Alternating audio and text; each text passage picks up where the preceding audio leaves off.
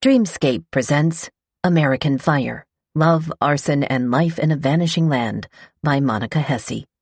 Narrated by Tanya Eby. For firefighters and lovers everywhere, but especially the ones in Tasley. Preface. I first drove down to Accomack County, Virginia, on Halloween weekend of 2013. There had been a bunch of fires there. 2 people had been arrested for setting them, and one of those people was now scheduled to submit his plea. At the time, I was in the cruddiest place a journalist can be, between stories and out of ideas, and I'd asked my editor to send me to Accomack, mostly because I was looking for an assignment that would get me out of the office for a day. Inside the courthouse, a red brick building that looked like a movie-set courthouse on a movie-set town square, the defendant in question admitted he was guilty, but he didn't say why he'd done it. I spent the next 2 years trying to understand why he did it. The answer, inasmuch as there is an answer for these things, involved hope, poverty, pride, Walmart, erectile dysfunction, steakums, the chopped meat sold in the frozen foods aisle, intrigue, and America. America, the way it's disappointing sometimes, the way it's never what it used to be. But it also involved love.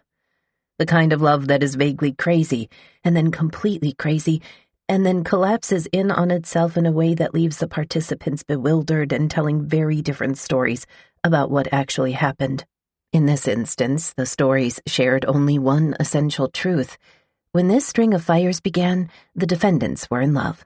By the time they finished, they weren't. Chapter 1. Charge That Line. It was cold and dry, and Deborah Clark found herself wondering, briefly, whether the dryness was important. Fire had to come from somewhere, and if the dry ground had caused an electrostatic spark, then that would explain why, less than 100 yards from her back steps, there were giant orange flames licking the night sky. A friend had seen them first. He'd pulled out of Deborah's dirt drive after dinner, and then frantically banged on her door a few minutes later, yelling, "Hey, the house across the field is on fire!" The field was small and rough, and it had corn, sometimes, with stalks that shook like paper. But it didn't have corn this time of year. On the night of November 12, 2012, it had nothing but brown grass, the burning house, and the flames rolling in Clark's direction. Clark's niece lived next door, in a place that looked the same as Clark's and most of the other homes on that stretch of Virginia Road. A pastel double-wide, well-maintained but sinking, each plunked along a tight squeeze of a 2-lane route. Now Clark ran to warn her niece about the burning house, which had been different from the others.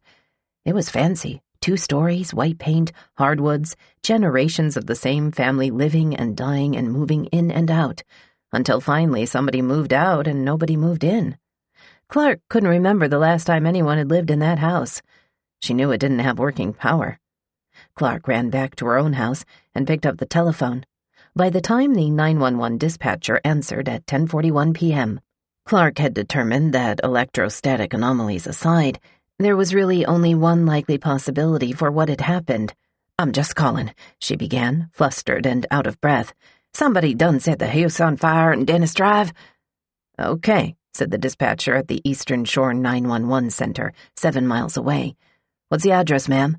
"I'm on Dennis Drive. I don't know the address." "Is it your house?" "No, it's a big house, an empty house." "Nobody's in the house, ma'am?" "No," Clark said. "Is anybody around the house?" "No," she said.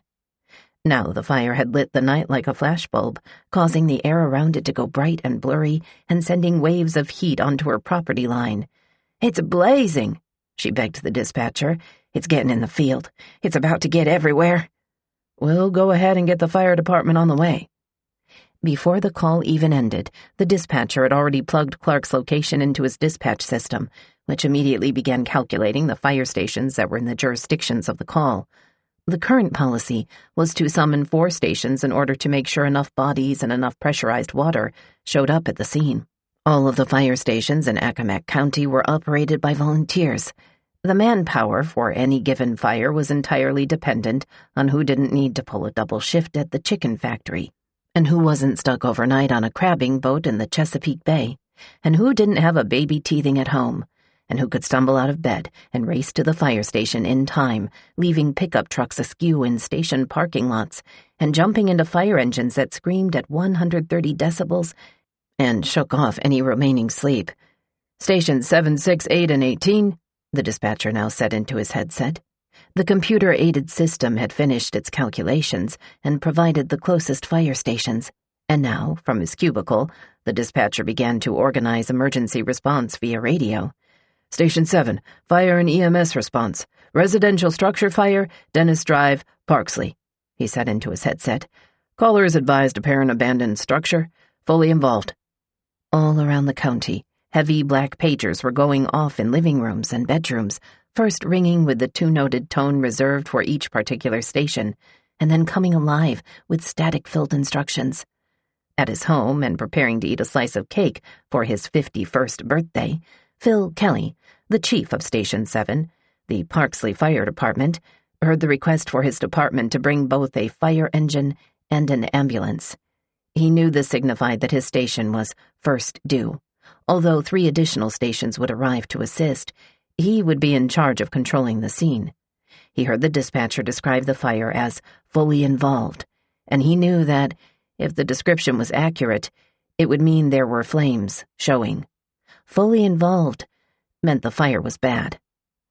Chief 7 en route to station, he radioed in at 10:44 p.m., 3 minutes after Deborah's 911 call. 6-7, responding par 2, responded a truck from Bloxham. 6 was their station number, 7 the truck number, and par 2 indicated that the truck contained a pair of firefighters. Bloxham's truck was the first to arrive at the fire, even before Phil Kelly. The Bloxham firefighter holding the radio got out of the truck on Dennis Drive and assessed the situation. Be advised, he said into his radio, structure is fully involved. Kelly, a compact man with a ruddy face and parchment-pale eyebrows, got to the scene and immediately wondered if he might need more water. He was an experienced firefighter. When he wasn't commandeering Parksley's volunteer department, he'd obtained the only kind of paying fire work one could in Accomack County, on Wallops Island, the NASA facility off the Accomack coast in the northern part of the county. There, a team of federally employed firefighters with security clearances obsessively checked and rechecked launch equipment, NASA believing that the best rocket-related fire was one that never happened to begin with. Landing the NASA job had been a life goal for Kelly. He'd grown up in Accomack and had signed up as a support volunteer for the firehouse when he turned 14, helping to clean equipment and learning to pack and unpack hoses. Now he was middle-aged, he knew fires, and he sensed that the burning house on Dennis Drive would deplete the water resources on the scene before the fire could be put out. Most of the towns in Accomack County didn't have a municipal water supply, which meant they didn't have fire hydrants. Water was not an unlimited resource. You pump what you brung, was an old fireman's saying. The volunteer firefighters carried water to scenes in giant metal tankers that held 2,500 gallons each. They pumped the water from their tankers using their engines and hoped they had enough, or that they'd be close enough to a pond or stream to get more. Central, what tankers do I have? Kelly radioed into the dispatch center, asking for a list of all the trucks present. He listened to the roll call and made a decision. I need another tanker. Luckily, one was already on its way. 8-7 responding par 2, said Richie Bridges, a captain with Station 8, the department from the town of Tasley, as he barreled down Langford Highway in a massive tanker. Tasley was farther away from the fire than Parksley and Bloxham had been, located 10 miles down the eastern shore. Tasley had the crummiest firehouse with some of the most lovingly cared-for trucks. Members entered them into competitions where they won trophies for their high shine. Tonight, for the Dennis Drive fire, the Tasley Company brought 2 of these vehicles. The tanker driven by Richie, whose sister Shannon Bridges sat in the passenger side, and an engine driven by the Tasley chief, Jeff Bell. Bell was a tall man with a bristling mustache and a wit as dry as sandpaper. He'd drive 30 miles to loan a friend $20, But whether a person liked him depended on whether they understood that some people showed their love through exacting expectations and constant sarcasm. When Bell's new volunteers told him they were ready to start driving the trucks, he liked to take the aspiring firefighter in a 24-foot-long engine to an empty mansion with a complicated circular driveway and instruct the newbie to drive the engine around it, backward, without touching the grass. It was a little bit of a showboating move, but the Tasley crew were good drivers. Tonight, both Bridges and Bell had made it from asleep in their beds to standing in front of a fire 10 miles away, fully suited in protective gear in less than 15 minutes. At Dennis Drive, Kelly saw that Bell's engine had arrived. The two men were friends. They worked together on Wallops Island. They respected and trusted each other, and Kelly immediately ordered Bell's team to fill a 2.5-inch hose with water and start attacking the west side of the building. The plan, he'd decided, would be to put out the fire where it was most virulent, and then force the house to collapse to the ground while they doused the rest of the flames. 8-5, he told Bell's engine. Charge that line. 3 tankers had arrived now and 3 engines, and more than a dozen men and women had all come to fight the fire on Dennis Drive. Central to Chief 7. The dispatcher back at the 911 center broke in with a time check. You are now 15 minutes into your incident. I copy. 15 minutes, Kelly responded from the front yard, where he'd designated a makeshift command post. The air apparatus that each firefighter wore on his or her back carried only 45 minutes worth of breathable oxygen. Dispatch made sure fire captains were aware of the time. But right now, Kelly had other considerations besides air supply. He had been right to worry about water. The first tanker to arrive on the scene, the one from Bloxham, was now almost out. So was the tanker that Tasley had brought to the fire. I'm dry, Bell said into his headset. The fire was cracking like a whip and roaring loudly enough that a headset was the easiest way for men standing just across the yard from each other to communicate. I'm out, another firefighter said into his headset. And then a third. We're out of water. If the fire cleared the field, it would reach a cluster of houses that stood closer together, with trees that the flames could leap between. It couldn't be allowed to clear the field. Kelly instructed an empty tanker to switch places with a fuller one, sending the empty one to find a place to refill, orchestrating a ballet of heavy equipment easing in and out of the gravel drive. Some fire chiefs didn't mind socializing during fires.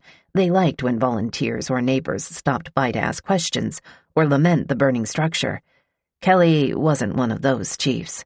At a scene, his volunteers knew to give him a wide berth while he figured out the fire. He viewed each one like a puzzle with a unique set of pieces, which hoses to use and where, which access roads needed to stay clear, and when. Holding all of those pieces in his head required concentration. He went still and silent while he figured things out. Central to Chief 7, the dispatcher interrupted. You are now 30 minutes into your incident. The dispatcher asked if they had enough lighting, and Kelly told him the lighting was fine, but the amount of smoke was becoming a problem. 15 minutes left on the air packs. If the smoke stayed black for longer than that, he would have to start sending in relief teams or request more backup. For now, he decided that the best thing to do was continue with what they were already doing. More water, more tankers, more water, putting out the fire in the way that, at its most elemental, was the only way to ever put out fires since the beginning of time. Communication between the dispatcher and the firefighters on the radio slowed, as Kelly requested face-to-face meetings with his deputies. Surround and drown, he instructed them, when they met him in the front yard. Get the fire out by attacking it from every direction. Central to Chief 7, said the dispatcher. You are now 45 minutes into your incident. I got one fresh body coming to you. That's all I got.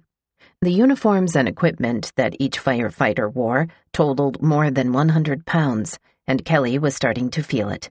He hesitated before answering the dispatcher. It's under control. The fire had finally reached its turning point. Kelly could tell that the mist rising from the house was no longer smoke, but water evaporating as it hit the hot parts of the wood. This was called steam conversion, and it was how a firefighter knew that he'd reached the seat of the fire and that the fire was almost dead. At any fire, one of the last puzzle pieces to click into place for Kelly was the moment when he stood in front of a house and watched smoke become steam.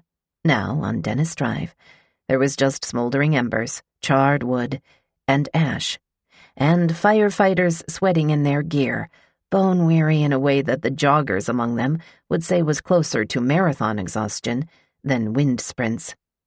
The nice old house was gone. The owner, it would later turn out, had moved to a nursing home and died 3 years before. Her belongings had all been left behind. The house had been full of them, and they were now scattered in the grass. Papers, clothing, broken dolls, and hardcover books with titles like The World Since 1914, a 1933 edition. With the fire put out, there was no light but the headlamps from the trucks. The firefighters walked the perimeter of the scene, as they did with all fires, making sure that there were no remaining embers, nothing to catch on the nearby trees, or to send a fire to the houses across the field. Again, they saw nothing unusual, nothing suspicious. When all of that patrolling was done, Kelly, who never did end up eating his birthday cake, radioed in his last update from the scene at nearly 1 in the morning of November 13. Terminating command. Meanwhile, around the county on the night of November 12, the sheriff was home with his pager resting on the nightstand, where he left it most nights so he could be awakened in case of emergencies. The Commonwealth's attorney was at home, preparing for an odd case involving a drunk Navy SEAL. The ATF and the FBI and the other agencies, whose personnel would eventually descend on the county, were home too, but their homes were far away, and they were unaware, as of yet, that Accomack even existed. The regular citizens of the area were quietly doing regular things. Lois Gomez was asleep, preparing for another shift at Purdue, where she would package goose-bumped chicken thighs and wings from a fast-moving conveyor belt, thousands of chickens every day. Helen Hasty was awake, irritated that her dog kept barking, but chalking it up to his age and increasing senility. Charles Smith, a body shop owner who did precise work at fair prices, who had a self-effacing frankness that most people found endearing, Charlie had lit the fire. But nobody knew that yet, and they wouldn't for a long time. The firefighters of Accomack County would be called out 2 more times that night. They would be called out 86 times total over the next 5 months. The county would grow used to hearing the wail of sirens in the middle of the night, the sound of engines and tankers crunching over gravel. The county would see landmarks go up in flames, and neighbors eye one another with suspicion at the grocery store. At night, the roads would transform into a sea of checkpoints and cop cars, citizens trying to get home while Accomack turned into a police state and the county lit up around them. The county went about its business. The county burned down. Some residents would eventually decide that they needed to take matters into their own hands, and they would form vigilante groups and buy binoculars and guns. Some residents would grow to think, as Deborah Clark did, that this all signified the beginning of the apocalypse, and the world must be coming to an end. Chapter 2. The South Starts Here. The eastern shore of Virginia is a hangnail, a hinky peninsula, separated from the rest of the state by the Chesapeake Bay and a few hundred years of cultural isolation. It is long and narrow, stretching only 14 miles at its widest spot, but covering hundreds of square miles altogether. The northern border is Maryland at a gas station called Dixieland, which sells Confederate flags and tchotchkes and overstuffed hoagies, and marks the entrance to Accomack with a big sign reading, "The South Starts Here." The southern border is the 25-mile-long Chesapeake Bay Bridge Tunnel, built in 1964 as a triumph of modern transportation, which connects the shore to the mainland for the cost of $12 each way. In between are little towns, clapboard churches, peeling chicken coops, salt-whipped brush, and roads that go miles and miles between streetlights. The shore is old. It is mostly rural. It is a place that the state senator, Linwood Lewis, likes to think of as a 70-mile-long small town where everybody knows everybody, and a place where agricultural traditions convinced the state representative, Robert Bloxam, that when he left the shore for college in the 1980s, he would do so carrying a 50-pound sack of potatoes along with his suitcase. His grandfather had been a potato farmer, and potatoes had built the shore. Potatoes, but also the railroad, and also a collection of old families with names like Bloxam and Lewis and Bundick and Doty, and a few other shore names that separated the born heres from the come heres. The born heres were exactly what they sounded like. They were people whose roots went way back in the registers of the Accomack and Northampton courthouses, which had some of the oldest ongoing census records of anywhere in the United States. The come-heres were recent transplants, many of them folks who had fled Philadelphia or Baltimore in search of cheap waterfront property. They, in a shorthand description provided by one born here, organized international film nights and bought their coffee at the independent book bin instead of at a Royal Farms gas station. One could easily assess a neighbor's longevity on the Eastern Shore via a short conversation. Those whose families went back generations tended to have dense tidewater accents. O's became ows, and ows became oo's. A come here, even one who had been raised on the shore since toddlerhood, could never hope to be thought of as a born here. After putting in several decades, they might eventually gain the status of a been here, but only maybe. The area's original born heres, the Accomack, Accahannock, and Mattawamese tribes of American Indians, had been gone a long time, forced to sell their land to the ships full of Englishmen who began arriving in 1603. Over the next 200 years, the land was cultivated, potatoes and tomatoes, by farmers and also by slaves who, at the time of the first federal census in 1790, comprised a third of Accomack's population. The county went Confederate during the Civil War, but was occupied by Union troops without much resistance shortly after fighting began. In the late 19th century, executives with the Pennsylvania Railroad were looking for ways to connect customers in northeastern industrial cities to southern farm goods, and they began to notice that the easiest, straightest route was through the Eastern Shore. Shore residents received this news with a mix of excitement and trepidation over the effect of such a modern intrusion. But a straight line was drawn between Norfolk and New York, and in 1884, the railroad opened, bifurcating the peninsula straight up the middle. The impact on the county was immediate. The arrival of the railroad meant the arrival of railroad towns, planned communities laid out on grids. These towns were followed by the arrival of electricity and then telephone lines. Both were symptoms of the larger economic boom that had arrived to the area. Things that Northeasterners wanted: seafood, strawberries, the versatile potato. The Eastern Shore had. And the railroad provided a way to move the goods out of state quickly. The Eastern Shore became a participant in the National Produce Exchange. In this exchange, agents assessed which cities needed which agricultural goods, and then immediately put the crops on a train to send them in that direction. Now, instead of supplying just a few regional cities, the Eastern Shore was shipping goods as far west as Kansas City and as far north as Toronto. In the first year of the produce exchange, sales on the Eastern Shore were around $750,000. 20 years later, the sum had grown to $19,269,890. In fact, by this time, in the 1900s and 1910s, Accomack and neighboring Northampton County had the highest valued crops of anywhere in the United States, the third county being Los Angeles. Potato production catapulted from 160,000 bushels a year in 1870 to 1.3 million in 1900. By the time of the 1910 census, those two counties were the wealthiest rural counties in all of America. Presidents came to see its majesty. Grover Cleveland hunted ducks on the barrier islands off the coast. Benjamin Harrison hunted quail near the town of New Church. One time, Harrison visited and ended up having dinner with a local family that had named their youngest son after Cleveland, Harrison's bitter political rival. But Harrison was a good sport about it and gave the boy a $10 bill, at least according to the generations of Eastern Shore storytellers who adopted this anecdote as a favorite. Wealthy people needed buildings.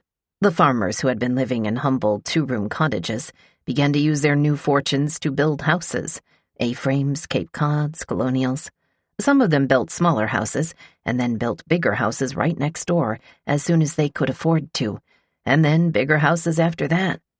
They connected each of the buildings with passageways, producing a maze of rooms that became the shore's most defining architectural silhouette: big house, little house, colonnade, kitchen. The Eastern Shore residents built barns and feed stores and restaurants and sheds. To accommodate the tourists who were now coming in on the trains to hunt and take in the scenery, the residents of the Eastern Shore built hotels. In 1931, they built Whispering Pines, a resort complex with a manicured lawn of azaleas, and a restaurant that served oyster stew, chicken salad, cooked tomatoes, pickled beets. It had 95 bedrooms, each with a private bath. People came to visit Whispering Pines from all up and down the eastern seaboard. They swam in the pristine pool. They admired the grounds. Color flyers were made. The showplace of the Eastern Shore. The economic boom of Accomack County was like the economic boom of farming communities all over the United States, with some measures of uniqueness. And when the economy shifted again, the long, slow bust would be like the one in farming communities all over the United States, with some measures of uniqueness. The railroad had made the Eastern Shore, and, as Eastern Shore historian Brooks Miles Barnes put it, the internal combustion engine unmade us. When the railroad had been responsible for shipping out produce, the collective crops of multiple farmers could be held in freight cars until prices reached a favorable exchange. But then came the era of the personal automobile. Originally, paved roadways had been seen as a godsend. Farmers no longer had to pay a portion of their profits to the railroad in transportation fees. But there were also unintended effects. When farmers began acquiring their own trucks, they began making their own deals, undercutting one another's prices and driving the crop value down. An early bellwether of trouble was in 1928. Farmers that year couldn't get nearly what they once could for a bushel of produce. They couldn't even recoup the cost of production. Those who were accustomed to financing their crops planting through loans, a typical practice to be repaid at harvest, found themselves underwater. 1 year later, the Depression began. As decades crawled on, there were other issues, some real and some magnified in the perception of hardworking farmers. Saline levels dropped in the bay, disrupting the marine life balance that supported the crabbing and fishing industries. Chain grocery stores replaced independent operations. They bought in bulk, but paid less for what they bought. Potatoes, once the shore's specialty crop, were now being grown all over the country, with growers nationwide racing one another to the bottom of prices that were difficult to sustain. Consumers began buying crazy new snacks, like the innovative and modern Dorito. Shit chips, one descendant of potato farmers remembered his father calling these snack foods in the 1950s and 1960s, because it wasn't clear exactly what was in these Doritos and Fritos and Tostitos. Certainly nothing as wholesome as a potato. Farmers were sure it was partially these snacks' fault that their businesses were struggling. Eventually, beginning in the mid-20th century, people left. They went north into Maryland or Delaware in search of jobs. Or they left for college, the so-called brain drain experienced all over the country, and didn't come back. And the remaining population aged, and the shore gradually emptied. In 1958, the passenger railroad left too, when businesses turned to trucks for their shipping needs, and families turned to cars for their vacation needs. There wasn't as much use for a railroad. For the people who remained, poultry was replacing produce as the county's biggest employer. The chicken magnate Arthur Perdue was from the Eastern Shore, just over the border in Maryland. He'd been a railroad agent who left that industry to grow his family's egg farm into a profitable business in 1920. Eventually he, along with other Eastern Shore farmers, realized that raising broiler chickens could lead to a better profit than raising egg-laying chickens. The land was good for chicken raising: mild climate, sandy soil that facilitated drainage, low building costs.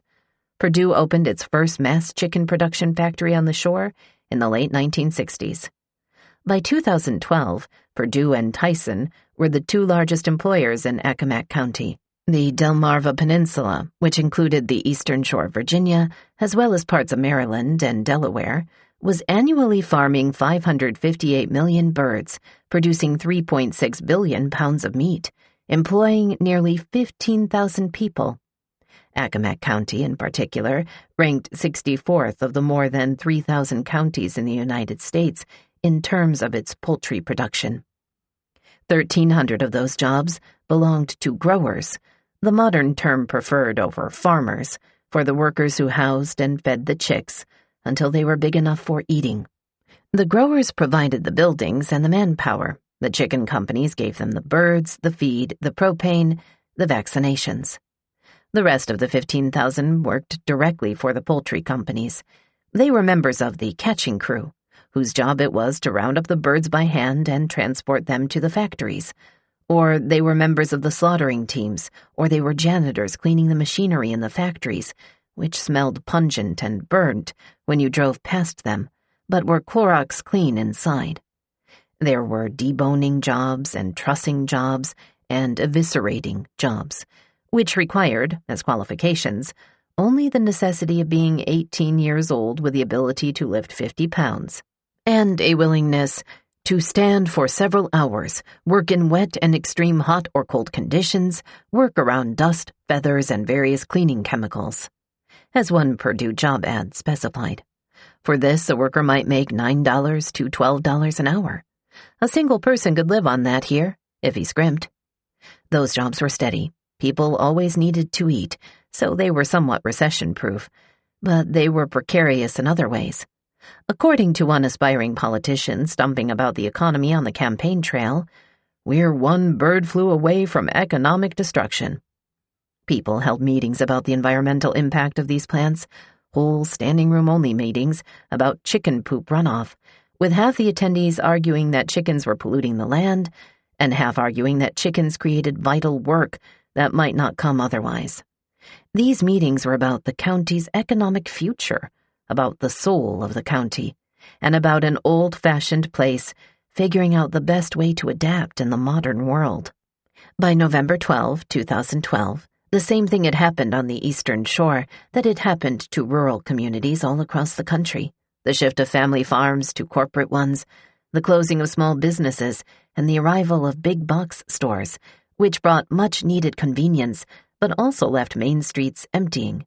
In the 1910 census, the Eastern Shore population had been 52,000. In the 2010 census, the population was 44,000, a nearly 20% decline. An average passerby wouldn't have known this about Accomack, any of it. Most outsiders who came to the shore at all were vacationers on their way to Chincoteague Island, home of the swimming horses, where Marguerite Henry had set her 1947 Newbery Honor Book, Misty of Chincoteague. Or they were on their way to Wallops Island, the NASA facility that employed engineers and rocket scientists and had a visitors center for tourists. If vacationers bothered to drive through the mainland, they likely stayed on the one main road, hopping out of their cars only long enough to buy boiled peanuts from one of the summertime roadside stands. Which was a shame, because there were many, many beautiful places on the Eastern Shore. A historic movie theater, a picturesque vineyard, and a donut bakery that would have made Krispy Kreme weep with jealousy. If only anyone off the shore knew about it. There was the Accomack Wharf, where sailboats docked and their inhabitants disembarked to eat crab cakes, and where kids participated in fishing competitions. There was Jackson's Hardware in the town of Parksley, which sold everything from candy to clothing to butter dishes and ammunition. The kind of authentic general store that posh vacation destinations spend fortunes to reproduce. Not all towns in Accomack were the same, either. Kirk Mariner, a writer who had grown up in the relatively more working-class New Church and then moved to the well-heeled Ononcock, liked to demarcate the difference as such. In New Church, we cut our grass. In Ononcock, we mow our lawns. Of Saxis, a tiny fishing community on the western part of the county, Mariner explained, "Saxis isn't the end of the world, but you can see it from there." Doors went unlocked, bake sales and brisket fundraisers were well attended, and when two cars passed on the road, both drivers would raise the tips of their fingers off the steering wheel in a wave. The grassy shores and open sky made the land breathtaking. God's country, people said. There's a reason that the come-heres want to go there. But all of the past centuries' change had resulted in one particular outcome. The Eastern Shore was no longer the richest rural place in America. It was a place that was falling behind. Only 17% of adults over age 25 had bachelor's degrees, compared with 35% in the rest of highly educated Virginia. A fifth of Accomack's residents lived below the poverty line, a quarter of Northampton counties. They were among Virginia's poorest counties. Route 13, the county's main route, ran the length of the Eastern Shore, and it was the only route that was well lit. The other streets veined away from it, winding off at odd angles or ending abruptly, past hundreds and hundreds of now empty houses that lingered and rotted by the side of the road. At night, hardly anybody went on any of these roads. People went to bed early so they could get up early for work. The agricultural jobs that remained required rising with the sun. Besides, even if someone had the inclination or the money for a late evening out, there weren't a whole lot of places to go. In November of 2012, the Eastern Shore of Virginia was old. It was long, it was isolated, it was emptying of people, but full of abandoned houses. It was dark. It was a uniquely perfect place to light a string of fires. Chapter 3. Orange in the Sky. Helen Hasty's land exemplified the rise and recession of Accomack County. The acres she lived on used to be known as Smith Brothers' Farm. The Smiths were her ancestors. They had grown potatoes, and on Sunday afternoons, half a century ago, her grandfather would take the family on long drives to judge whether the crops had been planted in straight lines. In those days, the potatoes on the shore were harvested by migrant workers who arrived each season and stayed in a labor camp on the property. As a girl, Hasty was afraid of their cussing, but still loved accompanying her grandfather when he doled out the farm workers' weekly paychecks. Then crop prices dropped and the money for those paychecks started coming in more slowly, until it dried up altogether. The last year of the Smith Brothers Incorporation, Hasty was their only employee. The year after that, the family started leasing the land out to corporate farms. When the corporate farms switched from potatoes to corn and soybeans, which don't need to be picked by hand, the migrant labor camps went unoccupied. Occasionally, tourists stopped by to inquire about the history of the buildings, or amateur photographers who thought the camp had a sort of haunting beauty. Hasty now found herself part of another defining Accomack story. At 1:30 a.m. on November 13, 12 miles away from where Deborah Clark had called in the first fire 3 hours before, Hasty went to let out her dog, who wouldn't stop barking, and saw that those old migrant camp buildings were now aflame. "It's 2 houses and it's right on the turn," she told the 911 dispatcher, trying to give directions for the buildings that no longer had an address. "We didn't hear nothing. We didn't see nothing. We let the dogs out. They go in there all the time. I mean, the buildings are not insured. They're vacant. They're just old shacks that been there 100 years. Oh, it's getting bright now. It's lit up both sides of the road. Oh, my God. There she goes." The house on Dennis Drive had been the first fire. The one on Helen Hasty's land was the second. 8 minutes later, another call came into the 911 center. "I'm down in Arthur Lane," the caller explained, "and the woods are on fire. I was riding by and it's on fire, and it's spreading. It's 2 minutes down Arthur Lane at Greenbush." That was the third fire. The members of the Tasley Volunteer Fire Department had just pulled back into their station, down on Tasley Road about half a mile from the decaying remains of the esteemed Whispering Pines Resort, which hadn't operated as a restaurant in 2 decades, and as a hotel in even longer than that, and which loomed dark and creepy and big by the side of the road. The firefighters were sweaty and tired from the fire on Dennis Drive, but there were protocols to be followed. They hung up their coats on the assigned hooks lining the wall of the engine room and arranged their boots and suspendered pants on the floor directly below. Their hats went on the shelf above. All of them were yellow or black, except for Shannon Bridges's, because when she'd determined that she wanted to become a firefighter, she also determined that she would do so wearing a pink hat. Her brother Richie's hat was the largest in the row, and his coat was too. Richie, 26, had been volunteering with Tasley for 7 years, and was built like a refrigerator. The company was always having to order him special-sized uniforms, and then even more special sizes when the shoulders of the XXLs were still too tight. He drove a Richie-sized truck, and it was while borrowing this truck one afternoon that Shannon, 28, decided she would join the fire company like her brother. His equipment had been lying on the floorboard. She kept looking down at it and thinking, I want to do that.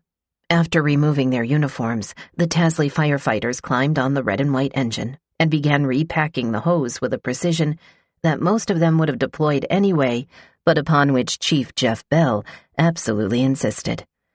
Firefighting was his second career. He'd served a full 5 years in the Air Force and 15 years in the Coast Guard before moving to the Eastern Shore. And while some of his volunteers thought he was a hard-ass, his military training had taught him that there were right ways to do things and wrong ways, and getting small things correct was the only way to make sure the big things worked when it mattered most. They had scarcely finished repacking the hoses when the air around them split with noise. It was their pagers, all of them, going off at the same time. They all looked at one another. The brush fire on Arthur Road belonged to them. They were first due. So it would be one of those nights, Shannon thought, as she grabbed her gear again. 2 calls in one night was unusual, but not unheard of, especially in the fall when people began turning on their furnaces or holding bonfires in their backyards. For Shannon, it meant it would be a night when she wouldn't see her husband or her 3 boys. By now it was after midnight, and they were probably asleep. She climbed back into the trucks with everyone else, and Bell called into dispatch to figure out what Tasley was getting into next. Chief 8, he identified himself when the 911 center responded. Is this reported to be a large wood fire or what? We've had 2 calls, the dispatcher answered. Neither one was able to tell how much woods was burning. Okay, he said. Notify forestry and have them respond. 11 years before, when Bell and his wife Renee planned their relocation to the shore after decades of more cosmopolitan posts, Renee, a special education teacher, came in the middle of the summer with their 2 sons, while Bell finished up work back in New York. Bell had found the house earlier, and when Renee saw it in person, she was amused. In every relocation with the Coast Guard, Bell had volunteered with fire companies. It was how he found community. In Accomack, he had yet again chosen a house less than 2 minutes from the local station. Within a few years, he was the chief. The other thing that had amused Renee was how driving across the bridge felt not so much like entering a different state, but entering an interruption in the time-space continuum. The small towns, small roads, everyone up in one another's business with small gossip. It felt like the 1950s to her. When Bell started with Tasley, he discovered this time warp carried over to the fire department, too. They were still running fires out of the same building they'd used in 1926, back when 18 Tasley men had pooled $5 or $20 apiece for the purpose of a chemical engine, according to the handwritten records of the time. The top-floor meeting room perpetually smelled like mildew, and the bottom-floor truck bays, designed for hand-drawn fire engines, not motorized ones, were filled with junk. The modern equipment was kept in a newer building next door. And then there was the question of Bell's roster. Some of the older members had been trained not at formal academies, but through osmosis, watching their fathers and grandfathers. Memberships at places like Tasley's volunteer fire department went back generations. When Bell wanted something done or something changed, he communicated it in a way that was meant to be frank and direct, but which came across to some of the old heads as insulting. He said friggin' a lot, perpetuating regular debate as to whether the word should constitute a quarter in the company swear jar. There was a tiny chasm in the group between people who appreciated the way Bell was trying to modernize and professionalize the department and people who thought that Bell, a come here, had no respect for tradition. But this was all behind the scenes. When a fire came, they pulled together and ran. Tonight, all around the county, firefighters were running. The crew from Bloxham had left the fire on Dennis Drive and immediately been called to the one at Helen Hastie's. The crew from Parksley had been called out again, too. At Parksley, Phil Kelly, like Shannon, was realizing that it was going to be one of those nights. A night where things went wonky. A series of tossed cigarette butts and failed cooking experiments also conspired against the firefighters of Accomack County. But as he drove to his next fire and listened to the types of incidents people were calling in, things started to seem more than regular busy. They started to seem just plain weird.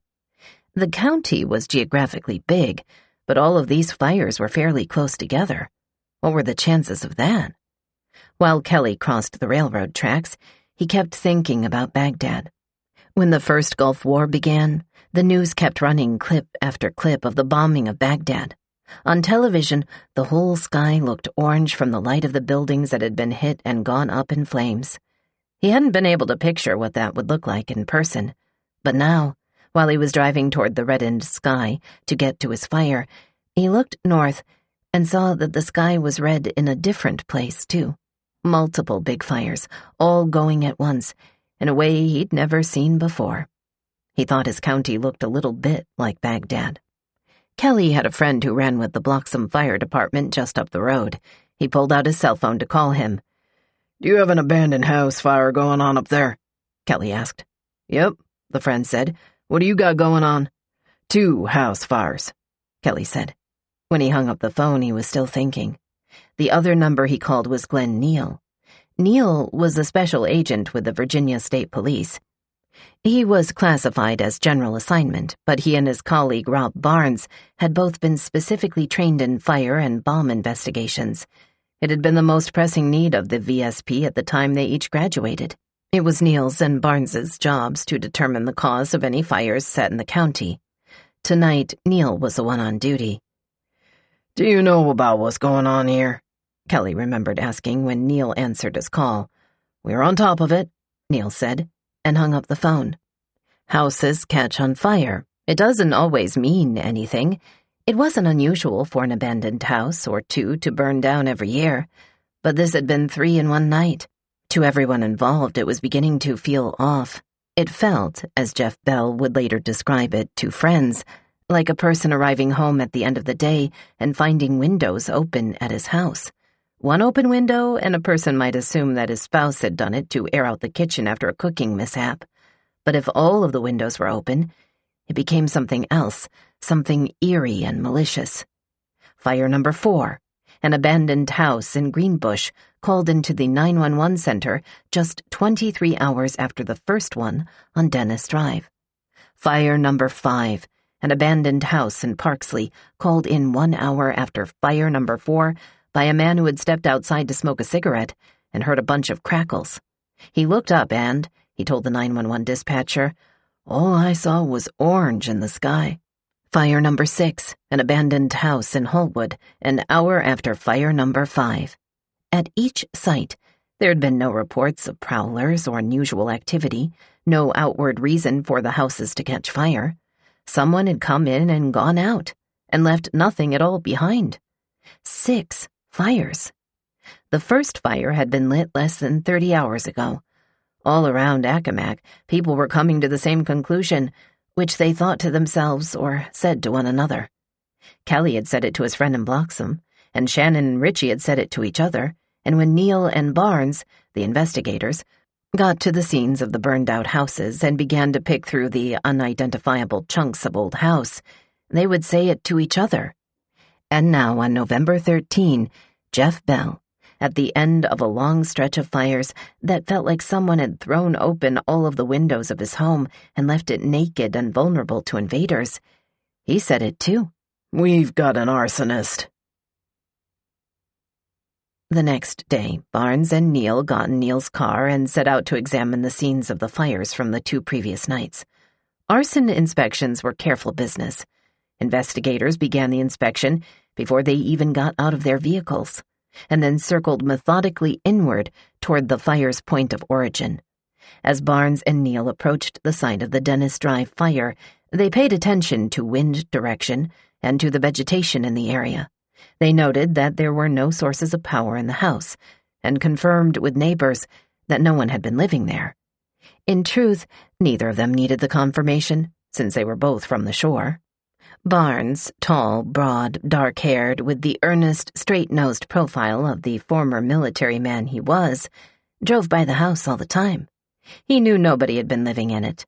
The same went for Neil, who was equally tall and whose belly had just the slightest of paunches to indicate that he might be a fun fellow to have a beer with. Barnes's demeanor was the kind of methodical seriousness that demanded respect. Neil's had a jokiness that caused people to forget, sometimes to his advantage, that he was law enforcement at all. Today they asked neighbors whether any intruders had been spotted prowling around the house. None had. They interviewed the firefighters who had put the fire out, asking if they had any information about which direction the fire had been traveling, or which areas of the house were damaged first, anything that would help them determine where and how it might have started to begin with. They moved closer into the scene and stood in the ruins of the house, which was still smoldering from the night before. At the academy where Neil and Barnes had received their 1033 certification, the state-level course required to become a licensed fire investigator in Virginia, the lead instructor, Bobby Bailey, called this part of the process sitting on a bucket. It didn't matter if all the furniture in the house had been burned up. Investigators had to find something they could sit on in the middle of the wreckage and take it all in. Sit on a bucket, sit on a shovel. More times than he could count, Bailey liked to tell his students he'd found himself sitting on a charred toilet seat in the middle of a demolished house, letting the fire talk to him. Where was the V, the smoke pattern that could likely be traced back to the fire's point of origin? How high was the soot line, which could indicate how long and how slow the fire had been burning? What kind of siding was on the house? Wood and vinyl burned at different rates. In what direction do the weather reports say the wind was blowing? Did the fire pattern reflect that? If the two accounts didn't match up, did the homeowner have a fan running, which might have displaced the wind direction inside? But at the house on Dennis Drive, there was no bucket, not even the toilet seat variety. The house was a pile of ashes. No footprints, no tire treads, no V, no fans, no clues. Barnes had noticed that the county seemed to draw in firebugs of several different varieties. It wasn't out of the question, for example, that a group of teenagers could seek entertainment by building homemade bottle rockets and lobbing them at a beat-up shack. This was a county with one movie theater that played one showing of one movie one time per day, and only on the weekends. The VFW held bingo games. The library had a monthly lecture series, and high school sporting events were well attended, but the opportunities for stir-crazy teens were limited, and bottle rockets were as good as anything. Nor was it out of the realm of possibility that some farmer might get tired of paying taxes on a bedraggled grain shed that nobody had used in 3 decades and decide to take care of the problem himself with some makeshift kindling and a match. So the question was, were these fires, the ones set on November 12 and 13, like that? A tiny spree that would stop now that the perpetrators had it out of their systems? Or were these fires something else?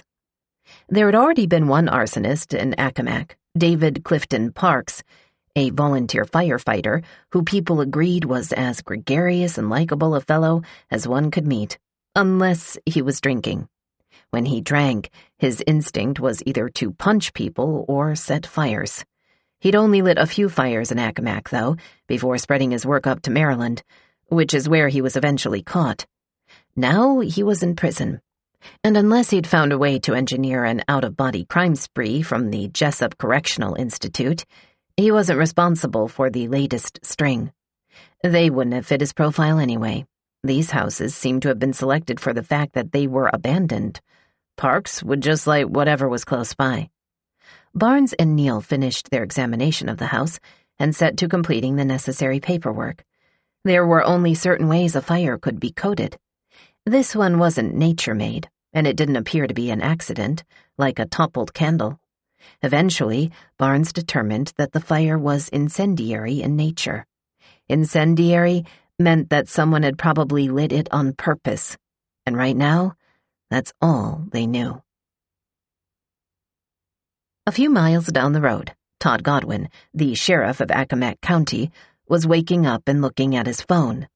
He had a computer-aided dispatch app downloaded onto it, which he checked every morning to see what the 911 traffic had looked like the night before. After the 3 fires the first night, he had been on alert. Now, with 3 more, he was full-on alarmed. He was protective of his county.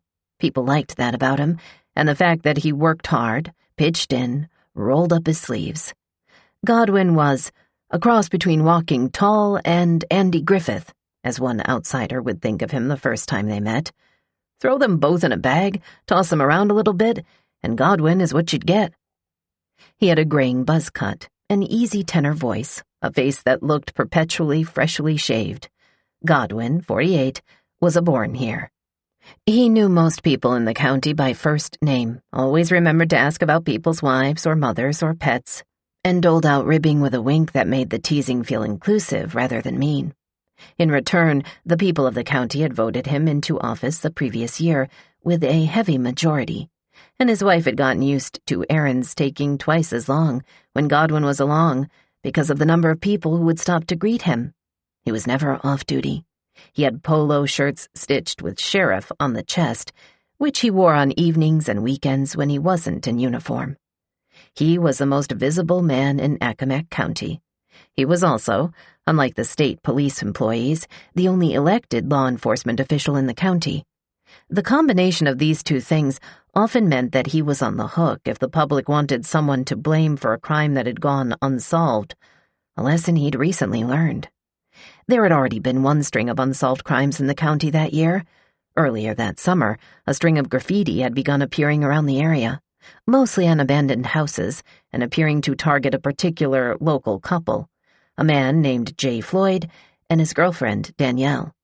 The graffiti accused the pair of being police informants.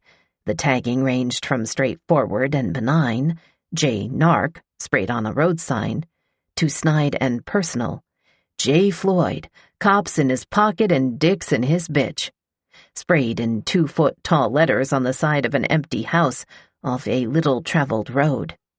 It had become somewhat of a game, a county-wide Where's Waldo, to locate the next spray-painted house. The graffiti wasn't a violent or dangerous crime, but it was an eyesore, and Godwin sensed that people in the county wondered why it was taking so long to apprehend the artists. Now, at least, there was 1 fewer of those tagged houses to worry about. The 6th house to burn down in the most recent series had been one of the graffitied structures. The caller who reported that fire had made sure to help identify it when he dialed 911. "This was a J. Floyd house, a narc house," he told the dispatcher when providing directions to the scene. The graffiti was driving Godwin crazy. The arsons wouldn't be under his jurisdiction the way the graffiti was, though the county used to employ a fire investigator. When that man retired back in 2007, he hadn't been replaced. With no trained investigators on the county staff, the arson investigation would automatically be headed by the state police. But the investigation would undoubtedly end up calling on Godwin's personnel, and it would be happening in Godwin's county, the one he was born in, the place where the only title he'd ever wanted was sheriff. Godwin wanted to be ready, and he decided the first thing they needed was a list of potential targets, a way to understand the potential scope of the problem and what, exactly, they could be dealing with here. A request was put forth to a county department for an official roster of all of the abandoned houses on record in Accomack. While they waited for that, the sheriff's deputies and state police investigators brainstormed on their own. It wasn't difficult. Anyone who was from the shore could list those houses for days. They were places kids had told ghost stories about, and teenagers had thrown parties in, and adults had lobbied to either be torn down or returned to their former glory. Houses off Bayside Road, houses off Seaside Road, the house on the road nobody knew the name of but that always had a goat tied up on the corner, little shacks, big shacks, whispering pines. A day or 2 later, the official list from the county came over. On it were 800 addresses, 800 potential targets. To one investigator, that number seemed low. It included only residences that someone was still paying taxes on. It didn't include the houses that were buried deep in the woods or marshland, covered in ivy. The houses that even the born-heres could stumble upon, surprised. The real number, the investigator thought, was probably in the thousands. Godwin didn't have thousands of deputies.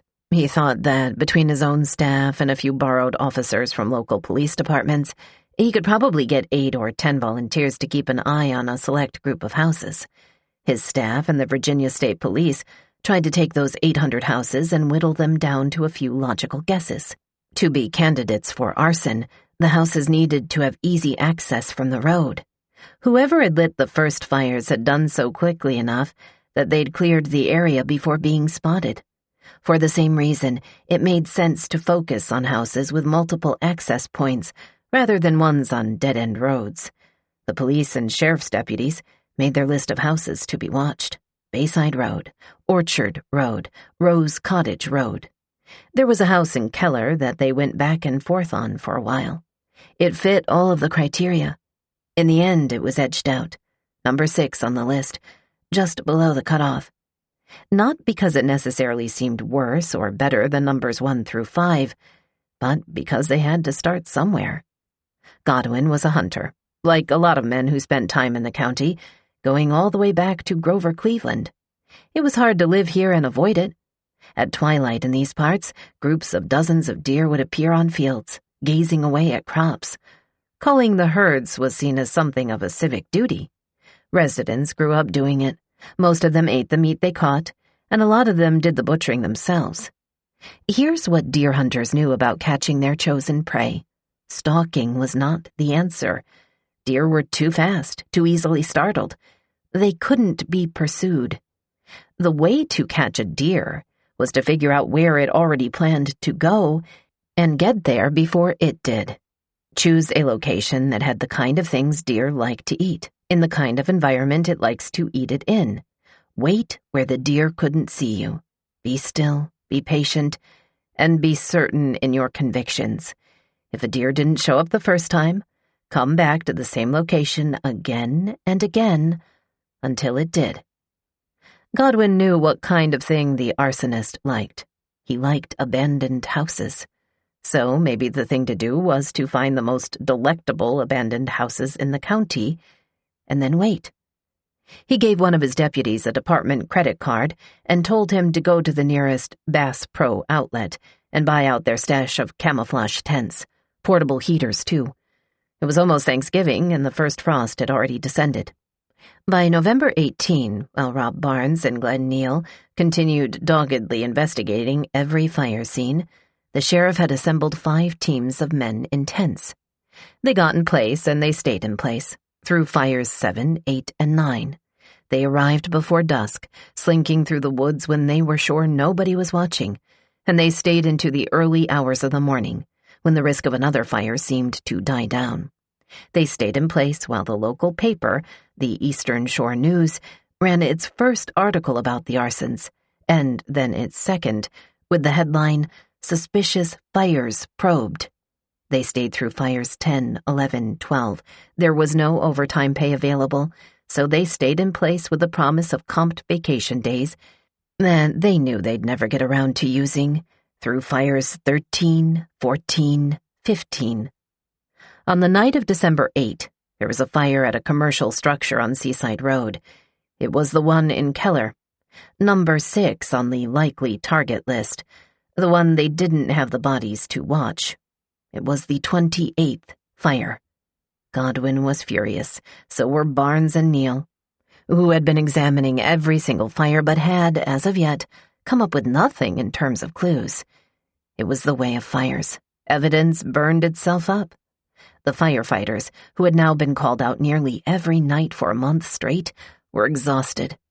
They were also beginning to wonder if they were dealing with some kind of fucking criminal mastermind. Chapter 4. Charlie. Charlie Smith's life had been a mess.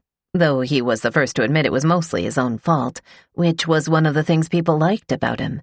He was perpetually screwing up. But then again, he was perpetually admitting it, too, infused with some kind of relentless honesty. His father had left when he was an infant, but people who had witnessed his parents' marriage agreed that its dissolution might have been a boon for everyone. His mother had remarried a steady man named George Applegate, who treated his new stepchildren well enough that most people knew Charlie as Charlie Applegate and assumed that he was biologically George's. The public assumptions didn't register much to Charlie, 38, who still felt like he didn't belong, not in his family and not in society in general. He never stopped wondering why his dad had left. He never stopped worrying he wasn't loved as much as the kids from his mother's second marriage. He thought a lot about those things as a kid. It was hard for him to know whether the feelings would have gone away on their own, because by the time he was 13, he'd found a way to make them go away. A friend gave him some marijuana. He tried it and liked it, because it made him laugh and laugh, and it also made him feel like he understood the jokes that seemed to go over his head the rest of the time. The first time Charlie tried to pass 9th grade, he was too stoned to put in much effort. The second time, he acted up and got kicked out. The third time, he went for about a half an hour, he estimated, before realizing he didn't know why he was there at all and dropping out for good. He hated school. It didn't come naturally to him, and he had trouble imagining a future profession in which formal education was any kind of use. George fixed cars for a living and taught Charlie to do the same. By the time Charlie was 8, he was spending summers sanding imperfections out of the cars people brought into the family's shop. There were official shop hours posted on the door, but those were guidelines. Cars were worked on until they were finished, and sometimes that meant dawn hours or evening hours, until the light above Eastern Shore Auto was the only one visible on the street. George also volunteered with the Tasley Fire Department, and he taught Charlie to do that too.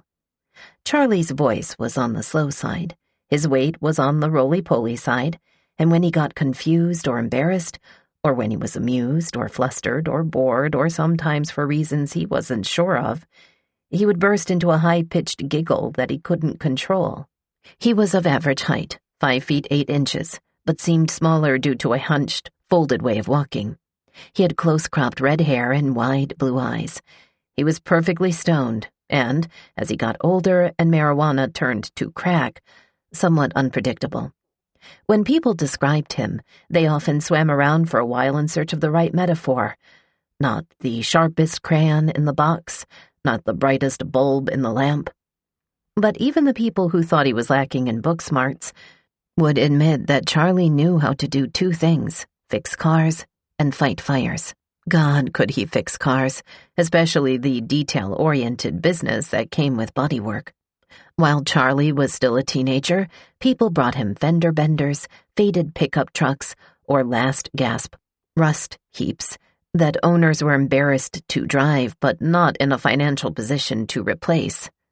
Charlie, working out of his stepfather's shop, would make them new again. He liked it, the immediacy of it, the fact that he could see what he'd accomplished and then get paid for it. And firefighting. He'd joined the Tasley crew as a junior member on his 12th birthday. Pagers didn't exist at that time. Volunteers would know there was a fire because a big siren would go off from the middle of town. It went off 3 times on Charlie's first day as a junior member, and Charlie would always remember how important and vital it felt to pull up to the scene of a car accident in the fire engine and realize that he knew the injured man inside. The young volunteers who joined before their 18th birthdays got to leave school whenever they were called to a fire, and teachers couldn't do anything about it. Which meant that in the 1980s, in Accomack County, at least for the teenage set, being a firefighter was the closest thing to being a demigod. By the early 1990s, Charlie's drug problem had escalated and begun to interfere with his dreams. He moved in with an uncle he didn't like much, but who at least offered him a place to stay. He then began stealing from that uncle to pay for crack.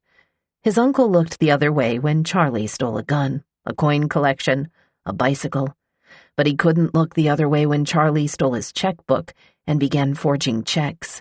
They weren't for big amounts, $50 or $100 each, but there were a lot of them. When Charlie was eventually caught, he was charged with 36 counts of forgery and sentenced to 3 years in prison, which most of his time suspended. He got out, relapsed, got clean, relapsed again, and got involved with a robbery in which he and a guy whose last name he wasn't exactly sure of broke into another guy's house and stole a cordless drill, an air compressor, a propane torch, and a battery charger. Police caught him and brought him in for an interview, at which point he confessed. When asked whether there was anything else he wanted to add about the incident, instead of trying to explain away his actions or ask for some kind of deal, he helpfully explained, "The battery charger was for the cordless drill." He went to prison again. Charlie's probation officer, Roy Custis, dutifully relayed his charge's continued struggles in a series of letters to the local Commonwealth's attorney. Usually, Charlie was where Custis expected him to be for their regular check-ins, with his parents, but sometimes he wasn't. Once, Charlie had disappeared for an extended period of time, then reappeared with bloodshot eyes and sallow skin, telling Custis he didn't need to take a drug test because he'd rather just admit there was crack in his system. Custis couldn't help but like Charlie, a sentiment that he realized was relative, considering that it mostly meant he liked Charlie more than the other criminals he was employed to spend time with. But he liked the whole Smith-Applegate family. Charlie's mother, Brenda, was unfailingly supportive of her wayward son, and though Charlie's stepfather didn't seem to have quite the same warmth, Custis sensed that any sternness on George's part had to do mostly with worry about Charlie falling off the wagon again. To Custis, Charlie was pleasant and polite. He seemed innocent. Not innocent in the legal sense, but innocent in a sort of guileless hopefulness. Custis hoped he needed just a few more years of growing up before he became a fully functioning member of society. After his first stint in prison, Charlie had a brief dalliance with an old friend that resulted in a baby girl. The pregnancy had been accidental, but his commitment to fatherhood was steadfast. He suggested marriage. The baby's mother declined, but told him he could be as involved in their daughter's life as he liked. He never missed a hockey game or school recital, and volunteered to take his daughter to doctor's appointments and playdates while her mother was at work. After his second stint in prison, a penitentiary in Central Virginia, he went to look for a job at a poultry plant. And when he walked in the door, he was spotted by a woman named Mary, who saw him, turned to her friend, and immediately said, "Oh my God, I'll end up with him." There was something about Charlie that Mary just liked. He seemed easygoing. What appealed to her most of all was the way he talked about missing his daughter, and how he wanted to be a good father to her. After he and Mary had been going out for a little while, she agreed to move back with him to Accomack so he could be closer to his child.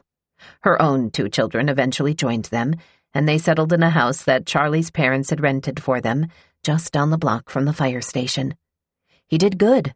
They both did. Charlie went to AA meetings and NA meetings, and Mary got a settlement from a job injury that let them do up the kids' birthdays in a big way, and gave her the money to enroll in EMT classes. And there was the fire department, the other hub in their lives. Despite his criminal record, the leadership of the Tasley department believed what his parole officer believed, that Charlie was a decent guy who was just a little lost. They allowed him back in the department, where his stepfather and half-brother, Brian, were still volunteers. "Tasley wouldn't have a crew if it weren't for the Applegates," people said sometimes, because Charlie and Brian showed up so often. Having spent most of their lives learning how to put cars together, they were particularly adept at taking cars apart, and were often called on for vehicle extrication. Charlie wasn't great at taking charge of a situation, but he was excellent at following precise directions. He would await an assignment from the chief, go off to complete exactly and only that assignment, and then return for his next task. When Tasley was called to car accident scenes, Charlie was brilliant. He could point to exactly which pieces of twisted metal needed to be cut, using which piece of equipment, and he would run into any building without hesitation. Shortly after Jeff Bell arrived in Accomack, Bell was called out to a burning funeral home. He and Charlie were the first ones in the building. The fire was in the back of the second floor, but the only way to access it was by using the stairs in the front of the first floor. In true Accomack fashion, the building had been constructed piecemeal over time. The hallways zigzagged and joists didn't quite line up, and Belle and Charlie had to belly crawl toward the fire with the hose tucked under their arms, spraying water at the flames that popped and crackled like machine guns. They were laying on the hose, spraying at those flames with full force, but the water wasn't doing anything. The flames kept getting brighter, and finally Belle yelled, "Dude, we gotta go!" And they left the hose right on the landing and fumbled downstairs. By the time they got outside, help had arrived, and one of the other volunteers pulled Belle aside. "We thought the flames are going to catch you," he said. When Belle and Charlie had fought their way down the stairs, they passed by a big picture window, the volunteer told Belle. Everyone outside watched through that window as the flames followed the two firefighters down the stairwell, licking the tops of their helmets. "We really thought the flames were going to catch you." "It was the worst place I've ever been," Belle would say when he told the story. "Me and Charlie." Friday night poker at the firehouse, weekend barbecues with other volunteers, birthday parties for his daughter at the Tasley firehouse, with little kids trying on all the hats and boots. When the pager went off, Mary would joke about throwing it across the room, but the noise would make Charlie's face light up. She didn't think it was about the fire particularly. Unlike some firefighters, Charlie was just as excited to get called out for a fender bender as he was for a raging blaze. Mary sometimes wondered if what Charlie really liked wasn't the fire aspect at all, but the camaraderie and the sense of being needed. He liked being needed, especially by women and children. He was always offering to beat people up, not because he was particularly interested in fighting, but because doing it seemed like the honorable thing to do. His friend, Sarah, was with Charlie and some others at a bar when her ex came in. She was furious with her ex and wanted to have words, and while most of her other friends tried to convince her that he wasn't worth her time, Charlie pulled her aside to ask quietly, "Want me to take care of him for you?" "No," Sarah said, "but thanks for asking." And that seemed to be Charlie in a nutshell, thought the people who knew him. Bouts of great heroism mixed with bouts of great boneheadedness. Getting sent to prison, but then, while he was there, getting a commendation for his brave actions. One day, while he and some other prisoners were being transported to a different location, he saw another car on the road spin out of control. He hollered until the van driver stopped and let him out, and then he ran to administer first aid to the victims, a mother and her young daughter, who were thrown from the car and died at the scene. The memory of this would haunt him for years. One of the bravest things he'd ever done, and it ended up all screwed up. After Charlie and Mary had been together for nearly a decade, their relationship started to go south. They'd been engaged for a while, but could never seem to make it down the aisle. Mary blamed herself. She'd never been with someone who had remained faithful before, and she could never stop worrying that one day Charlie would cheat too. Eventually, they both decided they couldn't do it anymore, and Mary moved back to the Virginia mainland. And then people worried about Charlie, whose life so often seemed like it was held together by the collective effort of several invested parties. Mary had been good for him. She'd kept him off drugs, kept his energies focused in a cozy domesticity. And now she was gone, and things only got worse. Charlie's favorite uncle died, and in a more devastating blow, his mother fell ill shortly after. She had always loved him, always believed and invested in him. He started using drugs again, but this time it didn't seem paired with a desire to get high, so much as a desire to get numb. One night in 2011, he went to a local bar called Shuckers. He was carrying 2 8-balls of cocaine, though he still didn't know what he intended to do with them. Maybe he would ration out the contents and get high. Maybe he'd overdose. Devastated by the thought of losing his mother, he'd already put a gun to his head once, but found he couldn't pull the trigger. There was a woman he'd noticed at Shuckers. She was often there when he was, but he was never able to gather more than 3 words to say to her. He knew he wasn't her only admirer. She was too pretty, she danced too well, and he was certain that opening his mouth would immediately be followed by sticking his foot in it. So he'd decided to keep quiet in her presence. But that night, the night with the 8-ball and the self-pity and the confused heart, she happened to talk to him, and his world would briefly turn sparkly and perfect in a way he had heretofore never dreamed, because this is the night he would meet Tanya, who would be the love of his life. Chapter 5. Monomania Incendiaire. Arson is a weird crime. It doesn't make its perpetrators any richer, unless it's an insurance-related plot. It's not like stealing. It doesn't result in nicer things. It doesn't, to simplify murder to its most basic element, get rid of someone you hate. It doesn't even usually make people famous. Researchers have assessed that less than 20% of arsons lead to an arrest. Another way of looking at this percentage is to infer that any research employed on arsonists is employed on the unlucky ones. The skilled, careful, or otherwise lucky arsonists are never caught. It's a crime in which the weapon is nature, and the end result is the destruction of a thing, the changing of a landscape, the carving of a charred signature onto a dead piece of earth. Ultimately, the visible remnants of an arson are not what it has left behind, but what it has taken away. It's also a property crime, inherently less compelling than crimes against living things. An arsonist might not even make the news cycle, unless someone is injured in the fire. Serial killer David Berkowitz was an arsonist. People forget that, because the fires were overshadowed by his more heinous crimes of murdering New Yorkers under the moniker Son of Sam in the 1970s. But he lit 1,400 fires, according to a logbook he kept of his activities, and it was one of these fires that ultimately led to his arrest. After he started a blaze outside of his neighbor's door, the neighbor suggested police investigate Berkowitz, who he thought behaved oddly.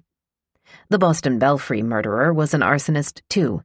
Thomas Piper, who assaulted and killed 4 young women in 1870s Boston, and who, after a witness spotted him in a long black opera cloak, caused the men of the city to abandon wearing the popular clothing item altogether, later admitted that he would set fires as a means of relieving tension when he wasn't attacking girls. It is not a new crime. There are references to arson in the Bible, like King Absalom instructing his men to burn Joab's fields. There might have been arsonists living in caves, patient arsonists using flint rocks and small twigs, because the invention of maliciously setting fires first required the invention of mastering fire, making arson an unlikely signpost of humanity's evolution. But the way we think of arson is new. The way arsonists have been perceived and studied is continually evolving. German scientists were the first to study it, beginning in the late 1700s. They believed, based on anecdotal evidence and prurient wishful thinking, that fires were set predominantly by young peasant women. The suspected cause was puberty, the trauma of menstruation, a sexual development gone awry. Fire starting was an illness of tragic, hysterical, impoverished women who lacked coping skills and were victims of the unpredictability of female biology. The Morbid Anatomy of the Brain, a medical textbook from 1815, describes one case study as such. A servant girl in the country, happy in her situation and liked by her master and mistress, one day while making a toast for the tea, was overcome with the propensity to set fire to the barnyard, instantly went out and committed the act for which she was hanged. Any underlying causes to this sudden propensity are not explored. Was the servant girl truly happy in her situation, or only according to her master and mistress? Was she liked by her master, or was she harassed by him or abused by him, or any number of other possibilities that were not explored by the textbook author? In later years, the German researchers' conclusions would be proven to have no scientific basis. In every other study, the vast majority of arsonists have been men. Most of those men reflect the racial demographics of the area they live in. A predominantly black neighborhood would be more likely to have a black arsonist. A white neighborhood would have a white arsonist, and so on. A majority of arsonists have IQs below the range considered normal. A disproportionately high percentage of them struggle with substance abuse or have been diagnosed with schizophrenia. A disproportionately high percentage of them are adolescents or young adults. Research on female arsonists is incomplete at best, though the research that does exist suggests that female fire setters are more likely than males to do so with a revenge motive in mind, and more likely to set fire to buildings with emotional meaning rather than to random structures. Ugandan spiritual leader Credonia Murwanda once set fire to the possessions of a man who had spurned her, and then later instructed some of her followers to burn down the home of a man who had refused to join her cult, and then later, after her predictions about the end of the world did not come to pass in 2000, brought 600 members of her cult into a church filled with gas cans, locked them in, and left them to perish in a fire. There are disputes as to whether she actually lit the match in that instance. In some studies, the percentage of female arsonists was as high as 35%. In others, women were as low as 4%, but they do not appear as the majority in any recent study. In time, scientists began realizing that all women got periods, not just peasants and not just arsonists, and so perhaps a better explanation was needed to explain arson. Sigmund Freud suggested, as he was prone to do, that people who set fires did so for reasons related to phalluses. Flames themselves were reminiscent in shape and movement to penises, Freud argued, and thus attraction to them could represent homosexual impulses in men and heterosexual impulses in women. Of course, the same attraction could be used to describe not only arsonists, but also aspiring firefighters. It is as if primitive man had the impulse, when he came into contact with fire, to gratify an infantile pleasure with respect to it and put it out with a stream of urination, he wrote in the 1930 essay. Putting a fire out by urination represented a sexual act in man. Aside from the German and Freudian research, a French scientist named Charles Chrétien-Henri Marc contributed his own thoughts to the field in the mid-1830s. A compulsive setting of fires was, he decided, merely a problem of impulse control. At the time of his research, there was a subset of crimes that fell under the umbrella category of monomania. Crimes under this umbrella term were, Marc described, against nature, so monstrous and without reason as to be explicable only through insanity, yet perpetrated by subjects apparently in full possession of sanity. Arson, he decided, deserved to be a special subset of these illnesses. He first called it monomanie incendiaire, and then, a term familiar even to 21st century readers, pyromania. Americans were not sure at first how they felt about pyromania as a psychiatric illness. The term crossed the pond around the same time as the assassination of President James Garfield in 1881. The assailant had been a delusional man who believed he was responsible for Garfield's presidential victory and owed a cabinet post. America was uneasy with the idea that criminals could use mental illness as an excuse for bad behavior, as psychiatrist Jeffrey Geller chronicles in A History of American Fire Setting. In the late 19th century, the thinking was that things ought to be black and white. Either someone shot the president or he didn't. Either someone lit a fire or he didn't. The reason why shouldn't matter. But current researchers realize there are lots of fathomable, logical reasons people light fires, even if that logic is sometimes profoundly twisted. The Center for Arson Research, run by a psychologist named Dion Williams, has divided fire setters into categories. Experimental fire setters, usually children, who light fires once and then never do it again. Thought-disordered fire setters, whose arson is a symptom of greater mental illness, the kind of arsonist who might believe, for example, that his fires are a message from a voice only he can hear. Communicative fire setters, who use their fire to convey a message they find themselves unable to otherwise convey. Jeffrey Geller writes about one such patient, a 43-year-old woman who'd spent her adult life at a mental hospital after trying to burn down her family's house as a teenager. Whenever she grew unhappy with her living situation and wanted to be moved, she lit another fire. It's not unheard of. In fact, it's practically become a trope for firefighters to become arsonists in an attempt to become heroes, lighting fires and then racing to the scene to put them out. Williams puts these arsonists in the thrill-seeking category. The most famous American arsonist, John Leonard Orr, was a thrill-seeking arsonist.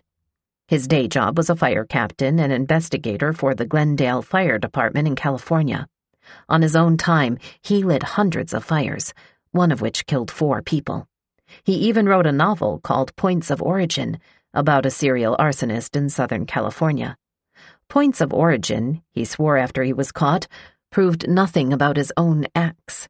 Those who were obsessed with the Orr case could not help but notice, however, that the protagonist's name, Aaron Stiles, could be arranged into a particular anagram, I said L.A. Arsons. The people in the preceding examples were all arsonists, but some of them might not necessarily have been pyromaniacs, at least not by the modern definition. Pyromania is an overused term. A group of psychiatrists in the Journal of the American Academy of Psychiatry and the Law once explained it this way: fire setting is a behavior. Arson is a crime. Pyromania is a psychiatric diagnosis. Arson does not exist in the American Psychological Association's Diagnostic and Statistical Manual of Mental Disorders, but pyromania does. It is the only subset of fire setting that is explicitly included in the DSM. It is defined as experiencing tension or affective arousal before setting a fire, and feelings of pleasure, gratification, or relief during or after fire starting. A pyromaniac does not light just one fire, like an experimental fire setter. A true pyromaniac will light several. He does not do them because he is drunk or psychotic or because he believes he is being instructed to light fires by a voice or god or devil or monster, like a thought-disordered fire setter. He does not do them because he wants to be a hero, like some firefighter arsonists, nor for the practical reason of gaining insurance money or covering up the evidence of a different crime. For a true pyromaniac, the fire itself is the motive, an act that becomes its own purifying absolution, its own reason for being. He lights fires because something about lighting fires gives him a sense of release. A pyromaniac is like Thomas Sweet, a Washington, D.C. fast food manager and arsonist. His first fire, in 1985, had a perverse logic to it. He wanted so badly to again see a man he had found attractive that he decided the best way to do it was to burn down the man's house, which he did by following him home one night and pouring 2 liters of gasoline underneath the front door. The man's wife died, and his 2 daughters were injured. But Sweet, as he watched the scene from a distance, was pleased to see the object of his affection appear on the street, wearing only his underwear. He discovered such a feeling of pleasure and release from the experience that he went on to light an approximated 300 more fires, several of them fatal. When he was eventually caught in 2005, he received a life sentence. To talk about arson is to talk about buildings burning down. To talk about the term pyromania is really to talk about the unfathomable mysteries of the human brain and the human heart. Why do we do things? Why do we want things? What moves us and stirs us, and why are some people moved by the things that the rest of us find inexplicable or abhorrent? Some arsonists go into treatment and are cured, though those are often the arsonists whose fire setting was a byproduct of another mental illness. Some arsonists take well to the therapy, pronounce themselves cured, and then leave treatment and immediately burn down another house. No one really knows why.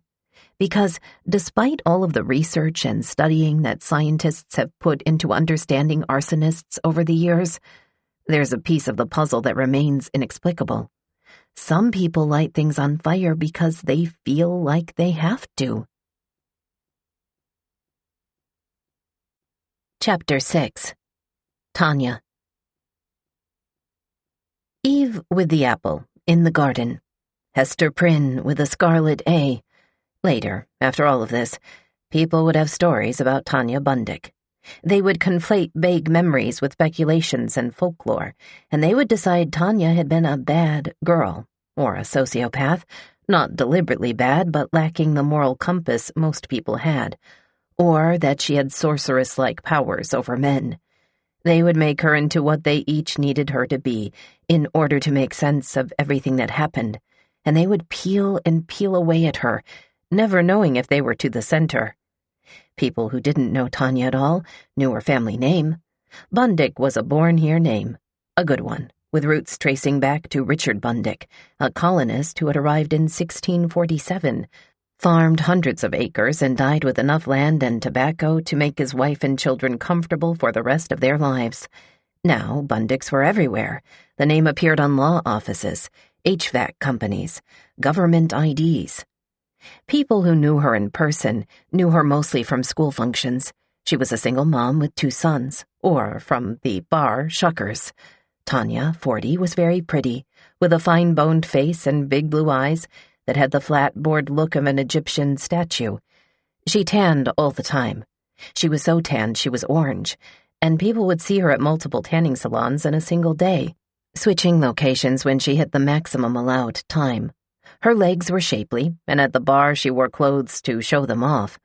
On at least one night, as a joke, a costume, she went to the bar wearing a magenta lingerie set, bra, panties, garter belt, and nothing else. In the context of Shuckers, which in 2012 was at the height of its popularity, this was less of a shocking sartorial choice than it might have been elsewhere. One of the bar's frequent attendees, a woman named Terry, described the place as sort of like Studio 54, if the famous New York nightclub was located in rural Virginia, with a parking lot full of pickup trucks and a clientele that occasionally broke out in brawls. Another Shuckers patron noted that he mostly tried to stay away because of the fights, but that if he was in the mood to see a fight, as one was from time to time, then Shuckers was the perfect place to go. Anyway, the Studio 54 comparison was really about social hierarchy, a place with a definitive sense of who was in and who was out. There were some female customers who danced on the bar or on the stage at Shuckers to show off, and some women who watched them. Terry had been one of the watchers until one day she was told by one of the dancers that she should come dance on the stage too. The woman who told her that was Tanya Bundick. To Terry, who was a little older than a lot of the 20 and 30-something clientele, and who hadn't been out of the house much recently due to a chronic illness, Tanya telling her to get on the stage to dance made her feel as though she'd been embraced by the cool kids at the lunch table. Tanya was fun, and always seemed to have a lot of people paying attention to her. If the clothes she wore were provocative, no one could deny she had the body for them. She'd even inspired her own fashion following. One Accomack resident remembered seeing Tanya peacocking around the bar in a tube top, befitting, in size and design, a Barbie doll. Trailing behind her was a cluster of other women, similarly tube-topped, but none of them with quite the figure or presence to pull off the ensemble. The parade reminded the onlooker of the movie Multiplicity, where the main character makes a series of clones, which become more defective with every copy. Tanya wasn't ever catty about it, though. She was the type of person to seem genuinely happy when she received compliments from other women, and happy to return them as well, offering fashion or makeup advice. She made an impact. A former Shuckers employee remembered Tanya as the kind of woman who never bought her own drinks or had to bring her own money. Another Shuckers regular was a bit more circumspect. One of the girls who, if you just look at her, you assume she's trashy, the regular said, but she actually seemed shy. People were just quick to judge her. One of the remarkable things about Tanya's popularity was the fact that she had become popular at all. Growing up just north of Parksley, she had been a bit of an outcast. Her eyeglasses were huge and round. She was bullied, especially on the school bus. She rode the bus several times a day. Arcadia, the high school she attended, had a lot of vocational tech programs in the early 1990s, Future Farmers of America, or Future Mechanics. Tanya, along with a small group of other girls, was a member of the Health Occupations Student Association, a group of students who took regular school classes in the morning and then got on a bus in the afternoon to take classes in home health care, allowing them to graduate as certified nursing assistants. The kids in that program were smart, recalled one student who went through it with Tanya, but moreover, they were practical and realistic about their future options. Their families didn't have the money to pay for college. These students expected to graduate high school and then immediately go to work, so they spent their teenage years learning to turn patients to prevent bed sores or lift heavy objects without lower back strain. It was a pathway for girls to get the kind of work that would be useful in Accomack, a place with an aging population where the demand for home health aides was regularly listed as a growth occupation in the Virginia Employment Commission's annual report. It was that way across the United States. For Tanya, the work did seem to come from a place of genuine interest rather than just a practical fallback. Her mother, Susan, had studied to be a nurse before marriage. She'd never officially entered the profession, but she'd kept her old textbooks. Susan was a gentle person, the kind of friend who would see a good deal on cantaloupes in the grocery store and pick up an extra for a neighbor, or who would hand out homemade preserves as gifts. Tanya's father had been a farmer, mostly working other people's land. People thought that Carol was an odd man. He had an unpredictable temper, as one man whose family employed him remembered. Certain strains of Bundick men were ornery. It came with the blood. The blood also ran through Tanya, who herself gained a reputation for orneriness, though of a different kind. The people who remembered how she'd been teased also remembered how she'd taken it. When people teased her on the bus, she never cried and she never accepted it. She fought back, schoolmates remembered, even when the perpetrators were twice her size. She graduated from high school and she did become a nursing assistant. She moved to the nearby island of Chincoteague and ended up pregnant by a local landscaper who specialized in bringing southern palm trees to eastern shore front lawns. He was black, resulting in the kind of union that, even in the late 1990s, made a good portion of Accomack County take notice. Accomack was about 61% white and 29% black. The chair of the Board of County Supervisors was black, and so was the clerk of the court, and the population was too small for the two public high schools to be anything but integrated. All of the neighborhoods went to them, but like a lot of the South and like a lot of America, there was a difference between who people worked with and who they socialized with.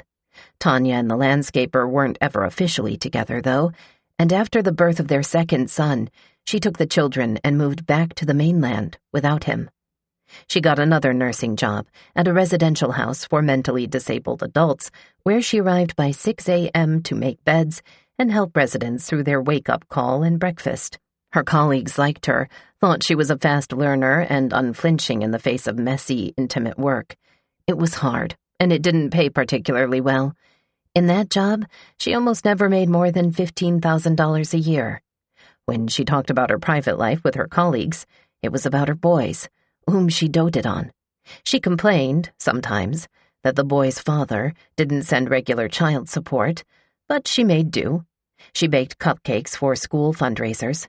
She bought the boys' clothes from Peebles, a local department store with precisely hung jeans and collared shirts, instead of from Walmart or Rose's, the discount chain where clothing was always sliding off hangers and sometimes had holes. In 2006, Tanya's mother, Susan, collapsed in her own backyard. She died instantly. Tanya was the one who found her, out near the clothing line, like she'd been getting ready to hang some laundry. A short while after that, Tanya moved with her two boys back into the house in which she had been raised, a white ranch-style home on a 2-lane road in an unincorporated locale called Hopeton.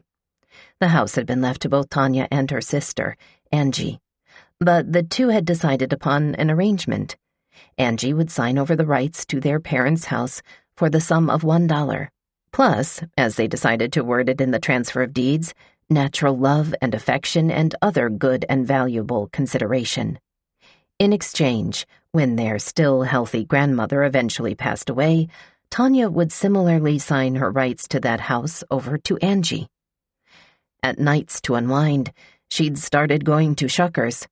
Old acquaintances saw her, people who had never left the mainland, and they were stunned because somehow, In between the 2 kids and the hard job, and the move to Chincoteague and back, she'd become beautiful. The glasses were gone. Her hair, whether she was wearing it blonde and spiky or brunette and curly, was meticulously styled. Her makeup, frosty lips, and dark eyeliner was expertly applied. Some folks didn't even recognize her. One man who had gone to high school with her, and whose wife had counted herself as one of Tanya's only friends, spent several minutes chatting with Tanya before she laughed and said, "You have no idea who I am, do you?" Gradually, this new Tanya replaced the old Tanya in people's minds. At Shuckers, she found the popularity she never had in high school. One night, she invited a co-worker from the residential facility to come out to Shuckers with her. The colleague hadn't even been there before. She was black and thought of it as a place where mostly white people hung out. But she went and was surprised by how much fun she had, and even more surprised at how popular her co-worker was. The queen of her own little world. So that was Tanya, or a version of her, the version that anyone who had lived in Accomack for more than a decade would have gleaned just through idle grocery store chatter.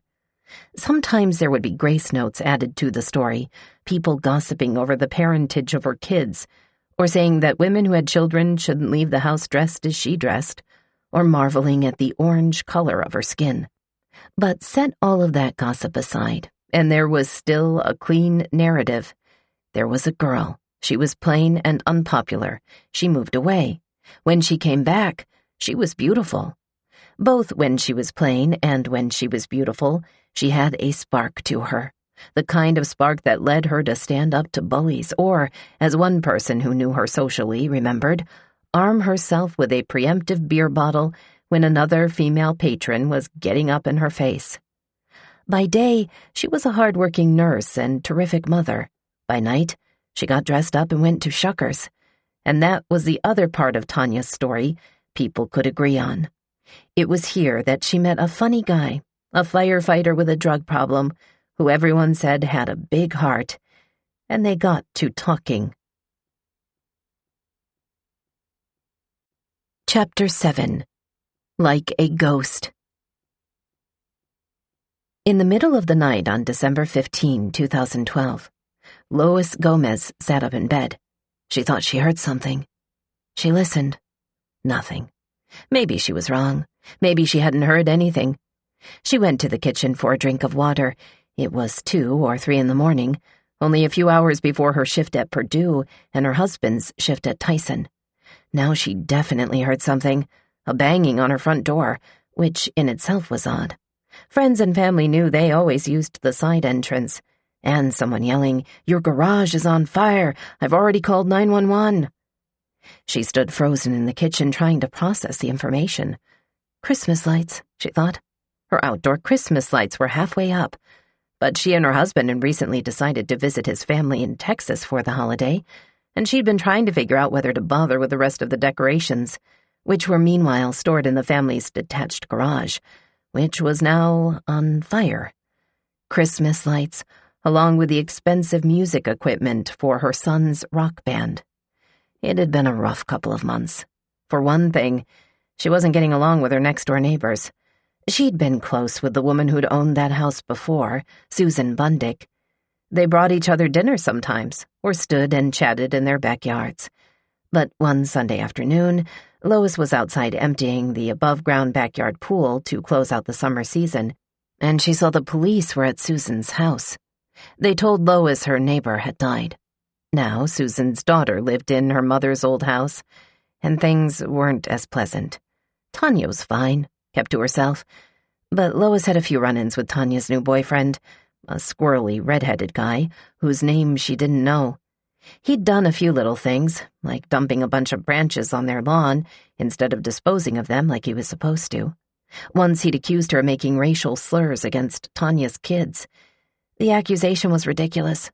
Lois's husband was from Mexico, and her 4 grandchildren were partly black. She'd also been having nightmares about the arsonist. In one dream, she went into her kitchen late at night and saw someone racing through the yard, an intruder wearing dark-colored sweatpants and hoodie. "What are you doing?" she called. The figure turned and looked at her, but she still couldn't see his face. and he eventually disappeared behind her detached garage. She woke up and realized it wasn't real.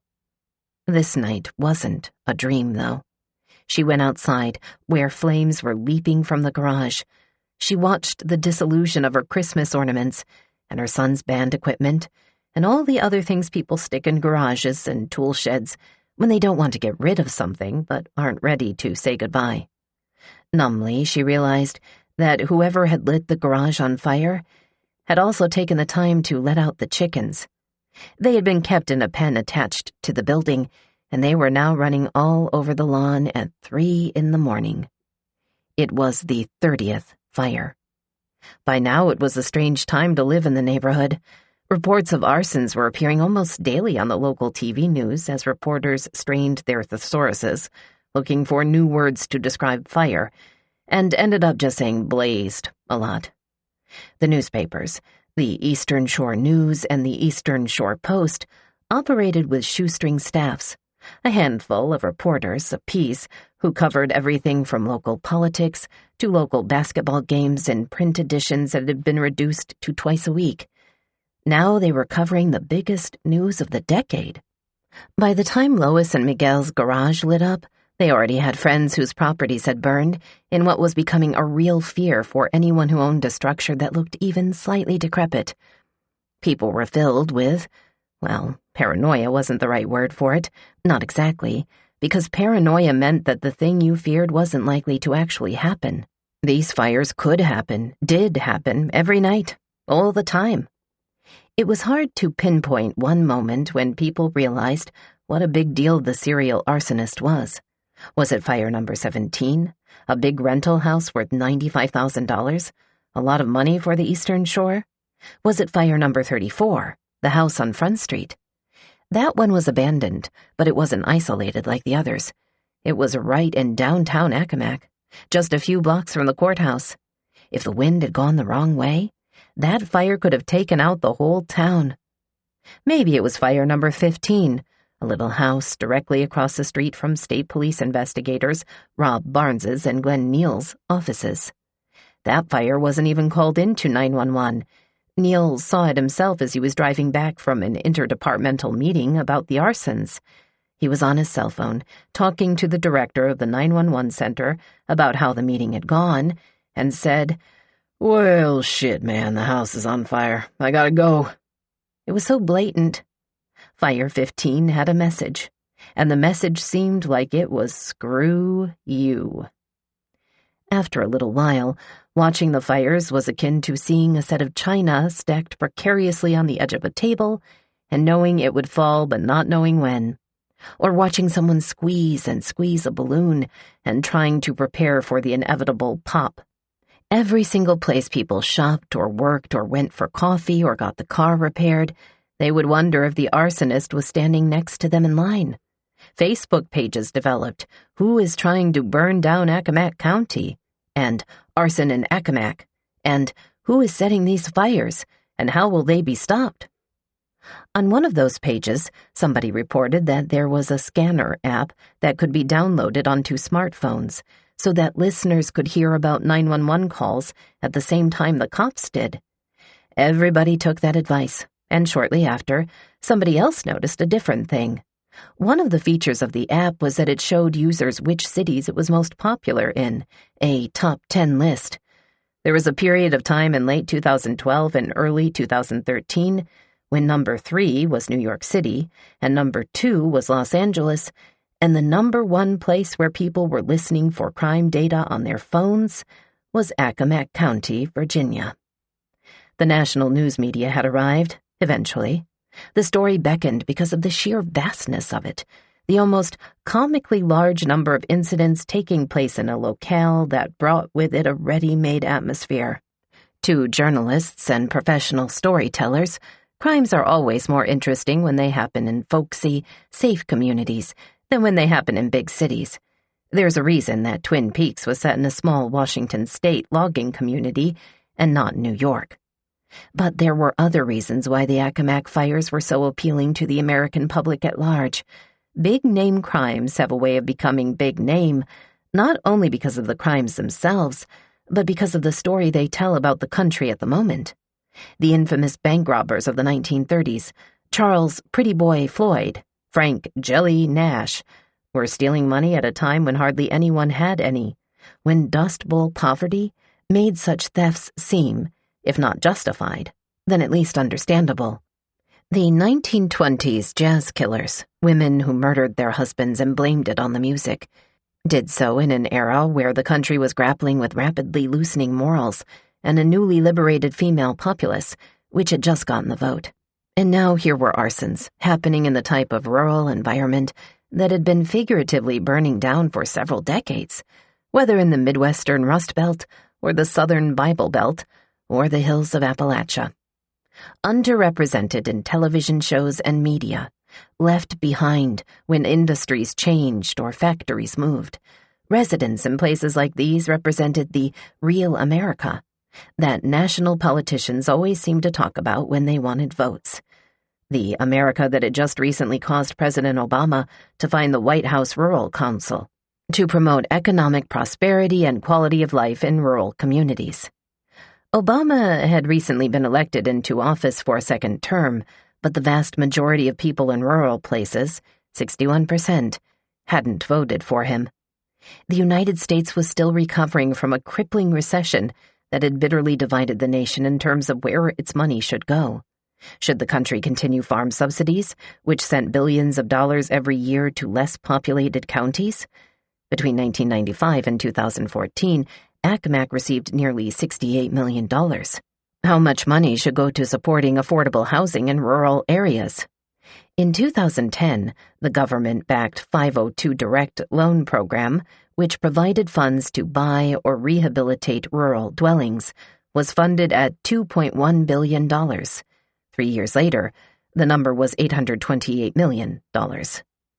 This was not the story of Accomack. This was the story of America.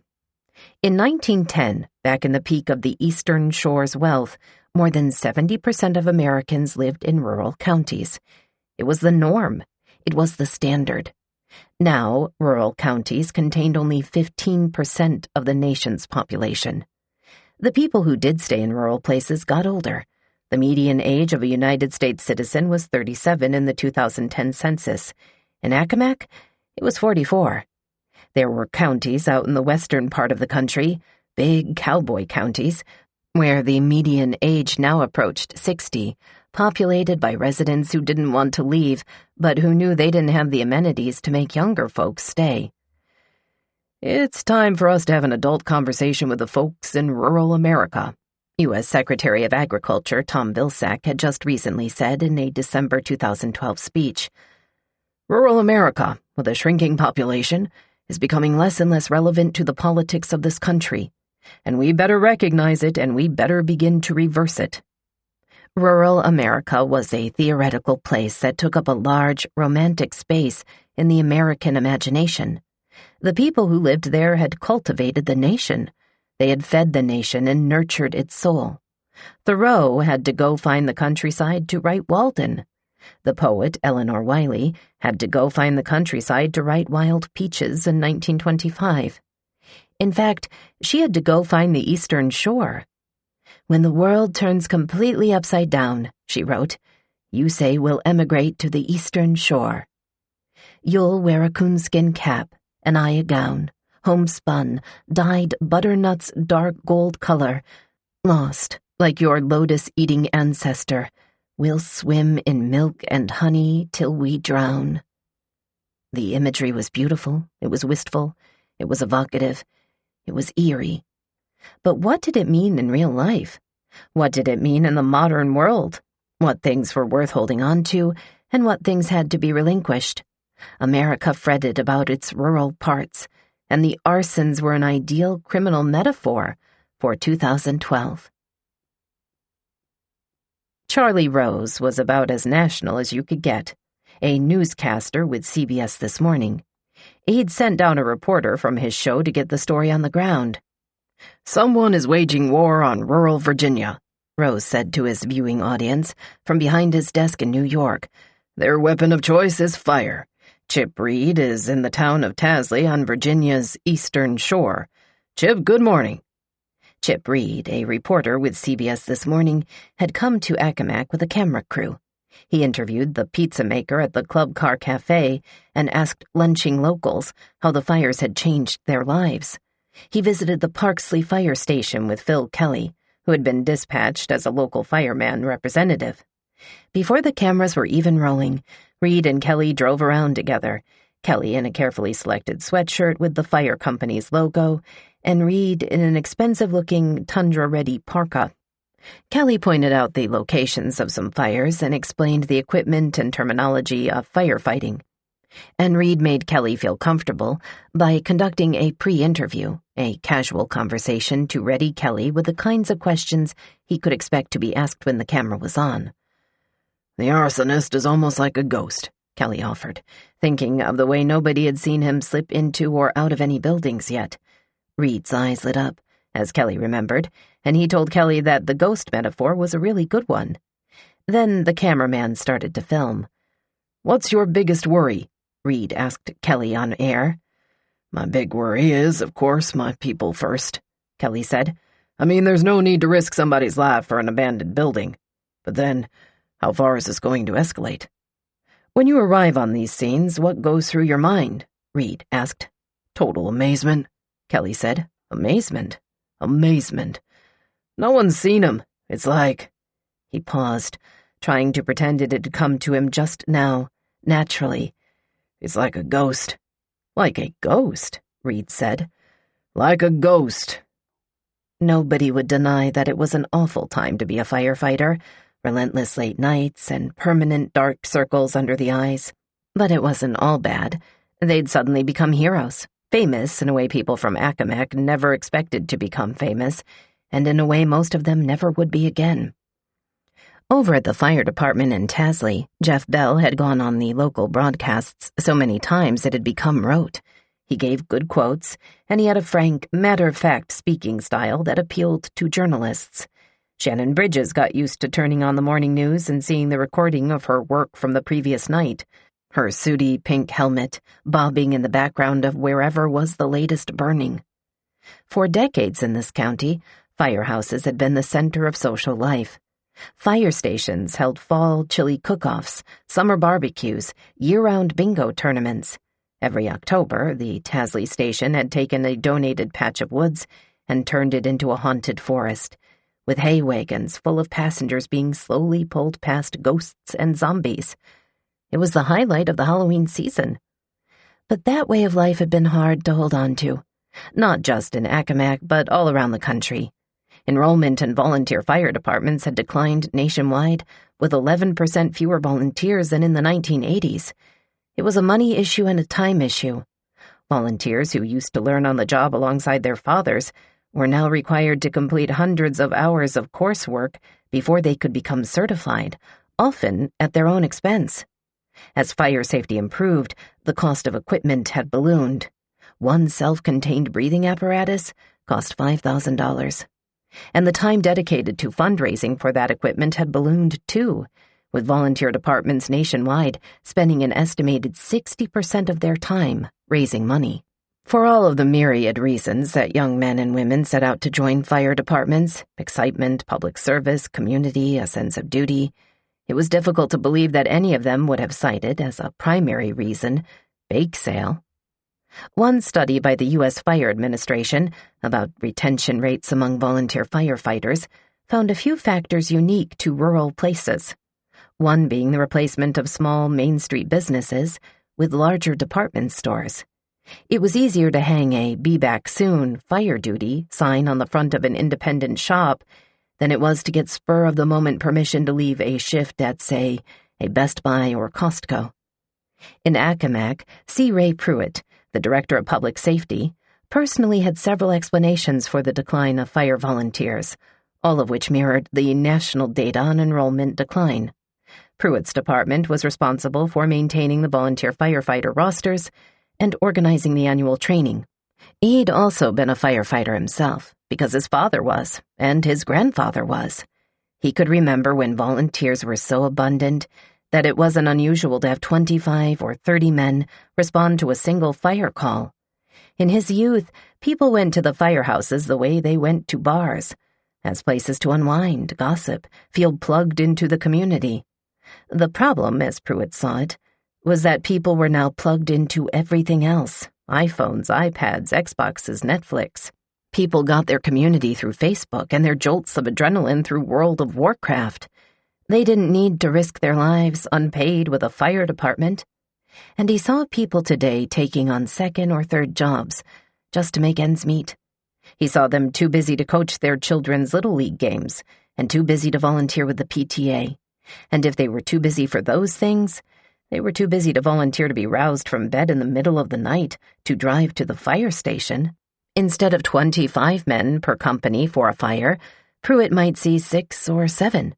But now, here it was in 2012, and suddenly firehouses were again at the center of Accomack County's social life. Each night as the fires mounted, parades of thankful citizens stopped by with cases of Gatorade, packets of instant coffee and hot chocolate, endless boxes of Nature Valley granola bars, and, once they learned that firefighters used it to clean the hoses, endless bottles of Mr. Clean dish soap. November had barely passed when the young men of the Tasley station decided that their regular way of doing things needed to be revisited. It didn't make sense for them all to go to sleep in their own beds when they knew they would just be wakened by their pagers again a few hours later. There were fires almost every night. What would make more sense would be to just sleep at the firehouse. There were several young men of Tasley: Brian, who was George Applegate's son and Charlie Smith's half-brother, who repaired cars and coached a youth hockey league; Richie, the extra-large brother of Shannon, who had never meant to become a firefighter. He'd only gone through the training to keep a friend company, but the friend lost interest, and Richie, more and more, liked the idea of having something meaningful to do. A guy named Chris, a guy everyone called Kitchens. Richie and Shannon were both born on the Eastern Shore. Their parents had been too, but they'd moved to Massachusetts for a spell when Richie was in high school. And when they moved back, it was right in the stage of life where everyone Richie had grown up with seemed to have either paired off already or be interested primarily in going to bars to facilitate pairing off. Richie didn't drink. He'd never been a fan of the way alcohol made him feel, and he was painfully shy around girls. He hated when people fought or didn't get along, as they were prone to do at bars. The Tasley Fire Company seemed like a cure for all of this. Instant camaraderie, with people who wanted to volunteer to do good, and a place to go, and engines to fix, and equipment to maintain, and essentially a way of life, ready-made, that would happily suck up as much time as Richie was willing to put into it. He lived in Ononcock, about a 5-minute drive away, but he volunteered with Tasley because he knew the people better. After a week of arsons racing up Tasley Road in the middle of the night to drive the tankers and engines, Richie was the first to move in, with a laundry basket full of clothes. A few days later, Chris and Kitchens and a couple other guys started staying there too, with their own laundry baskets. Some of the firehouses had nice bunk rooms with little nightstands next to twin beds with hospital corners. These were mostly the firehouses that also housed paid EMTs, with a guaranteed round-the-clock ambulance response. Tasley didn't have EMTs. Tasley's bunk room was a crawl space with 4-foot-tall ceilings, which was mostly used for storage, but into which somebody had, at one point, crammed a few camp beds in a hopeful attempt at accommodations. The Tasley boys slept there a few nights, acquired more than a few bruises on their heads, and determined that instead of sleeping in the closet, they'd just bring sleeping bags into the main meeting space. It had mildewed blue carpeting and a heating system whose 2 settings were frigid or boiling, and whose walls were plastered inch by inch with photographs and placards of the firefighters who had been serving Tasley for 85 years. They ran out of couch space, and some of them started sleeping in chairs.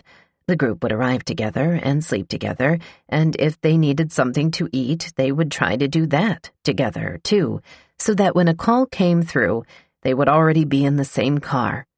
Waitresses at Panzetti's Pizza and Waffles got used to seeing large groups of tired men scramble away from the table, pies untouched, bill unpaid, promising to come back the next day to settle up.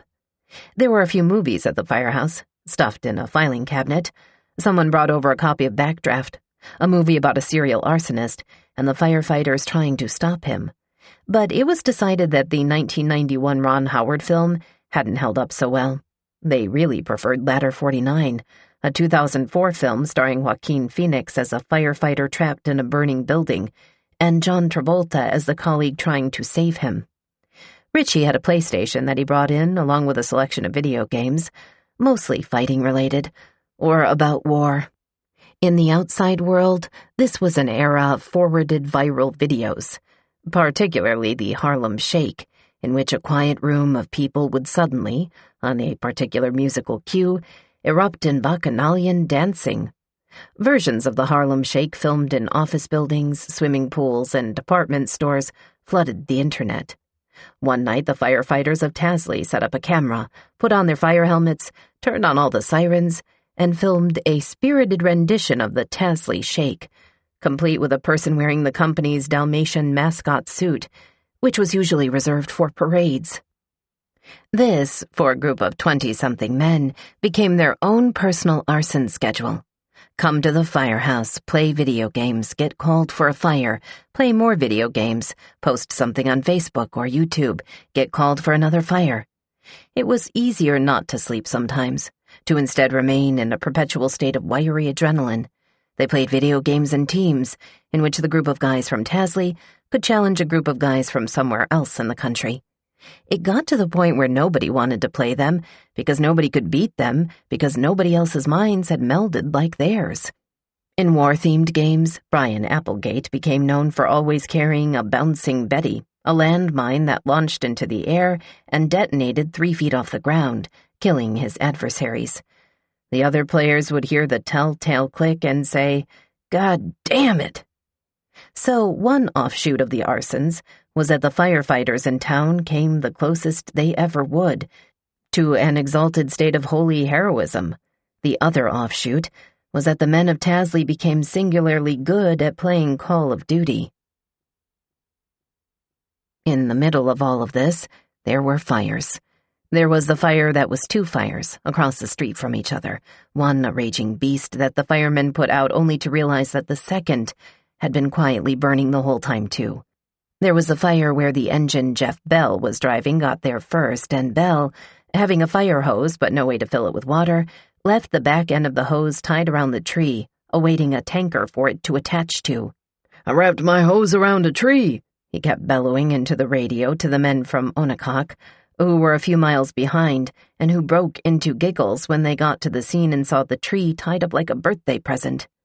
There was the fire where the chief from the Onley department finished dinner with his family, looked at the clock, picked up his pager, and jokingly declared, "Now's the time," and the pager went off in his hand. The stockpiles of Gatorade got bigger, and the sense of community outrage and pride got larger, and the firefighters became intimately acquainted with the baking skills of every sympathetic household on the Eastern Shore. And an airplane hangar burned down, and a big pile of tires burned down, and an old empty restaurant burned down, an abandoned house after abandoned house, and there was always something burning. There was only one thing to be grateful for, and that was that the arsonist hadn't tried to burn down Whispering Pines. That old resort complex was just down the street from the Tasley Fire Department, and over the years it had gone from being an abandoned eyesore to a bona fide structural hazard, and the ghost of Accomack's past, symbolizing everything the county once had. The original owners had sold it in the early 1970s. It had changed hands several times until it closed, and the most recent owner had accrued more than $10,000 in back taxes. A church held services in one of the meeting halls, but the sewage system was declared unsafe. Finally, a few months before the arsons began, a small cluster of people had gathered near the steps of the courthouse. 2 county employees set up a folding card table in the crisp early spring air. It was a public auction. Whispering Pines was the only item on the auction block. The place that had once hosted the Glenn Miller Orchestra, where Diana Ross of the Supremes had once ordered a Chinese dish in the dining room, where a generation of Accomack teenagers earned their first paychecks as dishwashers in the back, now sold at auction for $28,000. The whole hotel, all of the land, sold for pennies on the dollar to a man who did not have an Eastern Shore name. Now the townspeople joked about Whispering Pines. One of these days they should burn down that shit heap. Put it out of its misery. But the firefighters knew that the actuality of that fire would be monstrous, bigger than anything any of them had ever seen in all their combined years of work, awesome and terrible and biblical, almost. Christmas Eve came, and there was a big fire in a garage that happened to have a propane tank in it, and that fire lit the sky. Christmas Day came, and Sheriff Todd Godwin had encouraged most of his deputies to take the day off. He spent the evening riding around with Scott Wade, a special agent with the Virginia State Police who normally worked with the Drug Task Force. Godwin and Wade stopped at a Royal Farms gas station for a cup of coffee, and when they got inside it was mostly empty but for a few people. Two of the people were Charlie Smith and Tanya Bundick. Godwin and Wade slid into the booth across from them, shooting the breeze, idling away a lonely Christmas. Godwin asked about Tanya's boys, and Wade asked about Charlie's family, and they talked a little about the arsons. "Y'all must be busy with all the fires going on," Charlie said. "Yes," Godwin and Wade said with weariness. They were busy and exhausted. The two pairs finished their coffee and went back out into the dark, empty county. But there was no fire that night, and Christmas was, mercifully, quiet. Chapter 8. Tell us what you know about that. Discreetly, so as not to stir rumors or gossip, the police began developing an initial list of suspects. State police investigators Rob Barnes and Glenn Neal had started with a few criteria. People who had previously set fires, people who had previously been in jail and released within the past year, and, the intersection of the Venn diagram, everyone who had done both. For a spare set of hands, they called in Bobby Bailey. Bailey was a division chief in the Virginia Fire Marshal Academy. He was also the man who had taught and certified both Barnes and Neal as fire inspectors in a 4-week intensive course that culminated with Bailey decorating a large trailer like an apartment, sofa, coffee table, Christmas tree, stuffed animal, then putting on a flame-retardant spacesuit and going inside to light the whole thing on fire. The student's job was to figure out how and where the fire had begun. Bailey would video the whole thing with thermal-protected cameras to show them whether they'd gotten it right. In addition to heading the Fire Marshal Academy in Richmond, Bailey also taught classes on arson investigation at the local university and co-authored papers with titles like The Use of Liquid Latex for Soot Removal from Fire Scenes and Attempted Fingerprint Development with ninhydrin. He was both boastful and dismissive of his academic accomplishments, his personality being less fusty arson professor and more Marlborough arson poet. He was short, muscular, with a wiry mustache and a low, deep drawl. He'd been a cop and a firefighter, and because of those experiences, he looked at fire scenes holistically. For example, were there dead bodies in the room where the fire was? "You walk into a scene and you find a person face down, that's normal," he would explain to his students. "They're trying to breathe. They'd be crawling on their hands and knees, and eventually they'd pass out. And when they did, they'd be on their stomachs." But if there was a body lying face up, that would be suspicious.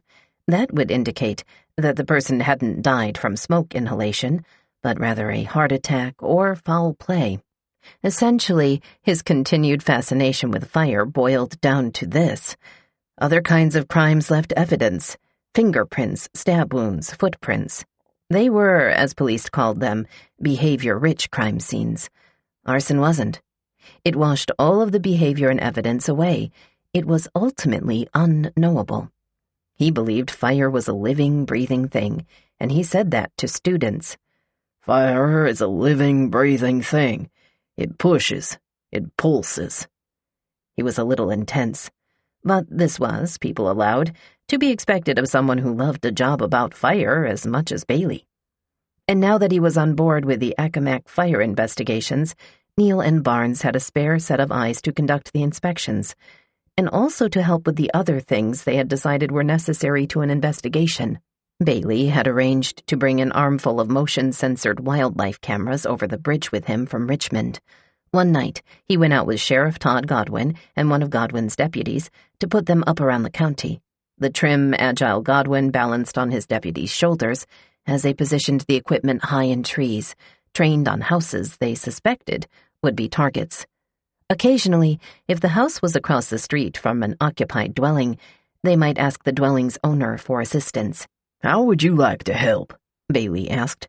"I want to put one of those cameras in your mailbox, but you can't tell nobody, because we don't know who the arsonist is." "Oh, this is going to be cool. I'm CSI," the resident agreed, promising secrecy, and then promptly telling enough people that the story flew around the county. "The police are putting surveillance equipment in your neighbors' mailboxes." Meanwhile, Neil had begun pursuing a different line of investigation. Aside from Bobby, he had another friend in Richmond, named Kenneth Morris.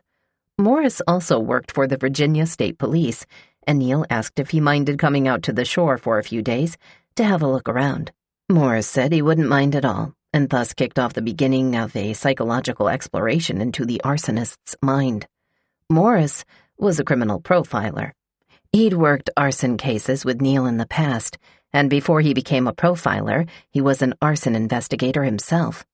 Though he wouldn't ultimately be the lead profiler on the Accomack arsons, he was approaching retirement and beginning to wind down his career. Neil knew and trusted him and wanted his opinion.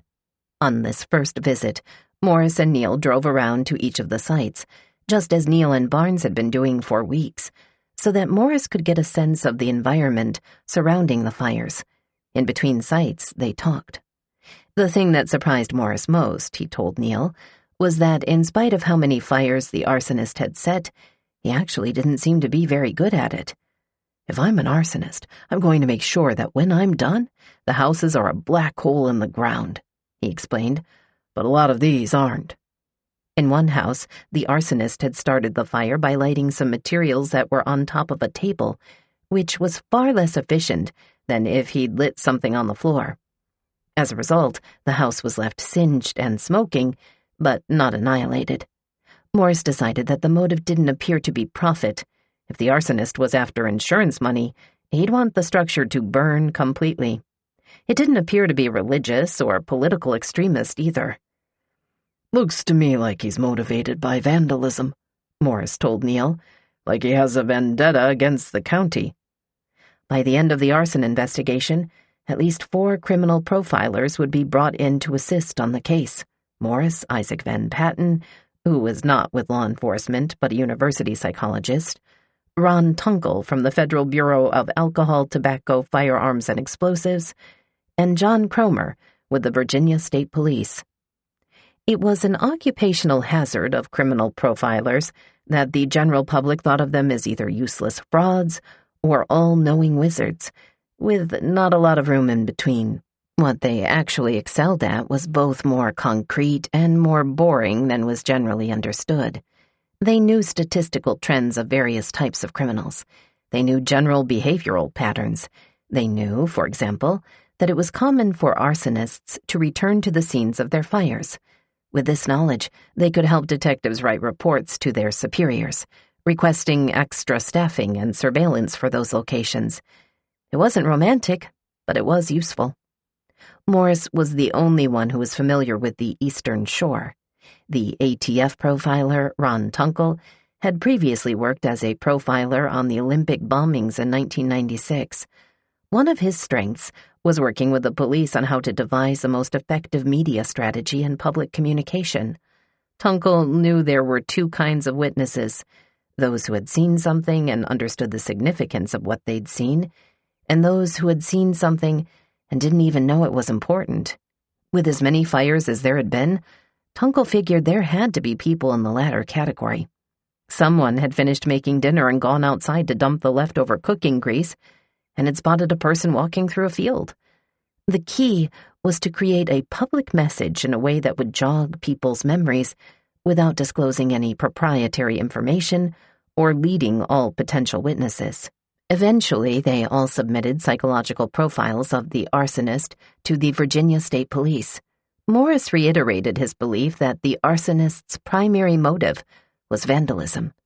He also suggested that the arsonist likely had an immature personality, and that it would be wise to look into people who had vendettas against the police or fire departments. Tunkel's report touched on the notion that people who committed arson were often people who felt powerless and were trying to regain authority in their own lives. He wrote, "The year 2012 was probably not a very good one in the life of the offender." A general synopsis of the profiles was provided to the media, and Carol Vaughn, a reporter for the Eastern Shore News, wrote a front-page article titled, "Police Describe Arsonist's Profile."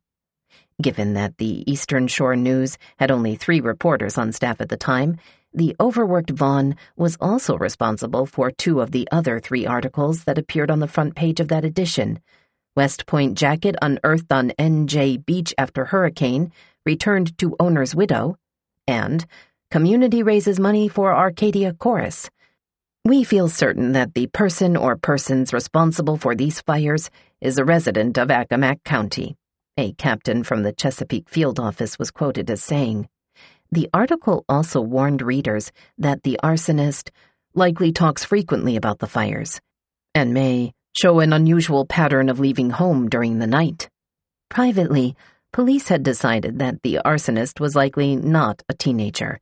Someone so young would be noticed if he slipped out of the house at night. They were looking for someone who didn't have to account for his whereabouts to a guardian. Locals devoured the information and reposted it on social networks, but it also made them scoff.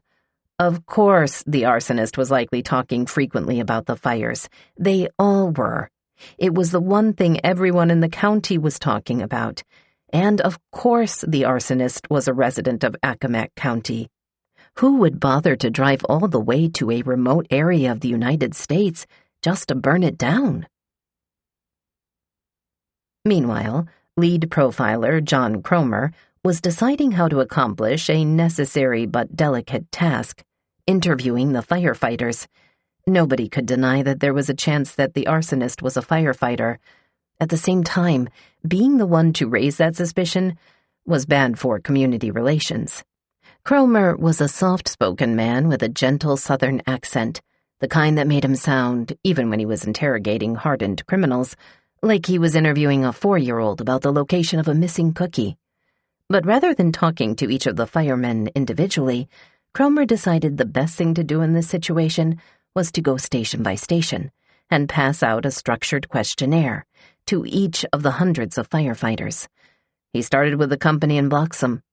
That town was in the middle of the county, centrally located to the fires. Once everyone was seated around tables in the meeting room, Cromer and Kenneth Morris passed out the questionnaires and a bunch of pens. They told the firefighters that the reason for the surveys was because the firefighters were themselves invaluable resources. They may know things that they hadn't previously thought to share. The volunteers found the explanations insulting. The police could pretend all they wanted, that the purpose of the questionnaire was to get their valuable input, but most of them were pretty sure they knew the real purpose. A few of them refused to fill it out. Others felt free to tell Cromer and Morris exactly how they felt about the questionnaire. It was complete bullshit. The profilers remained calm. It was possible that the person they were trying to find was in that room, and if so, that he would give himself away with clues he wasn't even aware of.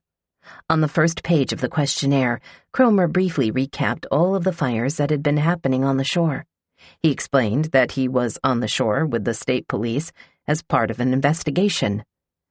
"Tell us what you know about that," the writing prompt said. It was left ambiguous, so respondents could say what they knew about either the fires or the investigation.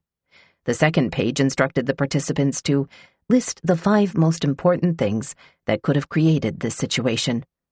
Again, it was up to participants to decide how to interpret situation. The final page asked participants to put themselves in the shoes of law enforcement. If you were in charge of investigating the fires, how would you do it? The ambiguity of the questions was important. When Cromer had given a similar survey to a police department that had experienced thefts from the evidence room, 74 of the 76 respondents offered similar rationales for what could have created the situation. The evidence room was sloppily run and often left unlocked. But 2 of the respondents offered explanations that had nothing to do with management. Maybe someone needed money, they said. Maybe someone had a drug problem. Those answers in themselves weren't any kind of admission to guilt, but they were different enough to get Cromer's attention. The order of the questions was important, too. Each question was designed to prompt a different mindset that would set up the next question. The order had been especially useful in child abuse cases. Often, a parent, when asked to speculate what could have caused burning or bruising on a child, would blame external factors, a playground fall, a rough hour of recess. But when the parents were asked how they would investigate the situation themselves, the responses wouldn't follow at all from the previous question. "I think you should talk to the family and see if anybody has a bad temper," they might write. An investigating tactic that made no sense if the culprit had been a swing set. If the parent truly believed the child was being injured on the school playground, their proposed solution should have involved advocating for better recess supervision or removing dangerous equipment. Their minds would not have immediately leapt to anger management issues at home. It was almost, Cromer analogized, like a grade schooler trying to use the test in order to beat the test. They might be able to come up with plausible answers to one question, but when asked to come at the answer from a different direction, they would falter. Cromer had all of this in mind when he passed out the surveys, first to the fire company in Bloxham, and then later to the one in Parksley. Most of the responses were what he expected them to be, blaming punk kids or vindictive insurance seekers. One of the responses came back a little different. On the last page, in response to how she would investigate the arsons, the firefighter had written, "I would start with the fire service." But instead of a period, she'd ended the statement with a colon. "I would start with the fire service, colon." It was the colon that was interesting to Cromer. Had she merely run out of time? Or was she about to elaborate on her suggestion with specific names before thinking better of it? Cromer recommended the woman be brought in for questioning. It didn't lead anywhere. As it turned out, none of the structured questionnaires did. But this was the nature of the investigation at this time. The investigators were willing to try anything, even open themselves up to the possibility that the entire case could hinge on an inexplicable piece of punctuation. Cromer's other contribution to the investigation was immediately suggesting that his superiors call Isaac Van Patten. Van Patten, like Cromer and Morris, was a profiler. Unlike those two, both career police who had become law enforcement first and then profilers, Van Patten was an academic. He had a PhD in marriage and family therapy, and his official employer was Radford University in central western Virginia, where he was a professor in the behavioral science department. But he consulted with the Virginia State Police, too, and after years of focusing on therapeutic approaches to treating offenders and on the psychological aspects of criminal profiling, Van Patten had developed an interest in a burgeoning field of study. This field of study was the other thing that set him apart from the profilers already on the case, and the reason Cromer so badly wanted him to join the effort. Van Patten's specialty was called geographic profiling. It was a discipline based not on psychology, but on data. Geographic profilers mapped the locations of crimes, and in doing so, mapped the criminal's mind. The layman's explanation that Van Patten found most helpful, and that he frequently referred people to, came from the pilot episode of the crime-solving drama Numbers. In it, a detective goes to his mathematician brother, searching for a way to predict a serial rapist's next target. The task, the brother tells him, would be nearly impossible. Think of a lawn sprinkler. Even with all the mathematical models in the world, there would be too many variables, change in wind direction, mechanical glitches, to predict with absolute certainty where each droplet would fall. But it was possible to work backward and go in the other direction. With enough fallen droplets, one could develop an algorithm to trace each one back to their common point of origin. Given the droplets, you could find the sprinkler. Find the sprinkler, find the criminal.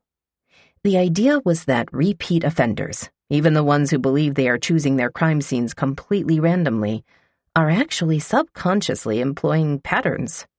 They orient their actions around a home base, like a residence or place of work. Van Patten, with luck, could use a computer algorithm to point toward the home base.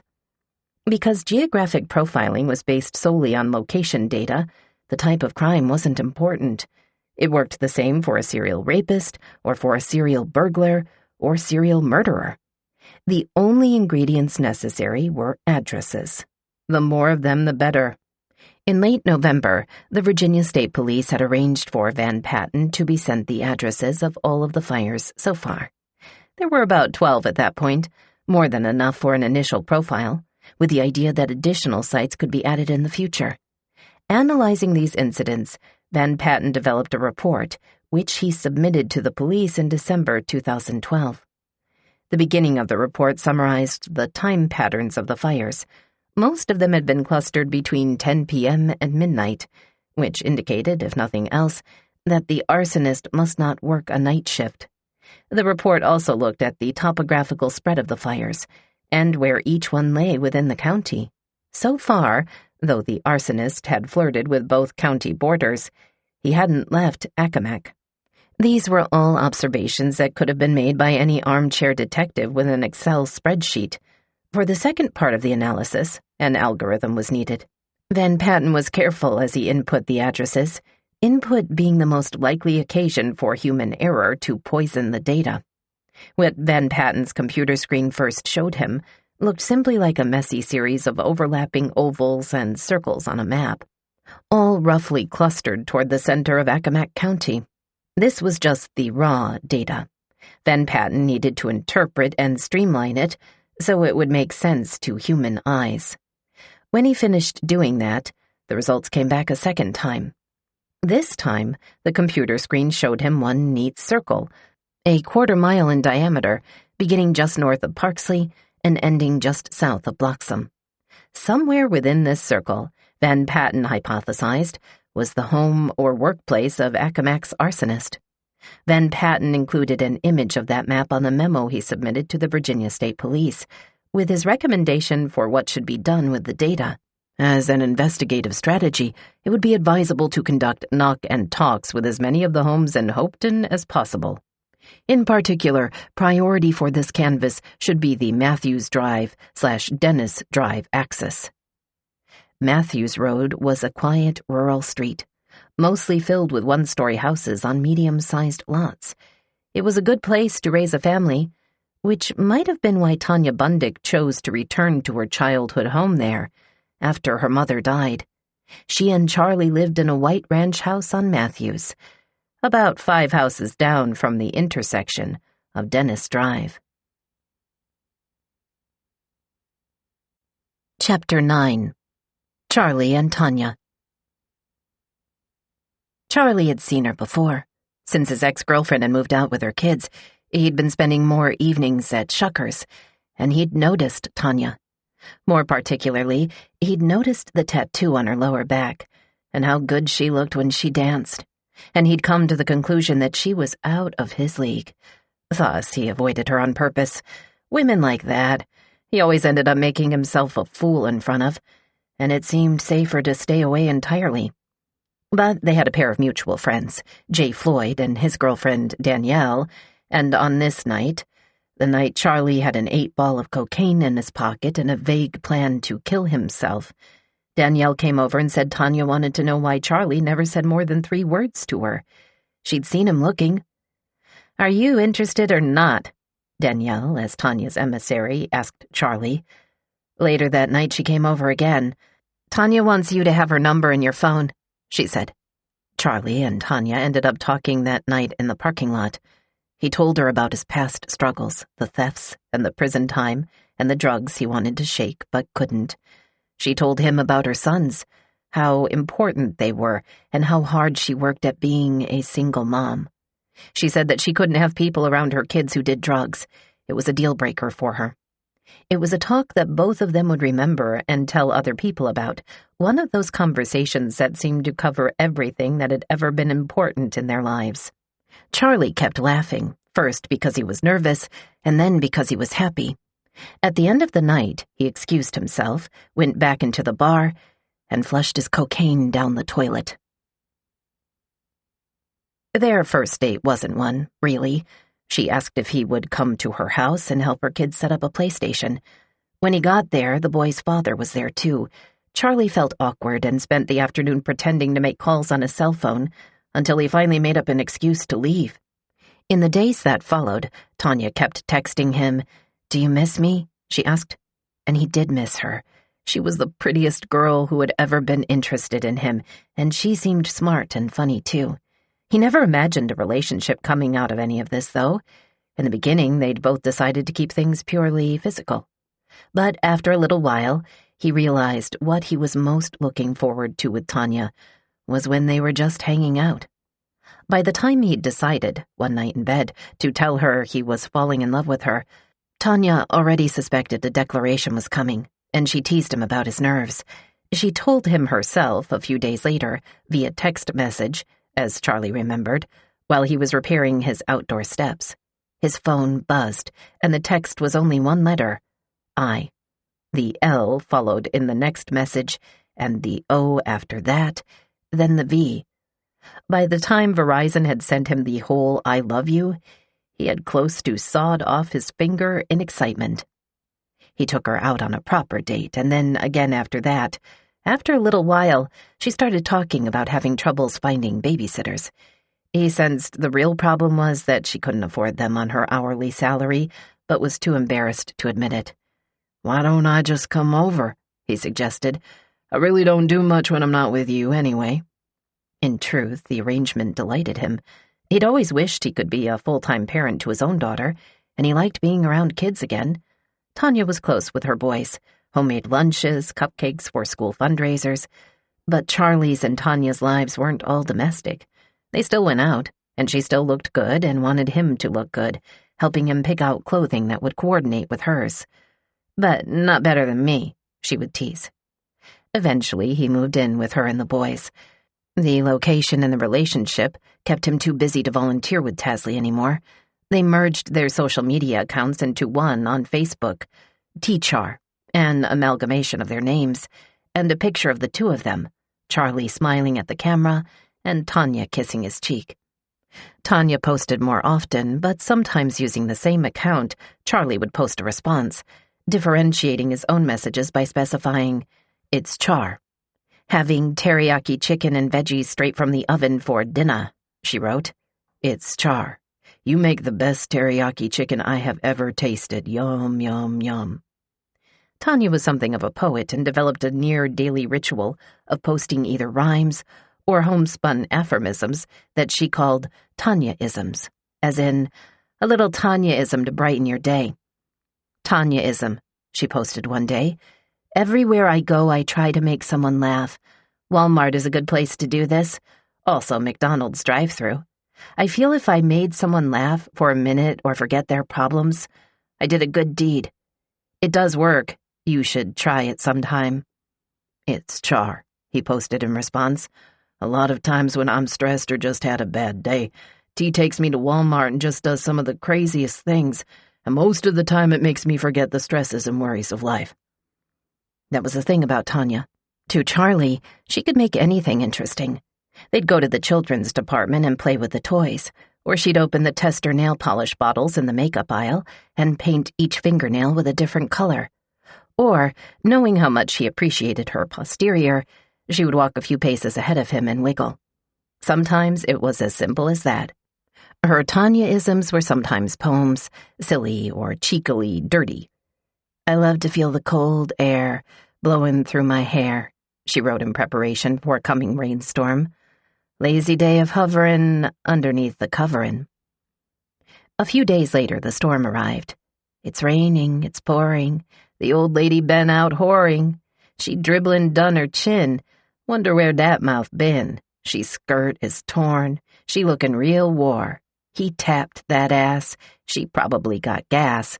Poor old soul been freaked in the hole. She can't sit down. She look like a clown." "You are very talented with words," a friend responded.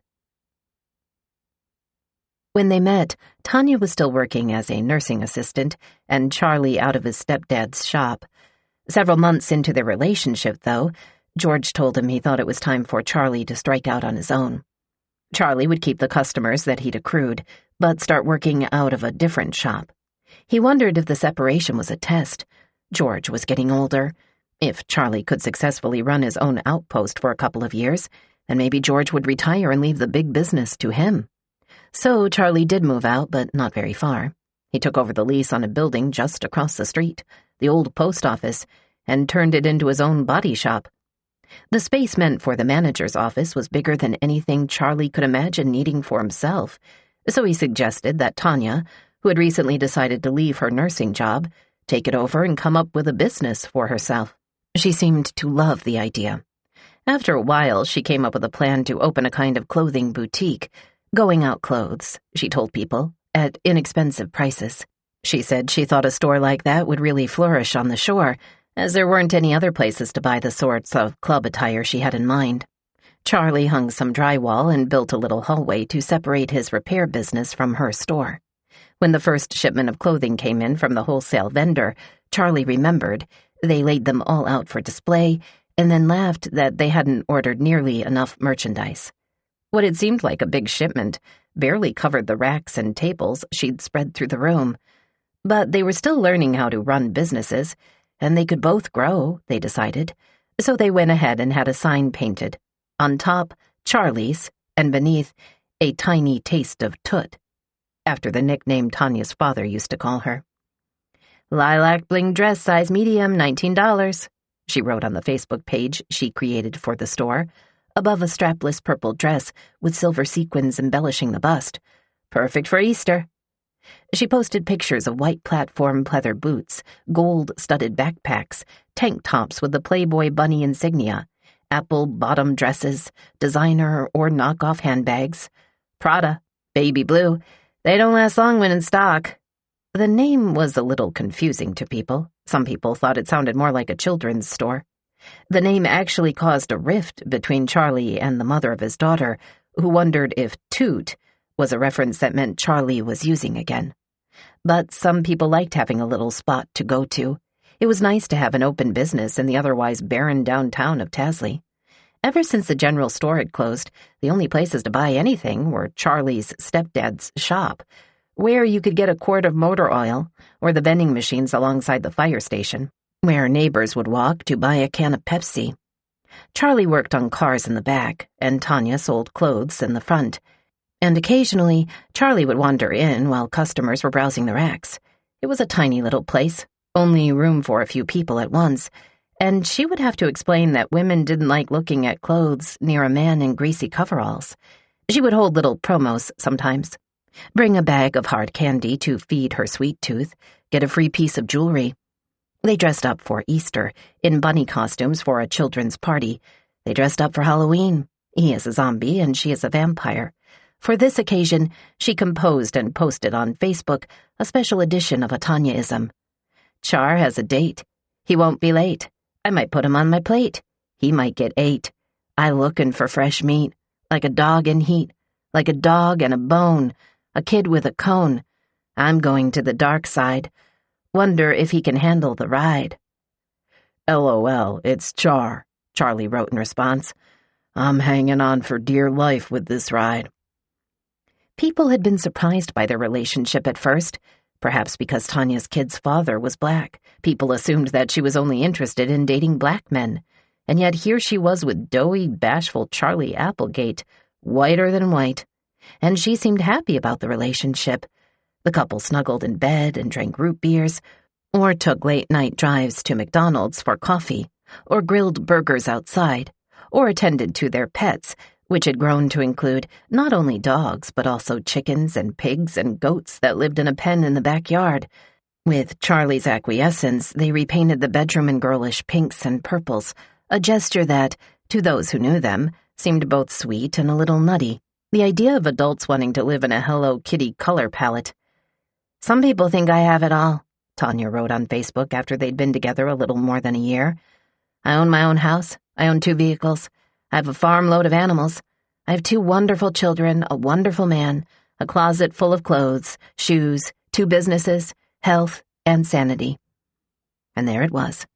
A Parable of Love in Accomack County, a modern romance of limited budgets and modest expectations, and the simplest of pleasures. Still, in the middle of this domestic bliss, there were worries. There were parts of Tanya that Charlie felt he couldn't access. She almost never talked about her childhood. When stories about her past would come out, they would do so in pieces, halting. She told Charlie, as he remembered, that even those fragments were more than she'd ever shared with anyone else. She didn't seem to want anyone else to know the parts of her that were soft or vulnerable. She got upset when the house wasn't spotless or when she wasn't put together. He never saw her without makeup or styled hair. She almost never talked about how she felt, about anything, really. Charlie noticed there was a wall built around her, and it bothered him. On the other hand, he was happy he'd been let in as far as he had. The quiet, mysterious hardness that surrounded Tanya. These things seemed like reasonable trade-offs in order to be with a woman he'd once been afraid to even talk to in a bar. One afternoon in late 2011, he suggested they meet for lunch. He took her to the Sage Diner, a place that served all-day breakfast, but also proper entrees that came with a salad and dinner roll. He had words planned but couldn't get them out. He kept having to excuse himself to walk around the parking lot until he could calm his nerves. "What have you got to say? I know you got to say something," she said when he came back inside. He pulled out the silver ring he'd purchased from Walmart. "Will you marry me?" He'd planned to get down on one knee, but the restaurant was busier than he'd expected, and he felt so awkward there in front of the other patrons that he ended up just passing the ring to her under the table. She said yes, but had an idea. Perhaps they should keep this development a secret. People might be jealous of their happiness. She wanted to let the idea of the engagement sit a while, and then redo it in a bigger way later on. Charlie waited until her birthday and proposed again, this time at Shucker's, this time with a cake, borrowing the microphone from the evening's band, who quieted everyone in the bar by saying, "We got an announcement." People remembered that proposal, the way Charlie had stopped the band and gallantly said, "This is the first place I ever saw you in, so I decided this was the proper place to ask you to marry me. Ever since I met you, my life has changed. I've never loved any women but my daughter and my mother. But now I want to spend the rest of my life with you." He got down on one knee. He took her left hand in both of his. He really did the whole thing upright. Everyone thought so. At first, Tanya shook her head like she was going to say no, but then she jumped up and down and said yes, as he knew she would. They'd coordinated everything for the night, including their yellow outfits to match the yellow cake that Charlie had arranged to be served upon her acceptance. The cake was a vertical affair. The top of it was a Barbie doll, waist up, as Charlie remembered. The bottom half was the cake part, a big billowing frosting dress. Charlie and Tanya decided on it because Charlie sometimes told Tanya that with the way she always did up her hair and makeup, she looked just like a Barbie. She took it as the highest compliment. So now there they were, engaged. Chapter 10. Schrodinger's Evidence. Scott Wade pulled his car onto Matthews Road. The state police special agent was one of several investigators and patrolmen who had been sent out to complete this particular task. Canvass the area that profiler Isaac Van Patten had identified in his geographic profile of the arsonist's likely home base. The circle encompassed the region just north and west of Parksley. Officers, some in teams, had spent several days canvassing those streets, going door to door, seeing if anybody had noticed anything suspicious about their friends or neighbors. The stretch that Wade had covered this day had already been impacted by the arsons. Just around the corner, the arsonist had burned down a shed belonging to a woman who'd relocated to the shore to move in with her ailing mother. All of her worldly possessions had been stored inside. When she first saw the light from the fire, she assumed that her neighbor must have bought a floodlight for security. That's how bright the flames were. A little farther down on Matthews Road, an old truck was lit on fire. Shortly after that was the Gomez residence, where Lois and Miguel had plans to eventually rebuild their garage, but hadn't yet. The Gomez residence was the first house Wade knocked at where anyone was home. Later, he wouldn't recall their names, but would remember them as the frightened older couple who, after the burning of their garage, kept a rifle leaning in the corner for safety. He left and headed next door. His second house that night belonged to Tanya Bundick. She spotted him coming across the yard and stepped out on her stoop to meet him. He thought she looked familiar, and after a few seconds placed her. Christmas night at the Royal Farms, where he and Sheriff Todd Godwin had sat and chatted with Tanya and her boyfriend, and everyone had been glad there were no fires that night. Now he reintroduced himself and explained what he was out doing. She didn't have anything to add, she told him. She mentioned a Facebook page that Accomack residents use to gossip and speculate over the arsons. She told Wade that if he wanted to know who was doing it, he should visit that page. She was pretty sure that whoever was doing the arsons was probably hanging out there. Wade moved on to the next house. Things that had been tried but hadn't yet led anywhere in the investigation of the arsons of Accomack County. Members of the drug task force were working their informants to see if they'd heard anyone with a big mouth bragging about the fires. Virginia Fire Marshal Instructor Bobby Bailey's cameras were still trained on the potential arson sites. They were special cameras. When they detected motion, they'd automatically text the photos to pre-programmed numbers. Bailey arranged for any captured images to be immediately sent to himself, Sheriff Godwin, and the investigators Neal and Barnes. On his own phone, he gave each location a different ringtone. If the camera labeled Cashville Road was triggered, he'd get a ding-dong, or if the camera from Groton Road was triggered, he'd get a woo-woo-woo, or a siren for Johnson Road. The roads were literally calling to him. The first night the cell phones went off, the four men grabbed them eagerly, only to see a blurry picture of a squirrel crossing the field. The next time, it was a bird. One night they caught an image of a cat chasing a mouse. The symbolism in that seemed rich, but it didn't bring them any closer to an investigative victory. One time it was a fuzzy image of a hand that appeared to be reaching toward the camera. There was great excitement over this, but they didn't know if it belonged to the arsonist or just a curious hiker. There were men in cars, a whole alphabet soup of men from the ATF and the FBI and the VSP, who patrolled every night within their assigned jurisdictions, burning rubber to get to the site of each fire as soon as the 911 call came in, with the goal of one day getting there before the arsonist left. There was a man in an airplane, a sheriff's deputy who got in a tiny Cessna flown by a state police pilot every night and soared up and down the length of the county, tailing cars that had been radioed in as suspicious, or just observing the streets where, from the air, streetlights cast a glow that was pale and yellow, and fires cast one that was deep amber. "On a clear night on the shore, you can see a long, long way," he said. There were still the men in tents, freezing their butts off, arriving and rotating shipments from counties around the state who had loaned in personnel. These Western Virginia mountain men or D.C. area suburbanites would get debriefed on the eastern shore, be issued a tent, a heater, some night vision goggles, and a radio, and would then be driven to their assigned abandoned house, where they would leap out of the car when nobody was looking and then lie in wait. And there was forensic evidence being collected all the time.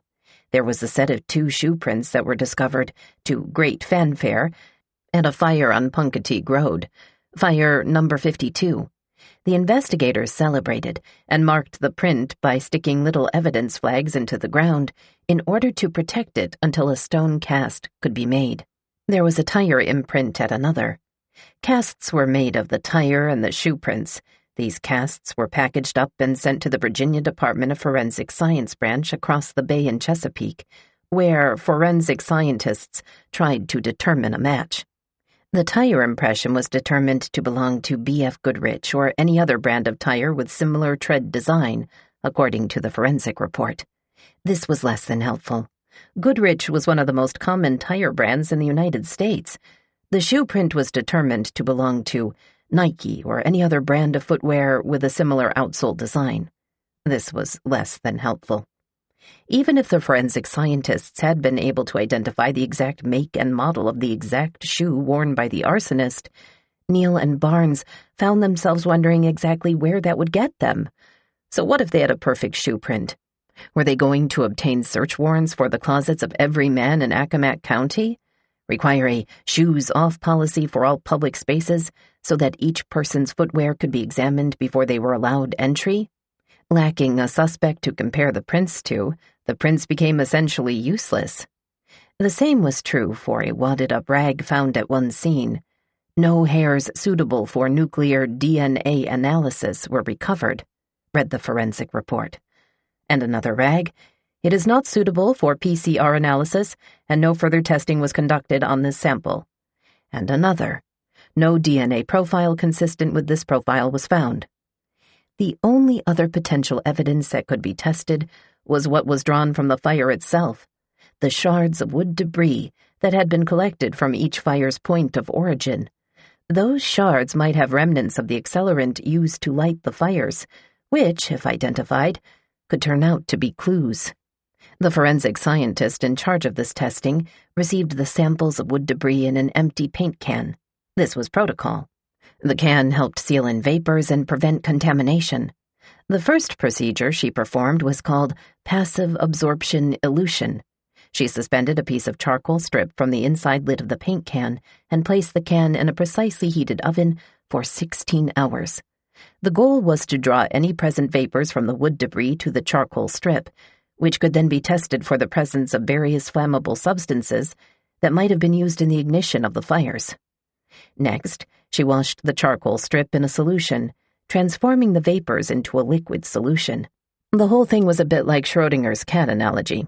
Through every step of the process, the analyst had to treat the samples as if they included an accelerant, when in fact, it was possible that the paint can she was heating and the liquids she was separating actually contained nothing at all.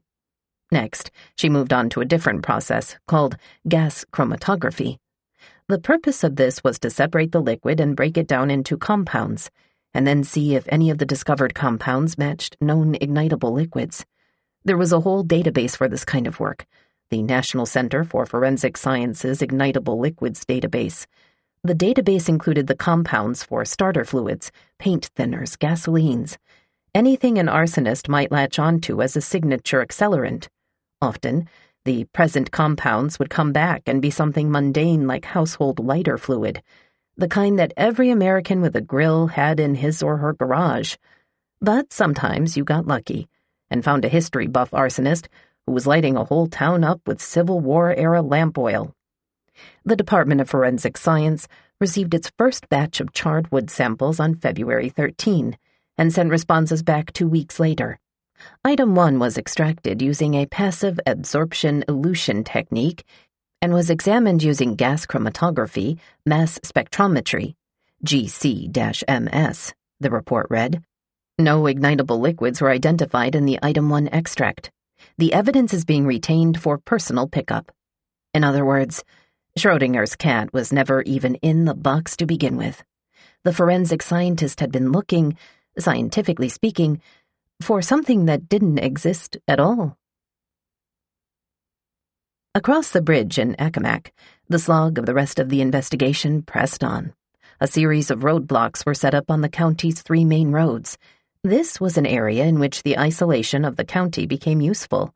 It was impossible to get anywhere in Accomack without using one of these 3 roads, and therefore possible to quarantine the whole county just by blocking them off. They didn't catch the arsonist using the roadblocks, but when word about them spread, people were careful to make sure they weren't caught cruising with an open beer. In fact, to the deputies of the sheriff's department, it seemed that other crimes had drastically decreased. Nobody was driving drunk. Nobody was burgling. It was simply too risky, now that the streets were overrun with law enforcement officers. One law enforcement officer, after noticing an unfamiliar car suspiciously loitering by the side of the road, knocked on the car's window to check things out. The man inside said he was from out of town, just passing through, and had pulled over to read a map. But he seemed confused. "You're the 3rd cop who has stopped by to check on me in 10 minutes, he said. Accomack County felt the safest it had ever been, except that it was in the middle of the biggest crime spree in its 400-year history. And the graffiti that had plagued the county before the arsons started, The ones that had so aggrieved Todd Godwin and the sheriff's department had, for reasons unknown, completely come to a stop. Chapter 11. The Eastern Shore Arsonist Hunters. Meanwhile, the residents of the county were collectively losing their minds. On Ash Wednesday, in the middle of February, a Methodist church was set on fire. It didn't completely burn down, and the charred wood was discovered the next day when a repairman pulled into the gravel parking lot to eat his lunch. Leatherbury United Methodist was a small but devoted community. The minister was a man named John Woodburn, a circuit preacher who also served two other congregations. He would preach in Riverview at 8:30 a.m., then make it to Leatherbury by 9:45, and then Cashville by 11 o'clock. The burning of a church triggered the arrival of the feds, the ATF, and the FBI. The following Sunday, Woodburn tried to make his sermon about hope rather than despair. "It didn't burn down," he told his congregants. "There was no reason for it not to burn down, but it didn't." Nationally, Methodist congregations were grouped by size: small, medium, large. The Eastern Shore churches were all tiny. "They're small, smaller, smallest," Woodburn liked to joke. They were just chapels, with double-digit congregations and maybe a tiny fellowship hall. The burning of a community church on a holy holiday raised the panic level of the entire shore. Satanists, atheists, someone with a vendetta against religion. Ministers organized prayer vigils trying to quell their congregants' nerves. "Do not fret because of evildoers or be envious of those who do wrong," a Baptist pastor from Onley read to his congregation from Psalm 37 at one such vigil. A Presbyterian minister urged attendees to pray for the arsonist, who must be struggling, and for his repentance. The Facebook pages, "Who is Trying to Burn Down Accomack?" and ESVA Fires, had become crazed with gossip and speculation, with several thousand members apiece. A few people tried to keep things civil and helpful. Tanya Bundick was one. "One would have to ask, with all the migrant houses burned, where will they stay this year?" she wrote on one occasion. "I myself am not afraid, just cautious," she wrote on another. "I am always on the lookout when my animals start barking and when my livestock start making noise. Make yourself aware of the little things." A third time she scoffed that a recently burned food truck didn't seem to fit the pattern of the other arsons. "Seemed to me some of the properties being burned are people who are taking advantage of an arsonist being on the loose. So they are burning their own properties. Just a thought." Another person who was very active on Facebook at this time was Matt Hart. Hart was a searcher, a doer, a young man with big dreams that he wanted to achieve. He wasn't comfortable if he wasn't moving forward, finding a new challenge or fixing a new problem.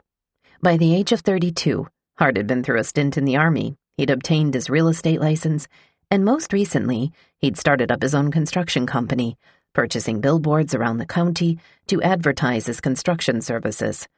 He also owned several rental properties. He was also studying for his bachelor's degree online, and thought he might try to get his master's when he was done with that. He was also training for a marathon. He also had a dream of one day opening a coffee shop in Onley, near his real estate offices. Until the arsons, Matt's primary online activities had been twofold. He'd talked about his beagle, Parker, or his favorite football team, the Baltimore Ravens. During the arsons, he posted about the fires. The fires as a source of speculation, of mystery, of a macabre kind of entertainment based on the idea that the county had become a dartboard at which an arsonist was randomly throwing darts. "Question of the day," Matt posted one evening. "Where will the next fire be? I need to make some cold cash." "I'm going with 2 picks tonight, Melfa and Wachapreek," one of his friends wrote. "I think it's going to be a double-header. He isn't coming to Chincoteague. Our fire department is only a small area to cover. They would be on the scene before he left." "I like those picks," Matt approved. "I'm impressed. You must be doing your homework." To another friend, whose predicted burning houses hadn't burned, he wrote, "We are sorry to inform you that your picks are invalid. Thank you for playing Arsonist Lottery. Better luck next time." Sometimes the speculation turned paranoid. "I wish they would let us have a damn drone," someone wrote on Matt's wall, thinking that a loner drone would make it easier to catch the arsonists in the act. Maybe if they just threatened to drop a bomb on any abandoned structures that were burning, we would get lucky. There were people on the shore who thought that maybe the fires were being set by drones, or they were being set by military special forces and observed by drones. In the world at large, the NSA was spying on citizens, and a government contractor named Edward Snowden was about to reveal it.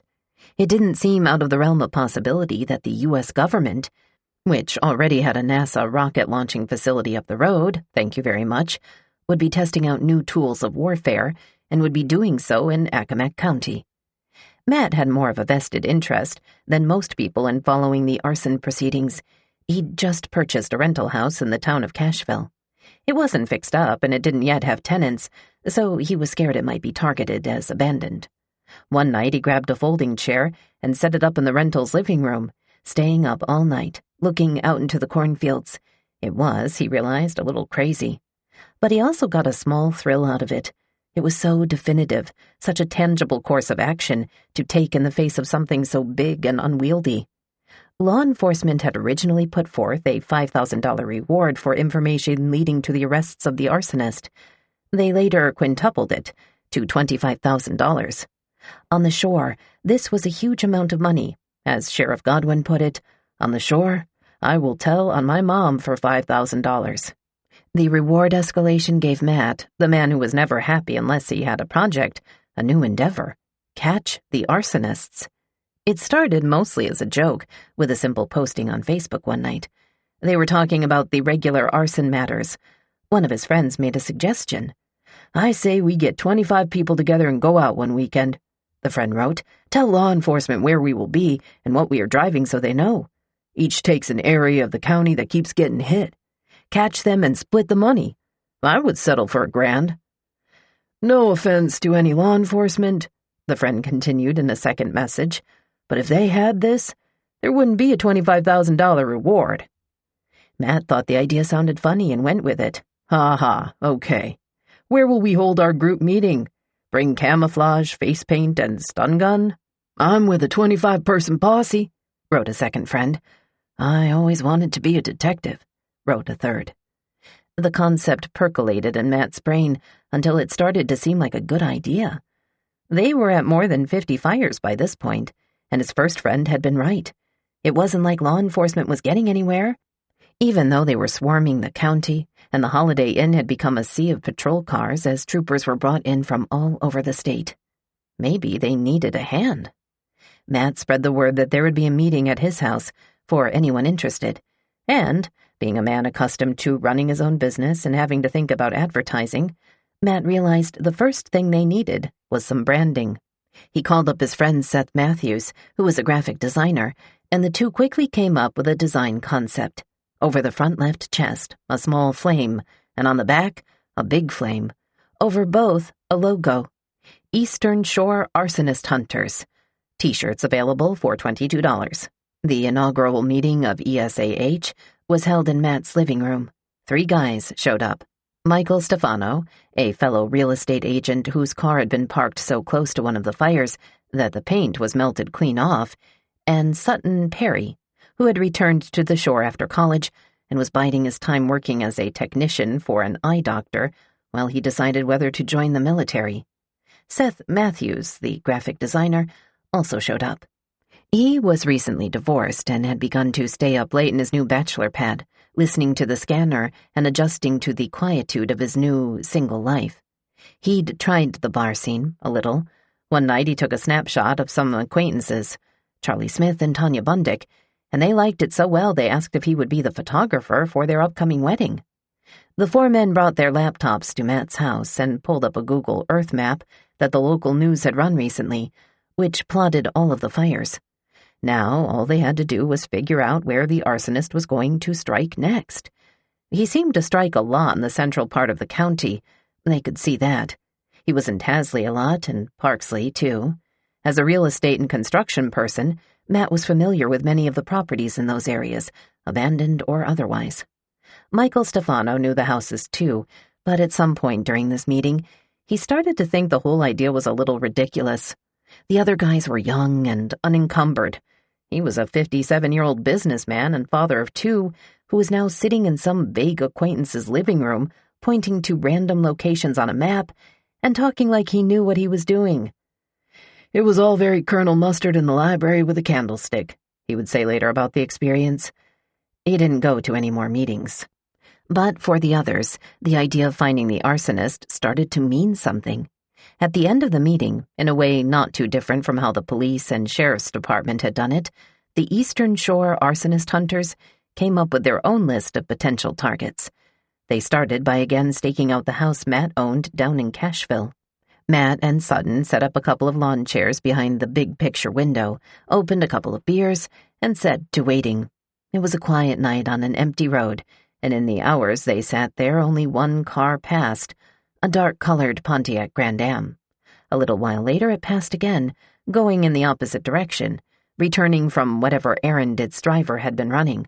Right after that, Matt's scanner app went off. He and Sutton looked at each other. The arson address given on the scanner was less than a mile away. Taking the logical route, the arsonist would have had to drive right past Matt's Cashville house to get to the fire, and there was only one car that had driven in and out, the whole time they were sitting there, a dark-colored Pontiac. They could feel adrenaline coursing through them, tinged with a disappointing realization. We can't go driving after them now, Matt pointed out. They'd each had a few drinks, and if they left the house, there would be another problem. To get ready for this stakeout, both men had elected to wear camouflage and carry firearms, which had seemed prudent earlier, but which now, Matt was realizing, just made them look like crazy arsonists. They phoned the police to let them know about the car, but then watched helplessly as it drove away. The next day, Matt was in the Food Lion parking lot when he saw a guy, tattooed, pierced, carrying a Zippo lighter, walk back to his car, which was a dark-colored Pontiac. Oh my God, it's him, Matt thought, fumbling for a pen to write down the license plate while dialing Seth on his cell phone. We found him, he hissed into the phone, getting into his own car and trying to appear nonchalant as he followed the Grand Am out of the parking lot and turned right onto Route 13. I think he knew we were following him, Matt would admit later. I mean, we're not used to following people. For miles, they were on one long, straight road. It hadn't occurred to Matt to do anything like adjust his speed or leave another car in between. Basically, if this guy had looked in his rearview mirror at any point whatsoever, he would have seen Matt inching along behind him. Matt stayed with him for a good half hour, at least, until finally he realized they were almost to the Bay Bridge, halfway into Northampton County, where the arsonist had never struck. He called it quits and went home. They didn't give up, though. Matt decided that the T-shirts Seth had designed should be available to all of the public and put them on sale for $22. The proceeds, he announced, would go to the local fire departments. Buy a shirt, help the fire companies, he wrote, posting pictures that users had submitted of themselves in the clothes. He also decided they needed to put up some cameras. He didn't know about the ones Bobby Bailey, from the fire marshal's office, had set up around the county, and believed the idea to be entirely new.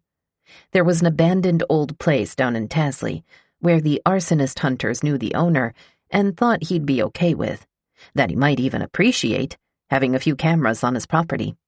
One night, late, Matt and Seth pulled up to the entrance, dropping Sutton and quickly driving off, so as not to give away their plan. Sutton tiptoed around the perimeter carrying the camera, trying to find a tree branch with the right height and angle to attach it. After strapping the camera on, he had begun to pick his way back through the woods when he looked up and saw it. Another camera, pointing directly at him. It appeared to be much nicer and more professional than the one Sutton had just jerry-rigged to the other tree, and he realized that it must belong to law enforcement. All of the hundreds of abandoned houses on the Eastern Shore, and he, Matt, and Seth had picked the same one as the professionals. He felt a small thrill of pride, and then he started to panic. These guys are going to think I'm the fucking arsonist, Sutton thought as he ran, panting back through the woods. They're going to think, I know that kid, there's Sutton Perry, he's the arsonist. And then he started to think, what if the actual arsonist was there too, watching him. What if the arsonist has a gun? Pant, pant, pant. We're on the eastern shore. Most people have guns. We have cameras and phones. Pant, pant, pant. Sutton got back to the car and told Matt and Seth what happened. I'm not going back to get those trail cams, he said furiously. If you want them, you can go back and get them. Matt did go back, tramping through the woods. When he found the law enforcement camera Sutton had described, he tried to figure out which way it was pointing and wave his arms in front of it, mouthing, "I'm not the arsonist.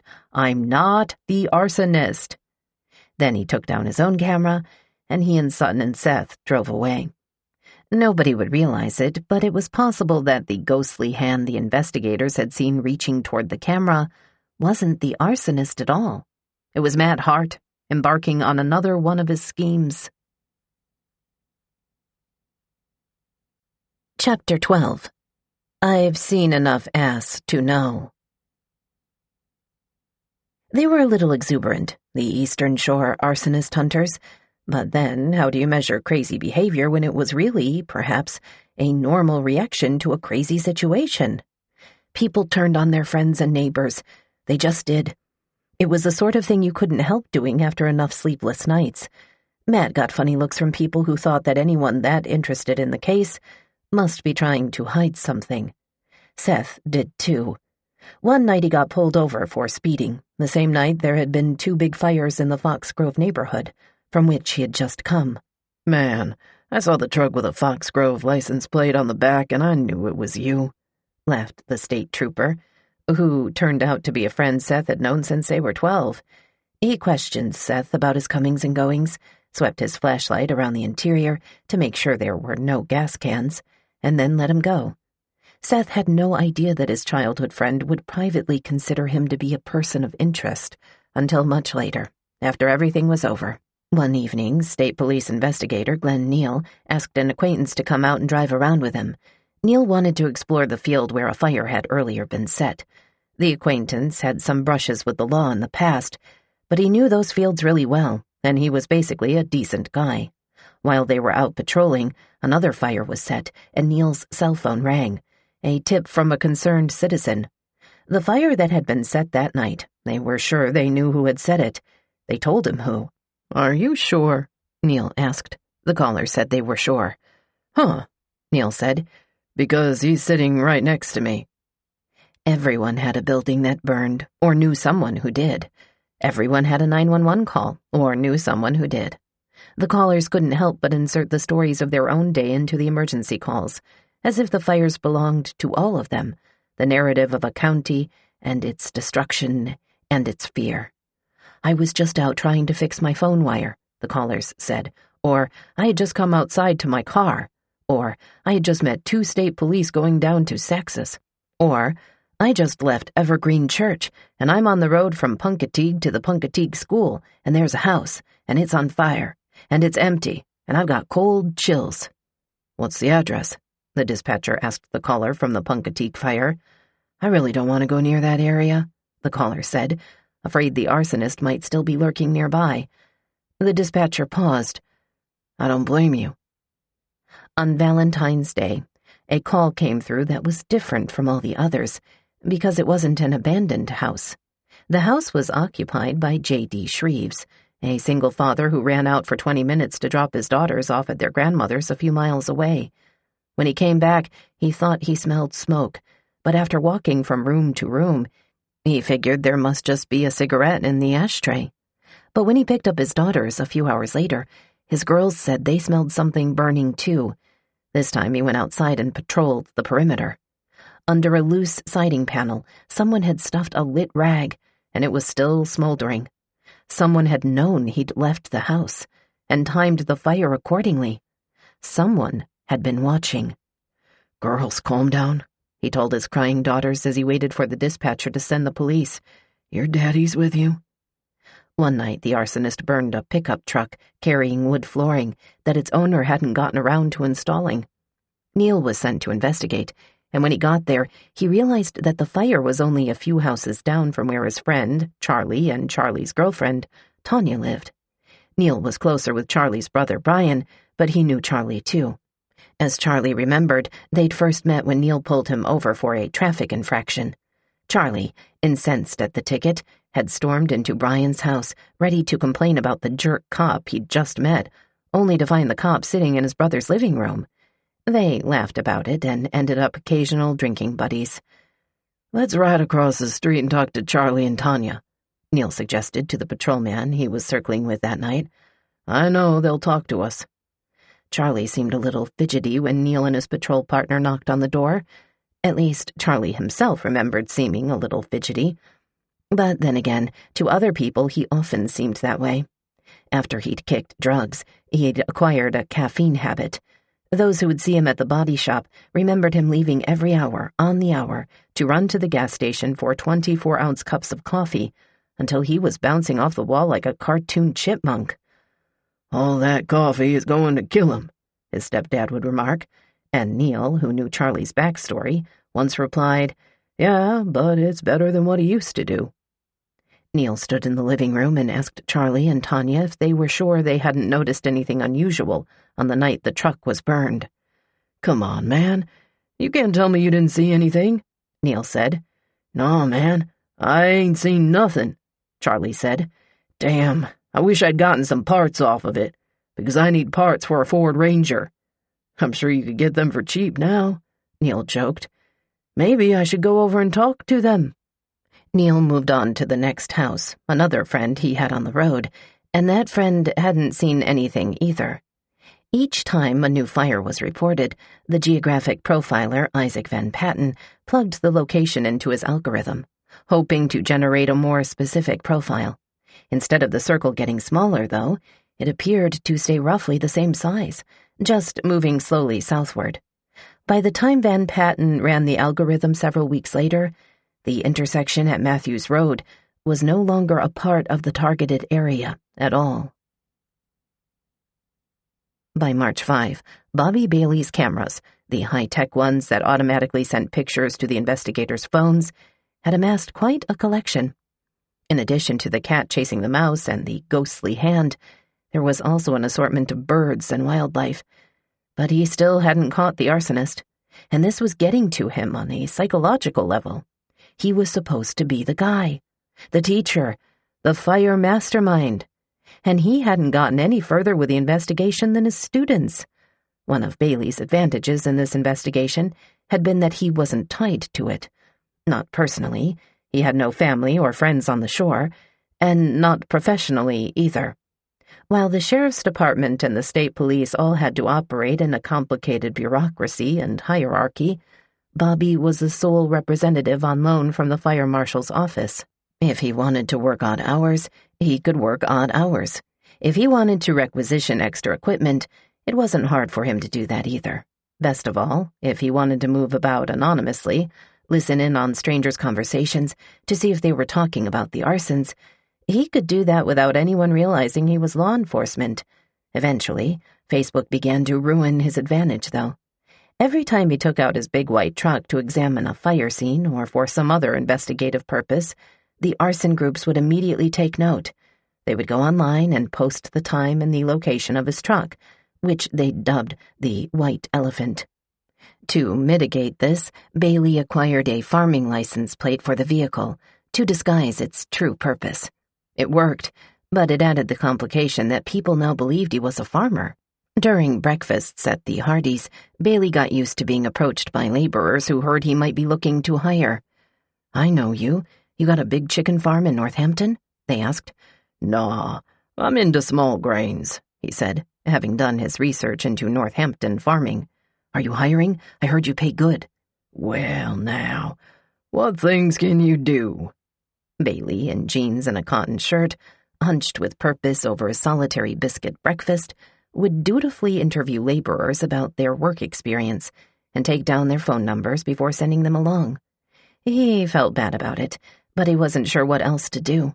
By the time he left Accomack, he figured he could have staffed a medium-sized soybean farm full of reliable workers. He took to driving the length of the county every night before bed, starting in Exmoor, just south of the Accomack border, where he was staying at the Hampton Inn, and all the way up to the Maryland border, looking and thinking about what he saw. He'd just stepped out of the shower after one of these jaunts on March 5 when he finally caught a break. He heard the sound of a doorbell. It was coming from his phone. More accurately, it was coming from Old Church Road, where he had placed a camera high in the branches of a spindly tree. Bailey glanced at the photograph. Not a squirrel, not a cat. A shadowy human figure near an abandoned house. "Son of a bitch!" Bailey yelled, pulling on his clothes, even as he speed-dialed Neil. "It's rolling, right now," he said, grabbing his truck keys and hauling ass back up Route 13. In the truck, he got Sheriff Godwin on the radio, who was already en route himself, closing in on Church Road from the other direction. Was tonight the night? Were they finally going to catch him? "Sheriff, the camera's in the tree," Bailey screamed into the radio. "In the backyard. There's a locust tree next to a shed. Get to the shed. Get up in the tree." Pulling up to Old Church Road, sirens blazing, Godwin saw the tree Bailey was talking about. He also saw that it was dangerously close to being engulfed in flames from the burning house. Without hesitating, he shimmied up the tree like a spider monkey, thought the other deputies who had arrived, while Bobby Bailey, over the radio, screamed, "You gotta get that camera!" "I can't reach the thing," Godwin yelled back. "It's hot as hell over here. You got to!" He finally got it down, tossing it like a hot potato, until the investigators could sit down and watch it. When they did, they learned two things. First, investigators determined that the fire had been going for 40 or 50 minutes before it was even called in to 911. They could see the tiny flame on the camera, staying tiny as minutes ticked by. That's how slowly the flames had grown. For months, law enforcement had been breaking their necks to speed to fire sites, assuming every time that they'd just missed the arsonist driving away. But if the fires were growing that slowly, it was possible that the arsonist was already home in bed by the time the police even got to the scene. All of that neck-breaking speed had been for nothing. They discovered something else, too. For a little while, some of the investigators and profilers had been suspecting that the arsonist could in fact be two people. There were a couple of reasons why. First, at the site where they'd found shoe prints, there had appeared to be two different sets of footwear.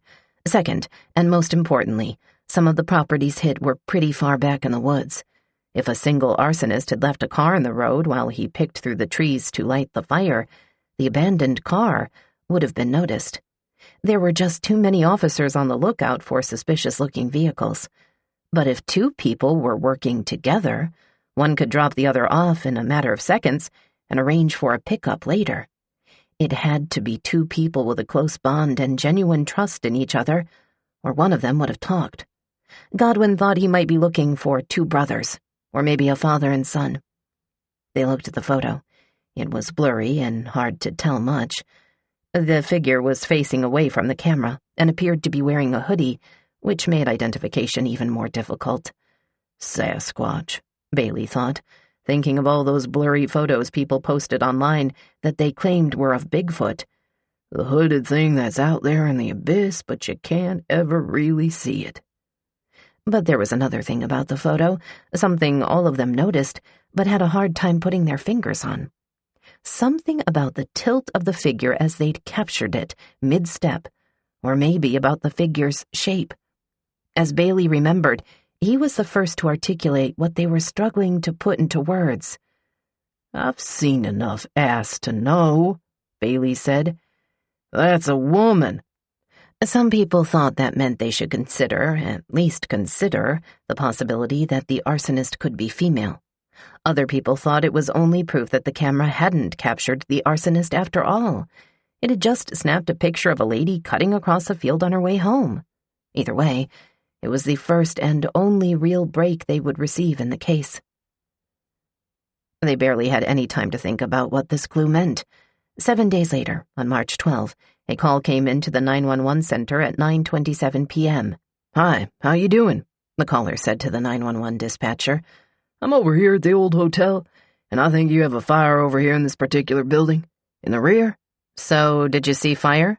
the dispatcher asked. "I see a lot of smoke pouring out of one of the buildings." Did you see anybody around?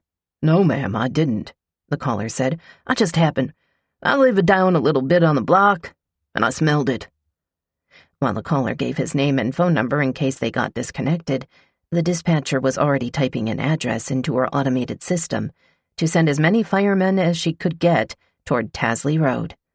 Whispering Pines was fully involved. Chapter 13. Like hell was coming up through the ground. Over in Tasley, the firehouse sprang into action. There was no need to wait for volunteers to get to the station. They had been sleeping there for months, in their tangles of sleeping bags and PlayStation controllers.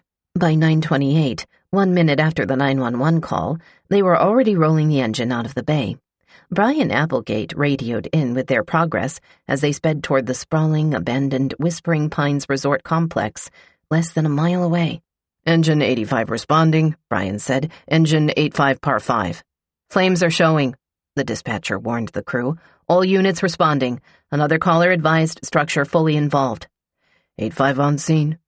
Brian radioed in again a moment later as the engine pulled in front of the hotel. I have command. At his home 3/4 of a mile away, Tasley Chief Jeff Bell had just fallen asleep in his recliner when he heard the two-toned alert of his pager. The 911 dispatcher repeating the location of the fire turned out to be completely unnecessary. By the time Bell got to his driveway, he could already see the flames shooting into the sky. Fuck, he said. As he barreled down the road toward Whispering Pines, he tried to think of a particular word, a word that meant something was one's destiny, an ultimate goal that one would eventually reach whether they wanted to or not. Nirvana, he thought. Later, he would realize that it wasn't quite the word he was looking for. Destiny, fate, Everest, all of those would have been more appropriate.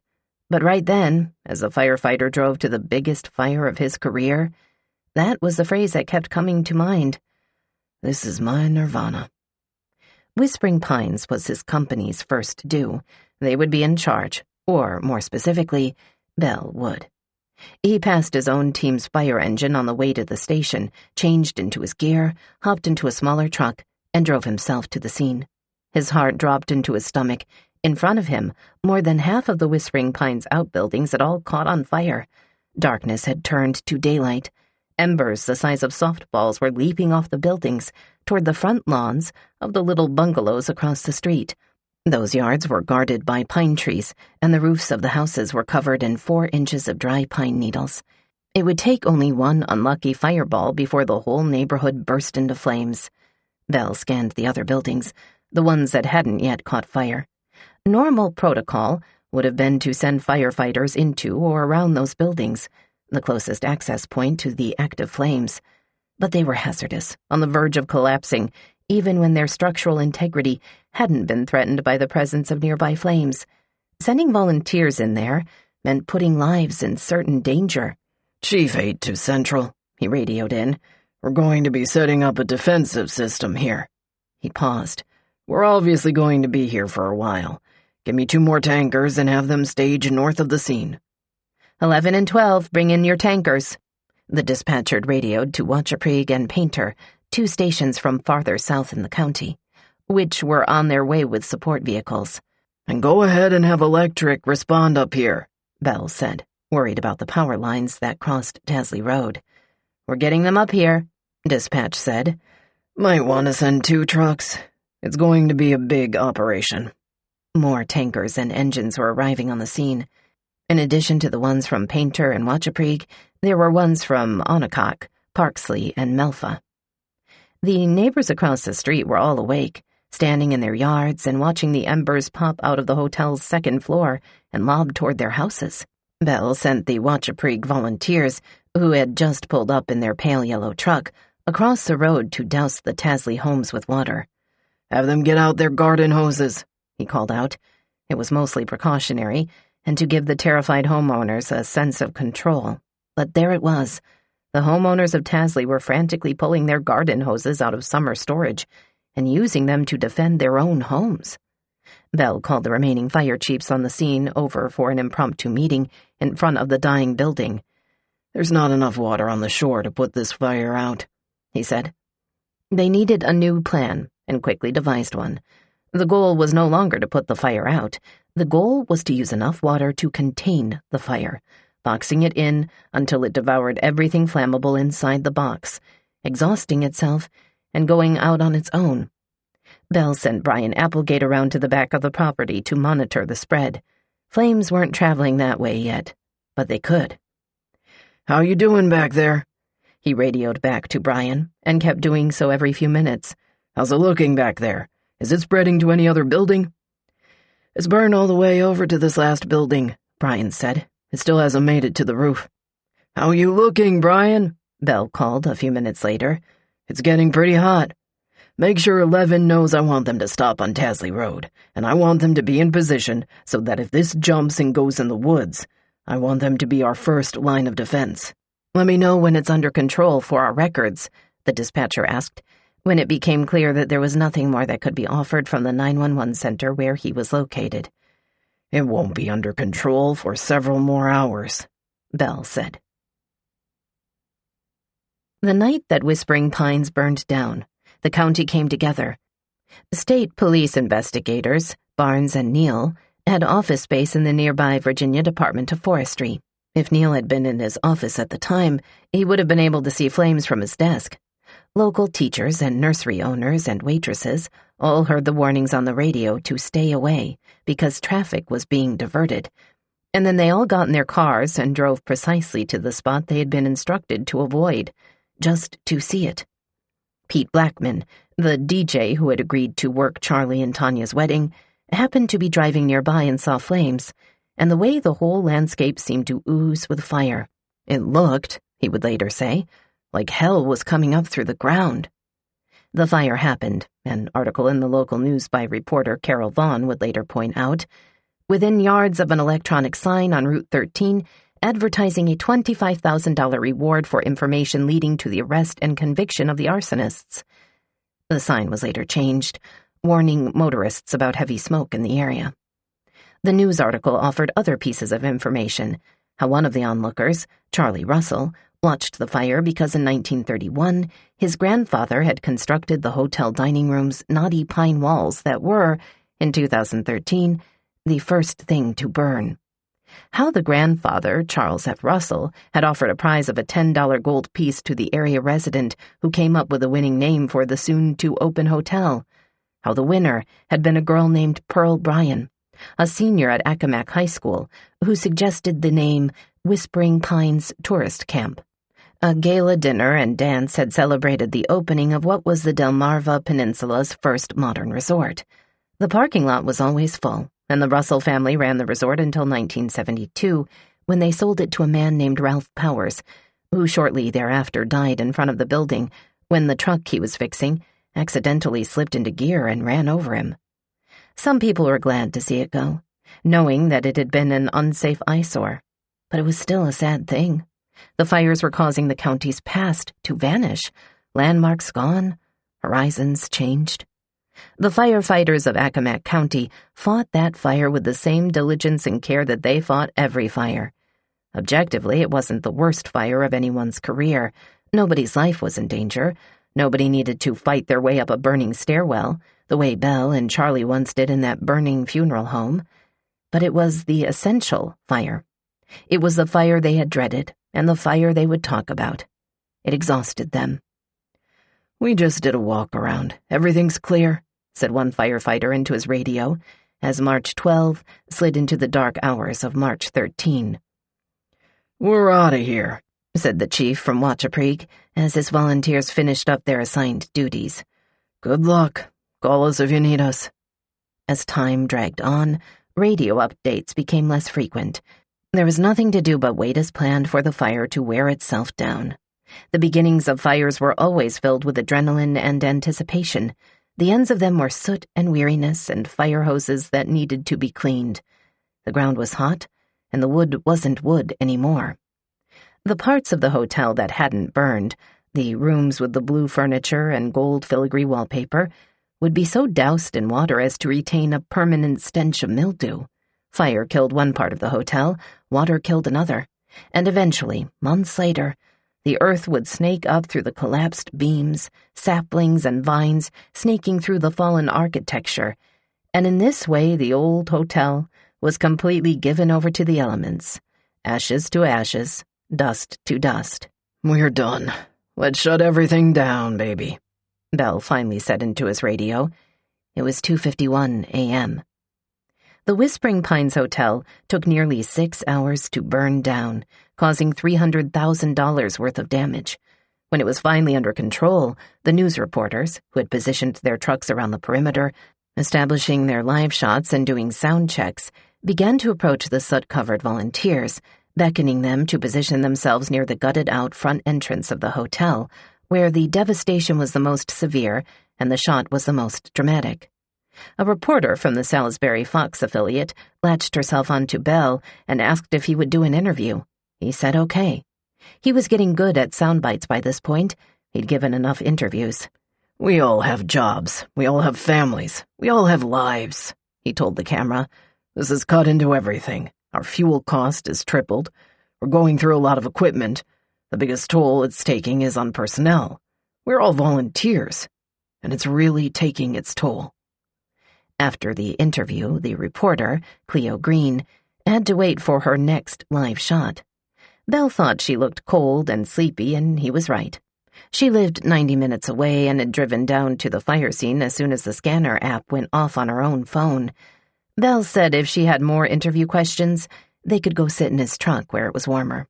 He must have drifted off mid-sentence, and the reporter must have followed suit soon after, because the next thing he knew, the news station's cameraman was tapping on the glass and pointing at his watch. They had to get back up to Maryland to file their piece. "Is there a message you'd like to send to the arsonist?" Green asked. "Take a break," Bell said. "I need one." The news reporter asked him what his plans were for the rest of the day, now that the Whispering Pines fire was put out. "I'm going to go home and take a shower and come right back," he told her. "Why are you going to come back?" he remembered her asking. "Because this is my fucking fire." Finally, it had to be over. There could have been no better metaphor and no better final message for the arsonist than burning down Whispering Pines.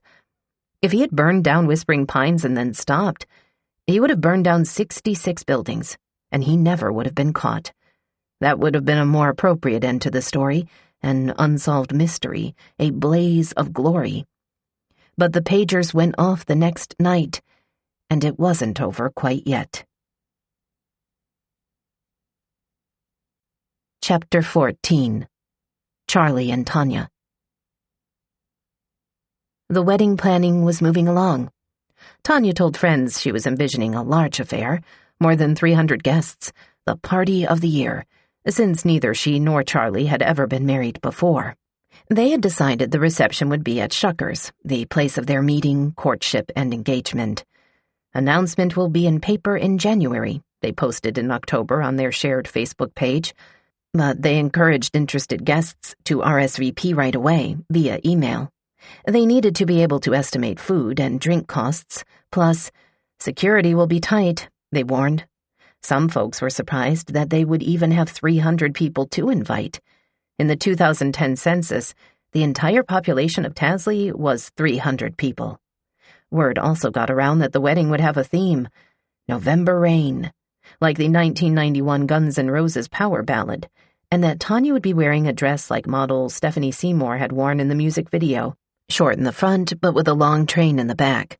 This, too, seemed a little odd. In the video, Seymour is an unhappy bride who dies at the end, but it was a first marriage for both of them, so they could be excused for being a little full of it. Still, security at a wedding? Who did Charlie and Tanya think they were?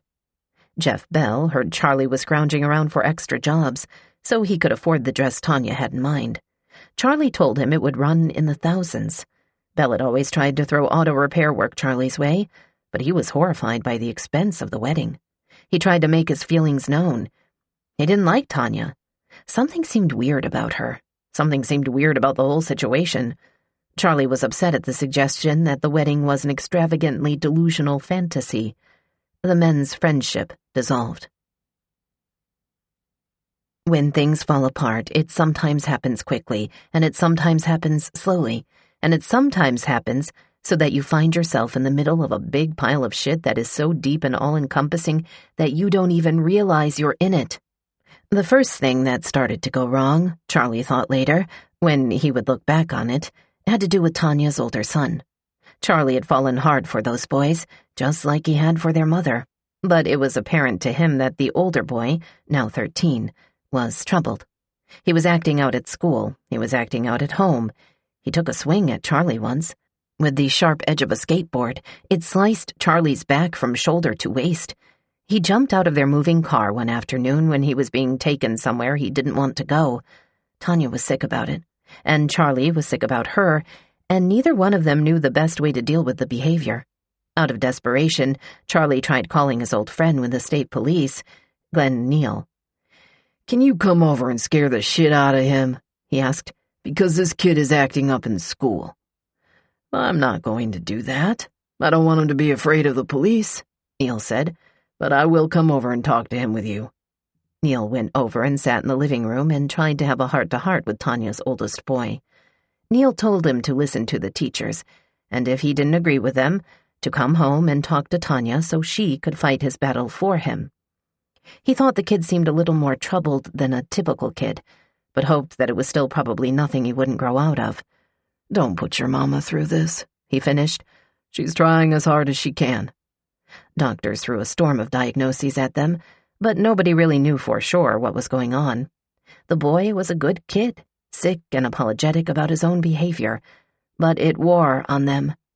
When he acted out at school, Tanya or Charlie could be called to pick him up, and after they'd both missed too many shifts, they decided it would be better for Tanya to quit her job and dedicate herself full-time to his care. After the problems got worse, they decided to remove him from school entirely and start a homeschooling program. That was the unspoken reason why they decided Tanya should open up her clothing shop. Working her own hours was the only way to guarantee that she'd be able to be around for her kids. Charlie's relationship with his own daughter was disintegrating in a different way. Her once frequent visits to the house had slowed and then stopped. Charlie told himself it was because she was getting older and would rather hang out with her friends than her dad, but later he heard that the girl's mother didn't trust him, didn't trust Tanya, and thought they were both on drugs. All of this might have been bearable, except that in May of 2012, Charlie's mother died. It was the same cancer that had already taken her sister and brother, Charlie's favorite uncle. The blow was staggering. Charlie's mother had not only been his unfailing supporter, but also the string that bound him to the rest of the family, his stepfather and half-siblings. Without them, Tanya was his only family. And because Tanya's own mother had died and her sister was estranged, he was hers. And all of this might have been bearable or even solvable if they'd had any money to put toward fixing it. But Tanya had quit her nursing job so she could be more available for her kids, and the clothing store wasn't making any profits. The payments on the furniture sets they'd purchased in Optimism were due now, and they didn't have the money.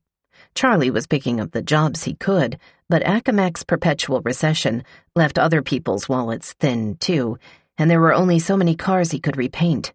Charlie knew the deli counter guy at Food Lion. He sometimes passed Charlie recently expired meat, which Charlie used to feed their animals. The meat was perfectly fine, the guy had told Charlie. It was just government regulations that forced him to throw the food out. One night, Charlie found himself picking through the dumpsters behind Food Lion, looking for perfectly fine meat, not for the pets, but for his family. Even the house seemed to be turning against them. Tanya had always been fanatical about keeping up with cleaning. She'd holler if the forks were put in the knife tray or vice versa. She said her dad had been that way too, which was one of the few things Charlie had ever heard her say about her father. But they'd acquired a chihuahua that kept pooping on the floor, and it made the house stink, and the very space seemed like it was collapsing in on them. They couldn't ask anyone for help. Charlie thought Tanya didn't want to. She said that if they displayed any kind of weakness, other people were likely to use it against them. Their good friends, Jay and Danielle, were recently less a part of their lives. Danielle, after trying to match them together, had decided they weren't good together and was trying to break them up. She said Charlie wasn't good enough for Tanya.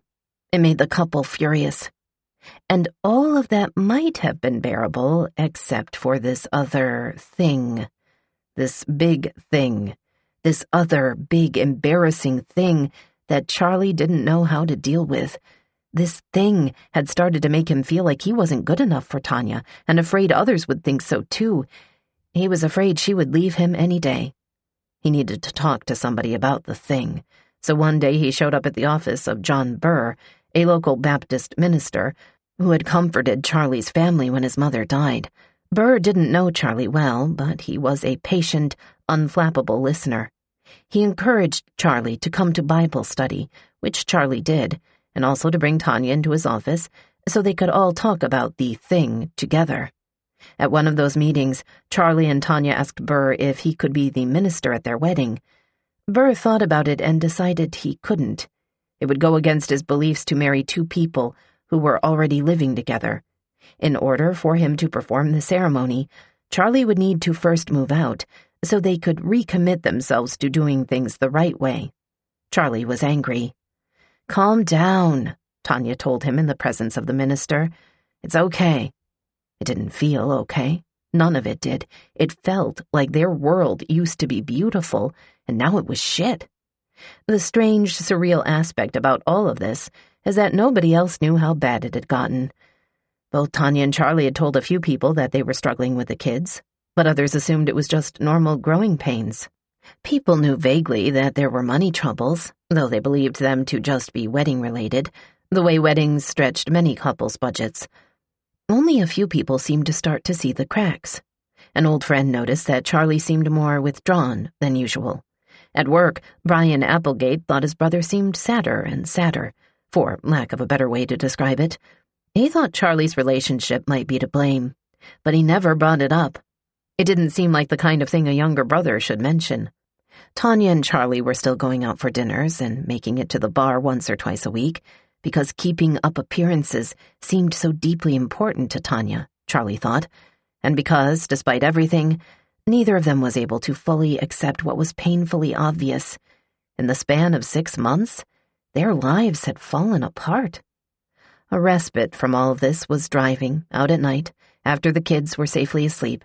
They drove to McDonald's or to Walmart, the place where Tanya had always been able to make Charlie laugh, or they drove out to nowhere in particular. Miles of empty roads in Accomack meant hours of time to blow off steam. And then one night, they were driving around the county like they always did, trying to sort through their lives like they always did. Charlie remembered Tanya telling him how grateful she was that he was in her life.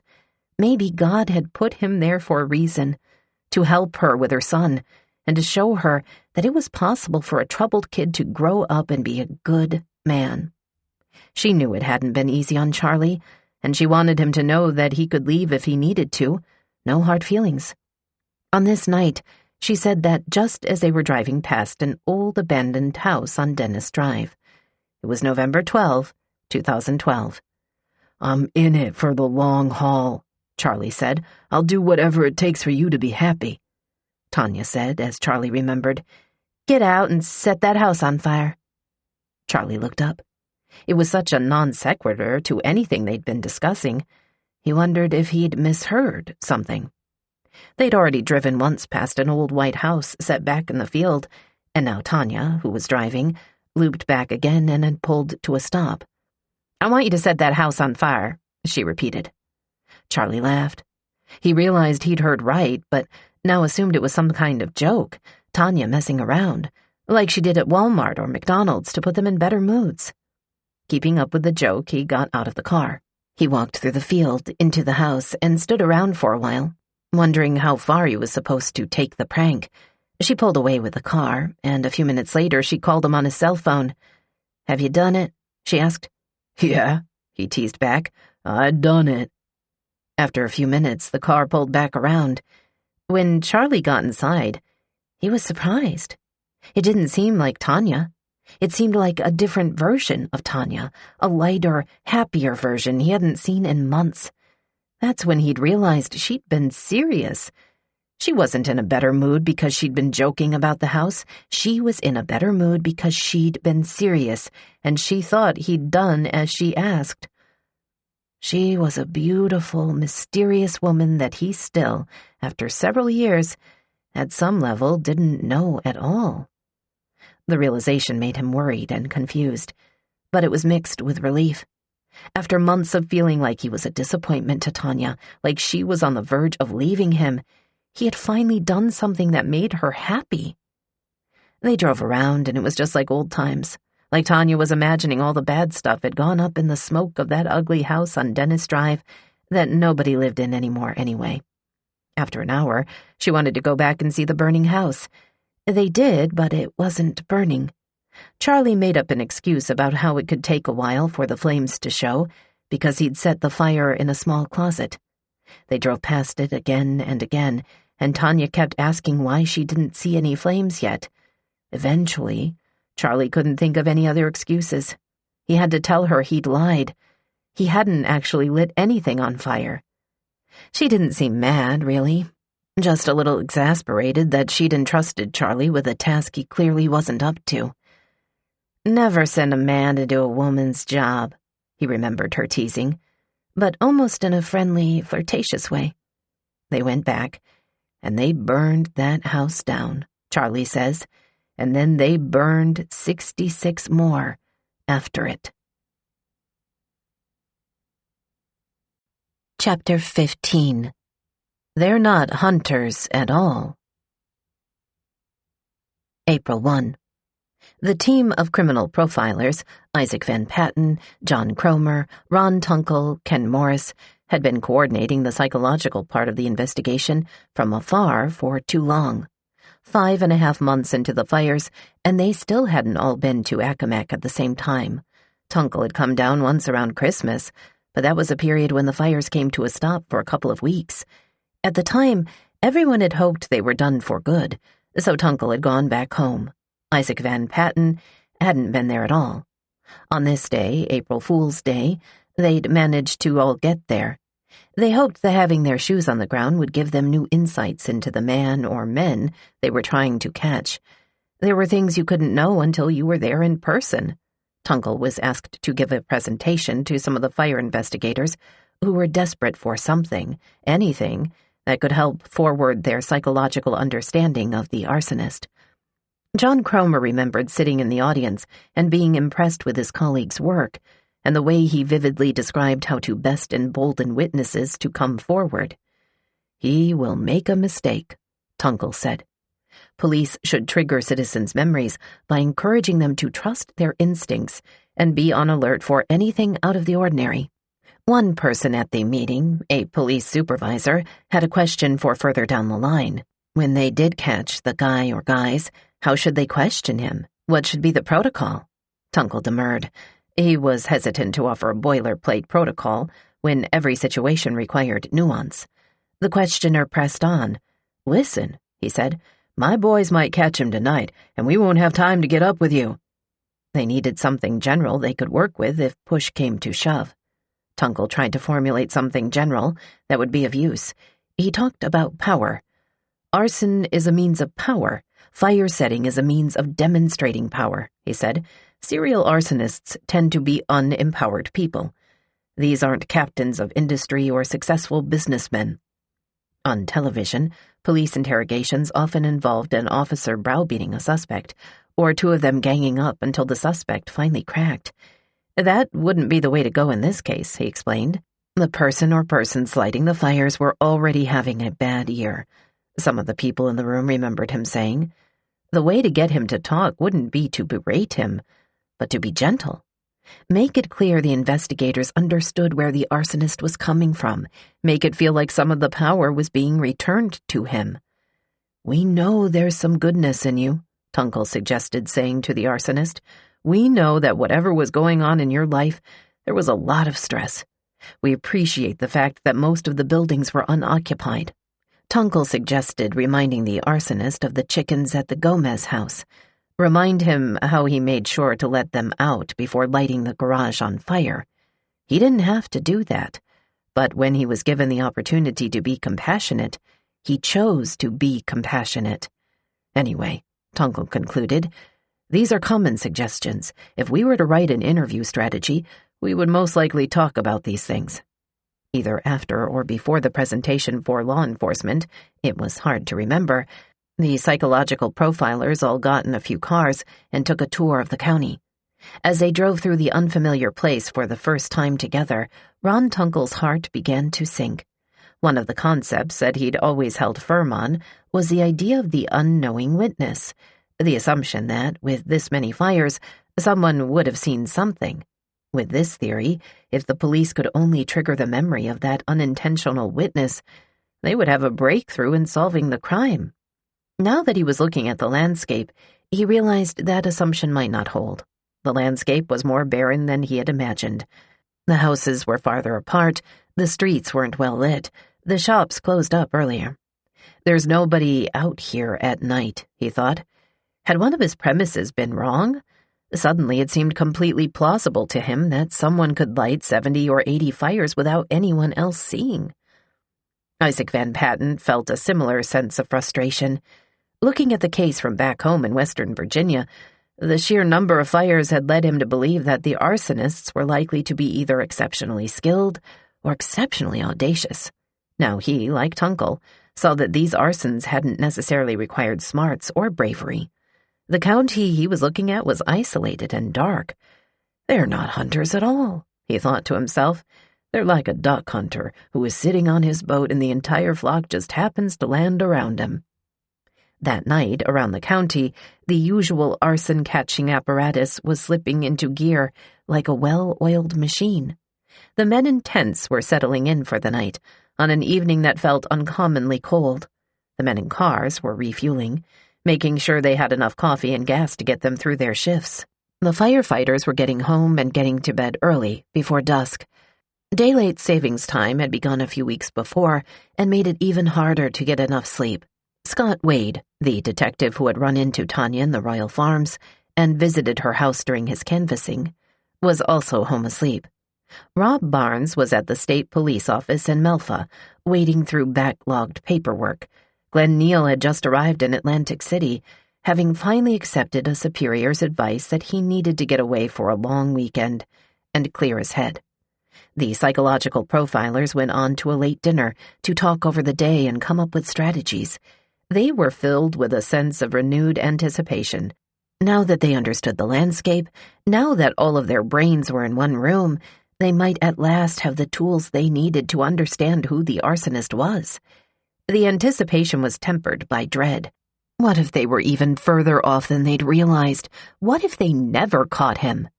But they would, sooner than they thought. Chapter 16.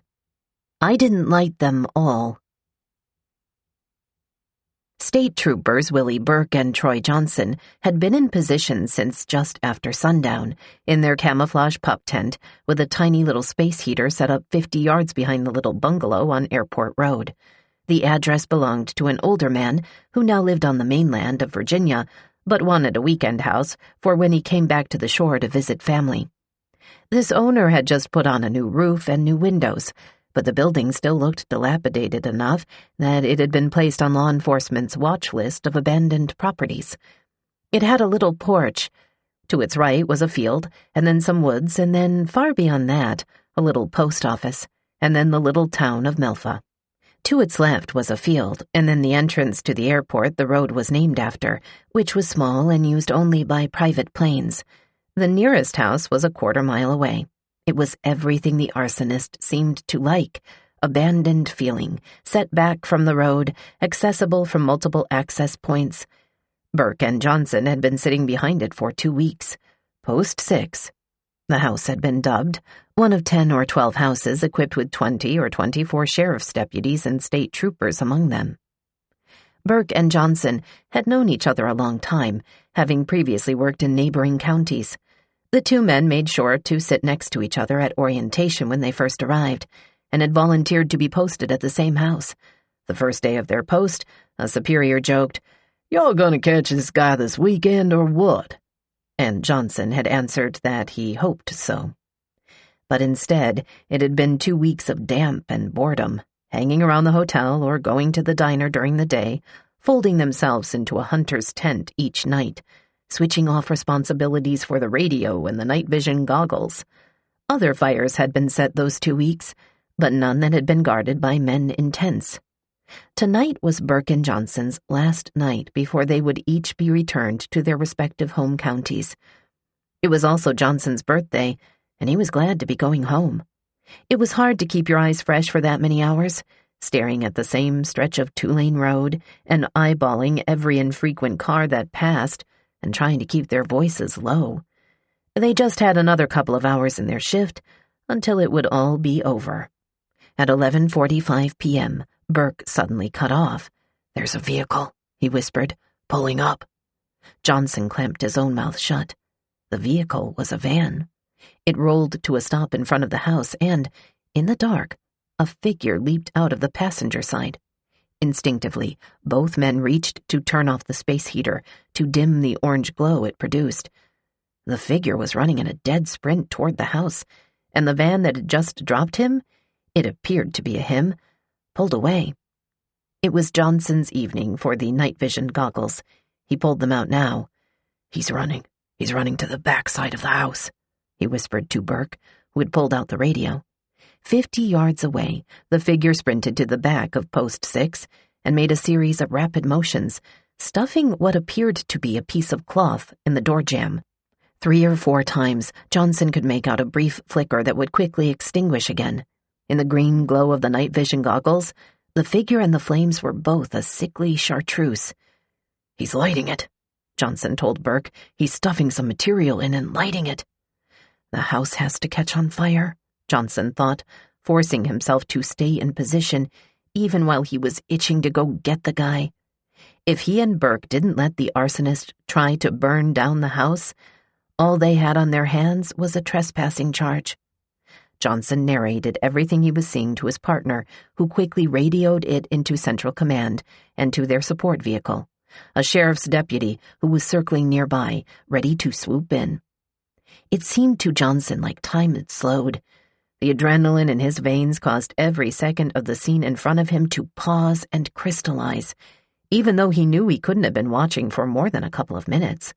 Suddenly, the rag caught fire in a shower of sparks, and the figure started running again, back around the house in the direction he had first come from.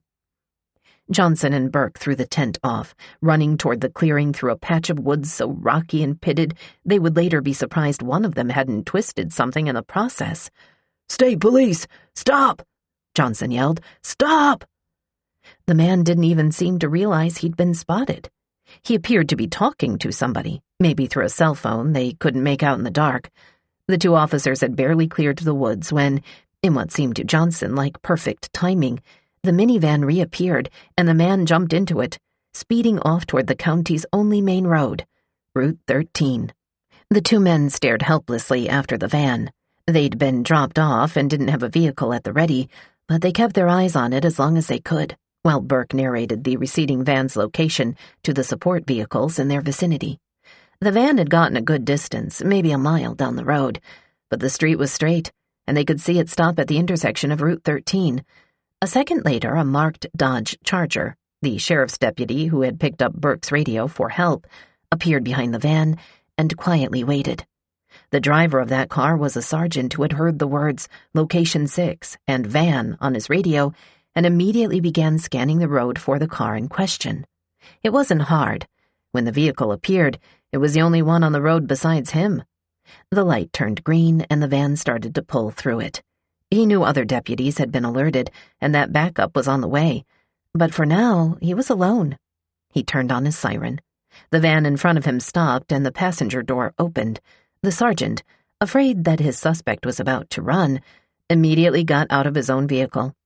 In the dark, the passenger raised his hands in a position of surrender and stepped into the light of the squad car's headlamps. And it was Charlie Smith. Charlie Smith, a man the sergeant had known for 15 years and seen most mornings getting coffee at the wine rack. Charlie. Another vehicle pulled up. Inside was a young state trooper named Martin Kriz. When Chris saw that the sheriff's deputy had turned on his blue lights and parked near the passenger's side, Chris put on his own lights and pulled near the driver's. He drew his weapon as he slowly approached the car. Behind the wheel was Tanya Bundick, hair messy, wearing a sweatshirt and jeans. He didn't know her. He didn't know Charlie either. Like the other two state troopers a half-mile down the road, Chris had never laid eyes on Accomack before that week, when he'd been loaned out from his home base in Vigilante County, near the center of the state. "Do you have any weapons?" Chris asked. "There's a chapstick in my bra," Tanya told him, and he removed it from the strap and escorted Tanya to his squad car. There were maybe 20 cars around by that point, troopers and deputies who had been assigned to the airport road jurisdiction, troopers and deputies who were on duty elsewhere, but had heard the arsonists had been caught, troopers and deputies who weren't on duty at all. Everyone who had access to a police scanner had come, from all around the county, to offer assistance or just to look at the ghost they'd been chasing since the middle of November. Between December 1, when the Virginia State Police began collecting data on its arson investigation, and mid-April, police personnel dedicated 26,378 work hours and 14,924 overtime hours to solving the arsons. All of the cameras they'd placed, all of the forensic evidence they had submitted, all of those rumors about the police closing in on a suspect, all of that meant nothing. Until Charles Smith wandered onto the property of Airport Road with a lighter, law enforcement had been no closer to catching him than they were 5.5 months ago. The firefighters of the Tasley Department were called out for the fire, but then called back at the last minute. The flames hadn't fully engulfed the house, and the Melfa and Only departments were already on the way and thought they could handle it. The Tasley members got close enough to the scene only to register that there seemed to be more police cars than usual. Then Jeff Bell turned the engine around, and most of the firefighters went home, grateful for the night off. One of the firefighters from Tasley, Brian Applegate, didn't immediately go back to the station when the call was canceled. The scene commander at the burning house decided he still needed a tanker. Brian was driving one, with another volunteer next to him, so he continued to the scene. As they got closer to the fire, Brian noticed that all of the cop cars seemed to be clustered around a particular vehicle. At the same time, Brian realized the cops might have finally caught the arsonist. He also realized that the surrounded vehicle looked just like his brother Charlie's new minivan. "Did I just see what I thought I saw?" he asked the friend sitting next to him. "I don't know," the friend said, but his voice sounded like he knew. Once they got to the burning house, Brian recognized the chief in command as a friend. "You got an air pack?" the chief asked him. "I needed another firefighter after all." This house was going to be different, Brian learned. The fire companies couldn't just let it burn to the ground because it might be used for evidence in a trial. Someone needed to actually go inside and put the fire out, and the chief was asking that one of those people be Brian. He suited up. Inside the smoky, half-redone house, there were wood pilings and construction beams, flammable renovation materials that needed to be cleared away. The few firemen present attacked the flames with an 1.75-inch water line, spraying water up into the rafters, an attack that lasted 8 minutes, from 11:54 p.m. to 12:02 a.m. Afterward, a police officer asked Brian if he could stay around for a few more minutes. He needed Brian to sign a statement saying what he'd done in the house, so it could be incorporated as evidence. Brian paced and waited for the form. There were a lot of minivans in Accomack. He signed the paperwork, took the tanker back to the station, and then immediately got in his own car and started driving north toward Hopeton and Charlie's house. He just wanted to get there and see the van, parked safely in the driveway, porch lights off, everyone asleep, and learn that it had all been a mistake. Brian crawled up Bayside Road until he got to the point where it intersected with Matthews Road. He couldn't even turn onto it. The whole street was blocked off with police cars. Brian turned around, drove home, and never talked to Charlie again. Back at the scene of the fire, someone radioed Todd Godwin, who had been out patrolling the roads, as he had been every night for the past 5.5 months. When he heard the arsonist had been arrested, he started driving toward the scene in his own marked car. At Airport Road, Charlie asked to see him. So Godwin went to the police car where Charlie was handcuffed, waiting to be taken in for questioning. "Todd," said Charlie, because everyone called the sheriff Todd, because everyone knew everyone here in Accomack County. "I'm sorry, but I didn't light them all." Chapter 17. Someday They'll Go Down Together. We need to address, for a moment, Bonnie and Clyde, the American gangsters, the country's most photogenic public enemies, for whom only first names are needed. They met, by most accounts, in 1930, when Bonnie Parker was 20 and Clyde Barrow was a year older, at a friend's house in West Dallas. By then, Clyde had already been arrested a few times for petty misdeeds, possession of a truckload of stolen turkeys in one instance. He and Bonnie fell in love, and then they fell into crime. Later, after Faye Dunaway and Warren Beatty had played them in cinematic glory, they would be known for their bank robberies and getaways. But most of their holdups were actually at rural gas stations or small-town general stores. The Barrow gang, which also included Clyde's brother and his wife, would walk in, demand money, shoot anyone who got in the way during their escape, and then move on to the next town, the next motel hideout, the next caper. They were violent. In the process of their crimes, they killed at least 9 police officers and civilians. But they were also glamorous. Clyde was tall and strong. Bonnie was petite with piercing eyes and a bow-shaped mouth. Her leg had been permanently disfigured in a car accident, and it was difficult for her to walk, so Clyde often carried her. In a pile of photographs discovered at one of their hideouts, which newspapers printed and reprinted, one image showed Clyde holding Bonnie aloft with one arm, their faces pressed cheek to cheek. In other pictures, they playfully pointed firearms at each other, smoked cigars, mugged for the camera. Bonnie wrote poetry about their exploits, rhyming ballads that went on for dozens of stanzas, and were memorable and recitable, if slightly clunky. They call them cold-blooded killers. They say they are heartless and mean, but I say this with pride. I once knew Clyde when he was honest and upright and clean. Bonnie and Clyde became, in other words, the template for American crime spree couples, repellent but also alluring and, above all else, in love. Their crimes felt uniquely American, not merely because they happened in the dust and heat of the United States South and Southwest, but because these crimes were viewed by much of the American public as a reaction to the Great Depression. Gaunt, dazed men roamed the city streets seeking jobs, writes historian E.R. Milner in The Lives and Times of Bonnie and Clyde. Bread lines and soup kitchens became jammed. Foreclosures forced more than 38% of farmers from their lands. By the time Bonnie and Clyde became well known, many felt that the capitalistic system had been abused by big business and government officials. Now here were Bonnie and Clyde striking back. They were products of their times, and they defined how generations of Americans would view and interpret lovers who broke the law. And when they died together in a rain of bullets, faithful to each other until their end. There's a French term, folie à deux, which literally means madness of two.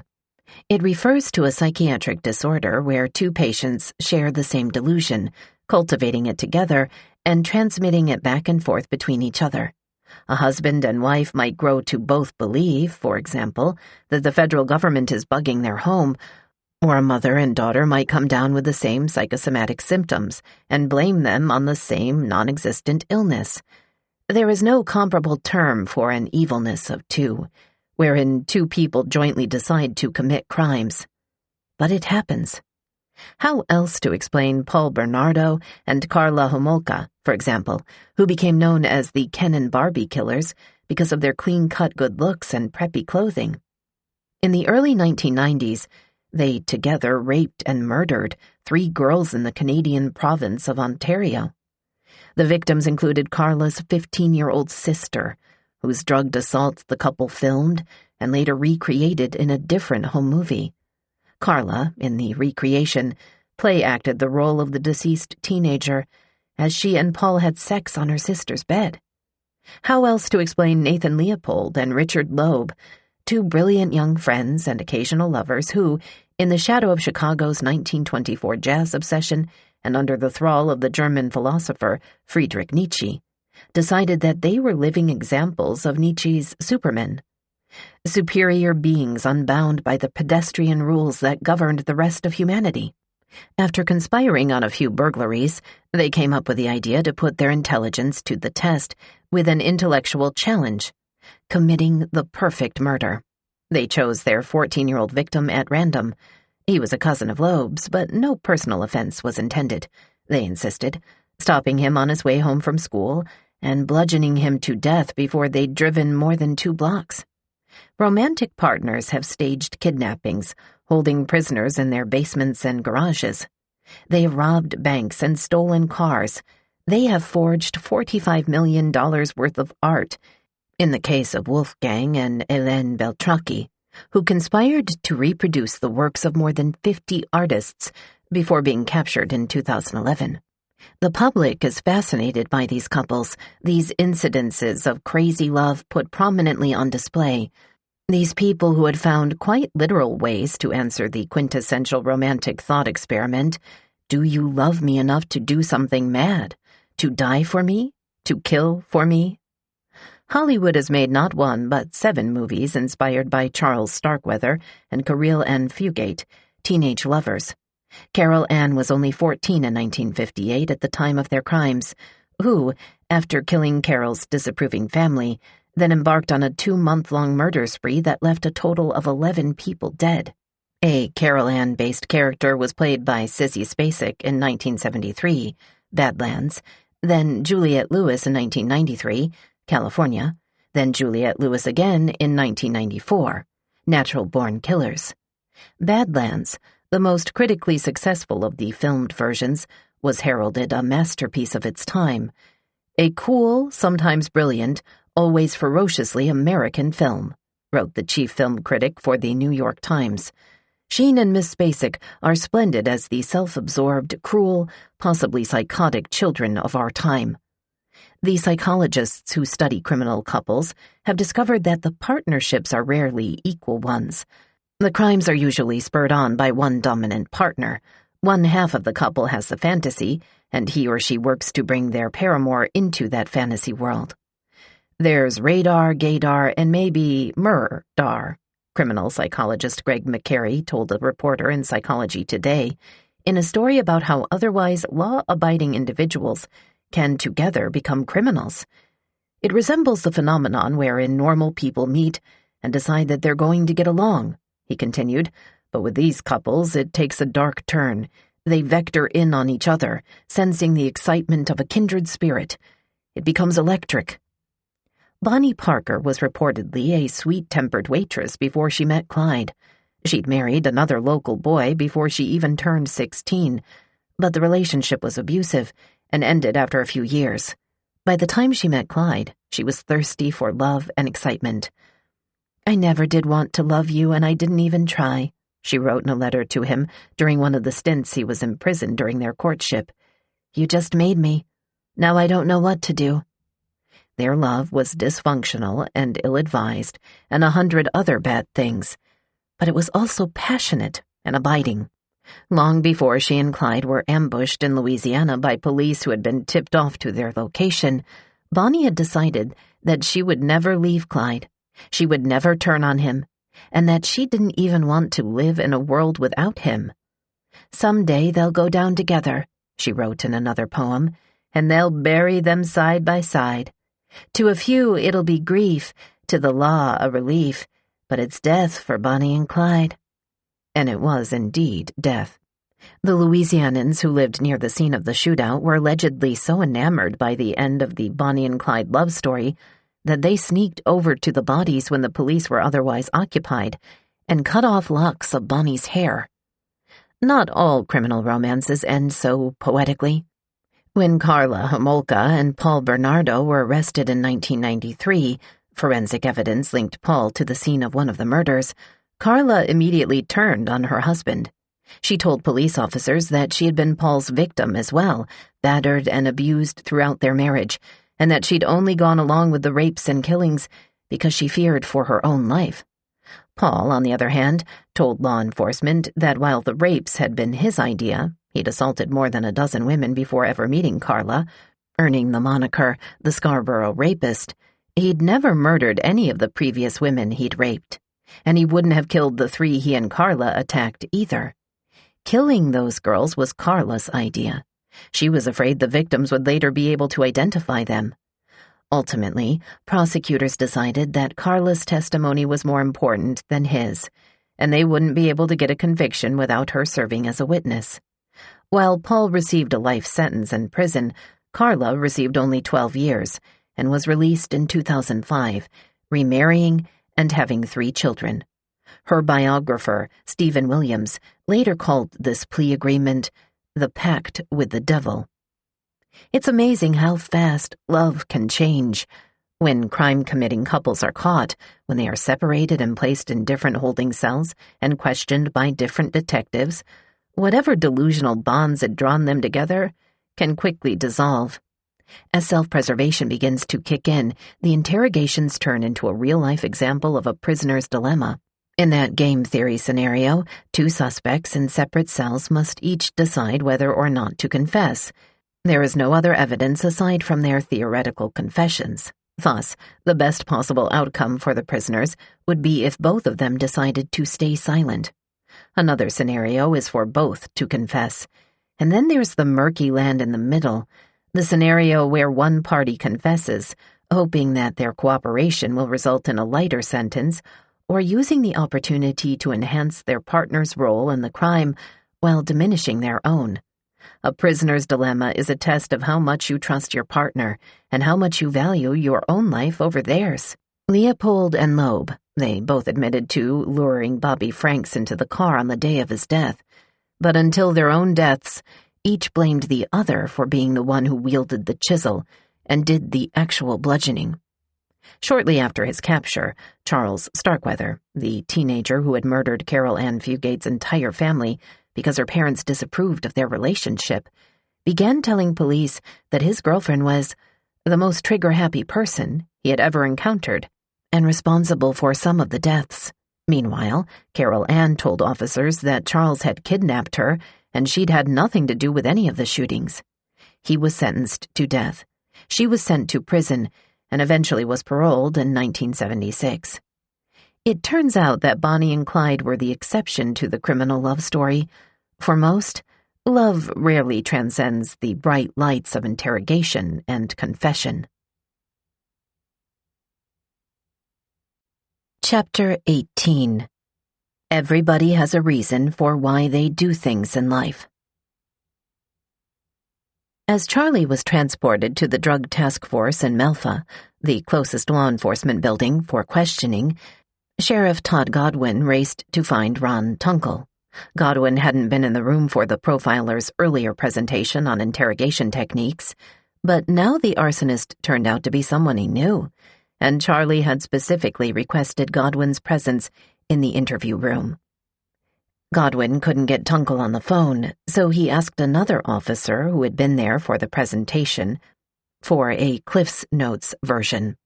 "Be gentle and reassuring," the officer told him. "Don't be combative. Be respectful." These instructions came as a relief to Godwin. They were in line with how he liked to conduct suspect interviews anyway. It was certainly how he would have approached an interview with Charlie, who had played a cameo role in the criminal justice system on the offender side for nearly as long as Godwin had on the law enforcement side. They knew each other well enough to say hello on the street. They'd known each other well enough to sit and have coffee at the Royal Farms gas station on Christmas Day, at a time when, Godwin was now realizing, Charlie had already lit more than 30 fires. This is how he decided to begin the interview, once Charlie was sitting kitty-corner from him at a work desk at the Drug Task Force Center, by reminding Charlie that they knew each other. They had something in common. They were both from here. They both understood Accomack. "Oh, Charles," Godwin said, crossing his ankle over his knee as Charlie sat kitty-corner from him. I apologize," Charlie started to say, but Godwin cut him off. He hadn't been read his Miranda rights on camera, and Rob Barnes, who was planning to do so, wasn't in the room yet. "You're all right, Bubba. You're all right," Godwin said. "We go way back, don't we? Many years, buddy. Many years. Trust me, Todd. I'm embarrassed," Charlie said, letting out one of his peculiar high-pitched giggles. You could have called me. I've known you how many years? A long time. 20 years. At least 20 years, Charles. If you needed anything, you could have called me, It was a problem that made me do this. You want to know the bad thing? I wish I was back on drugs." "Don't say that. That way, I'd have an excuse." Godwin clucked and shook his head sympathetically as Barnes came in the room. Barnes slid into the third empty chair at the desk, positioning it so that the three men formed an equilateral triangle, so Charlie wouldn't feel outnumbered. The room was small, with dingy carpet, a whiteboard on one wall, and a small red cooler stashed in the corner that looked like it could contain either evidence or someone's lunch. The Drug Task Force office was actually a ranch house in a neighborhood with other ranch houses. It had been office-ified a little, with regulation furniture and cameras installed in the interview rooms, but it still had a homey quality to it. The kitchen had remained mostly untouched. The stove and oven still worked. On the refrigerator were interdepartmental notices, but inside the refrigerator were drinks and meal fixings that the officers brought from home. "Is Glenn over here?" Charlie asked, thinking of the investigator Glenn Neal. "Rob's here," Godwin offered, nodding toward Barnes. "You know Rob, so it will make it a little easier." Charlie nodded. "It would be more embarrassing with Glenn. I think a lot of Glenn." "All right, Charlie," Barnes said, as he took out a few official forms. He looked tired. He was tired. Godwin was still in his brown sheriff's uniform. Barnes was in jeans and a long-sleeved T-shirt. "You know who I am. I know who you are." They were, in fact, distant cousins in some way neither was quite sure of. He ran through Charlie's Miranda rights and then asked if Charlie wanted to talk or not. "Talk some," Charlie agreed, and Godwin nodded as if the conversation was Charlie's idea to begin with. "Okay," Godwin said. "You know everything that has been going on with a lot of fires and stuff like that?"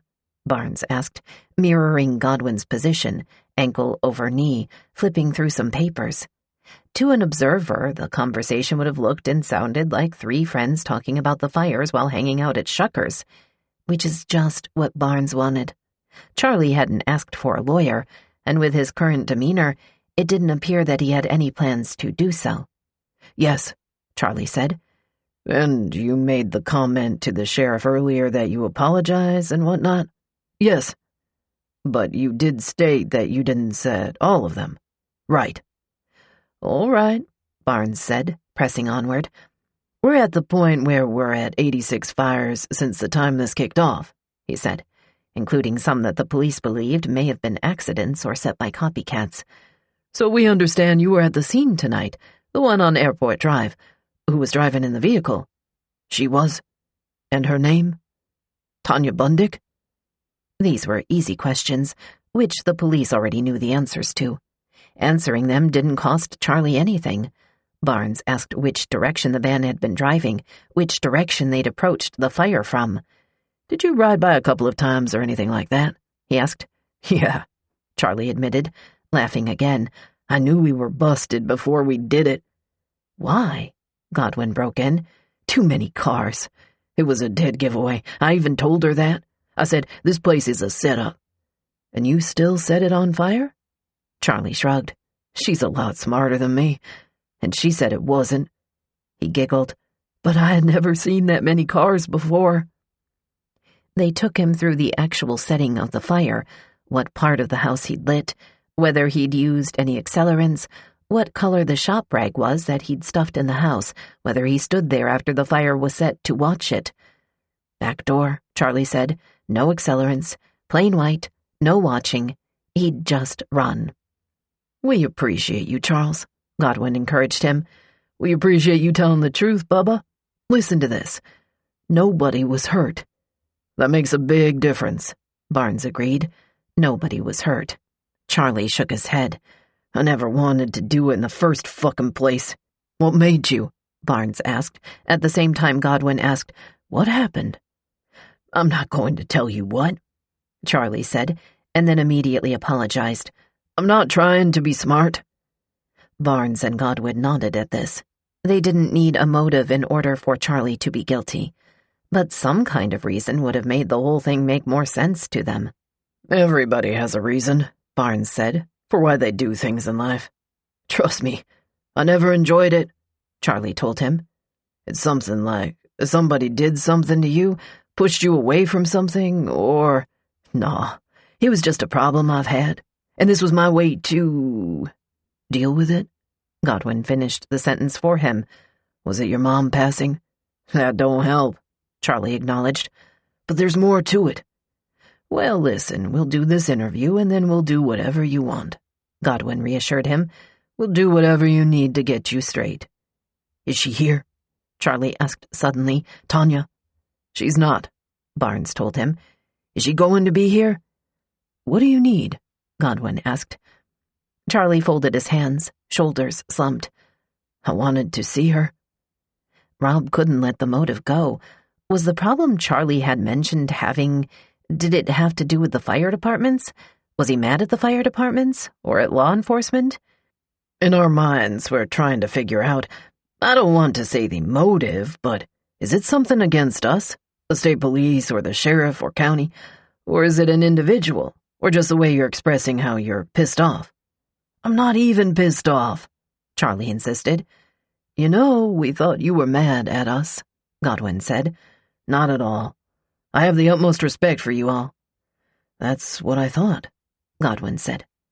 Barnes looked down at the stack of papers he'd set on the table, each sheet containing descriptions of the 86 fires that had been set. If Charlie wasn't ready to talk about why he'd done them, at least he might be willing to talk about which ones he'd done.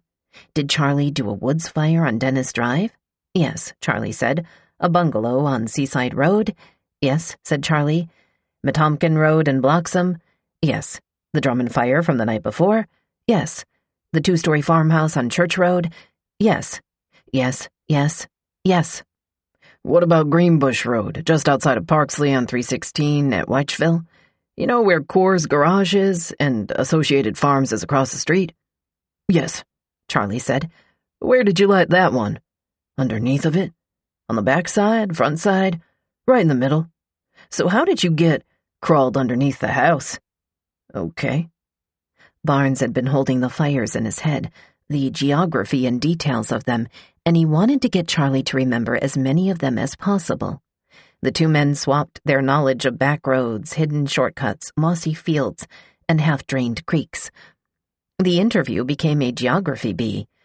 Now back on Knox Landing Road, basically across from Arcadia High School, Barnes said. You're taking the road like you're heading toward Atlantic, and then it's the house at the intersection of Page Fisher Road. If you're taking that stoplight and hang a right like you're going toward Atlantic, it's a little house down there about 1/4 of a mile. It's near a little intersection? Yes, Charlie said. The unoccupied store on the highway in Parksley? Barnes asked. I ain't got no comment on that. Godwin's and Barnes's faces didn't register anything. They didn't even look at each other, but they both noticed that this was the first fire he'd refused to comment on, and they both wondered what that was about. Drummond Lane, right down the street from the forestry? No comment. Hopeton Road, a big house that was for sale? No comment, Charlie said. Can I pee real quick? Yeah, Barnes said, and he and Godwin both got to their feet to show Charlie to the restroom. Charlie stood up as well.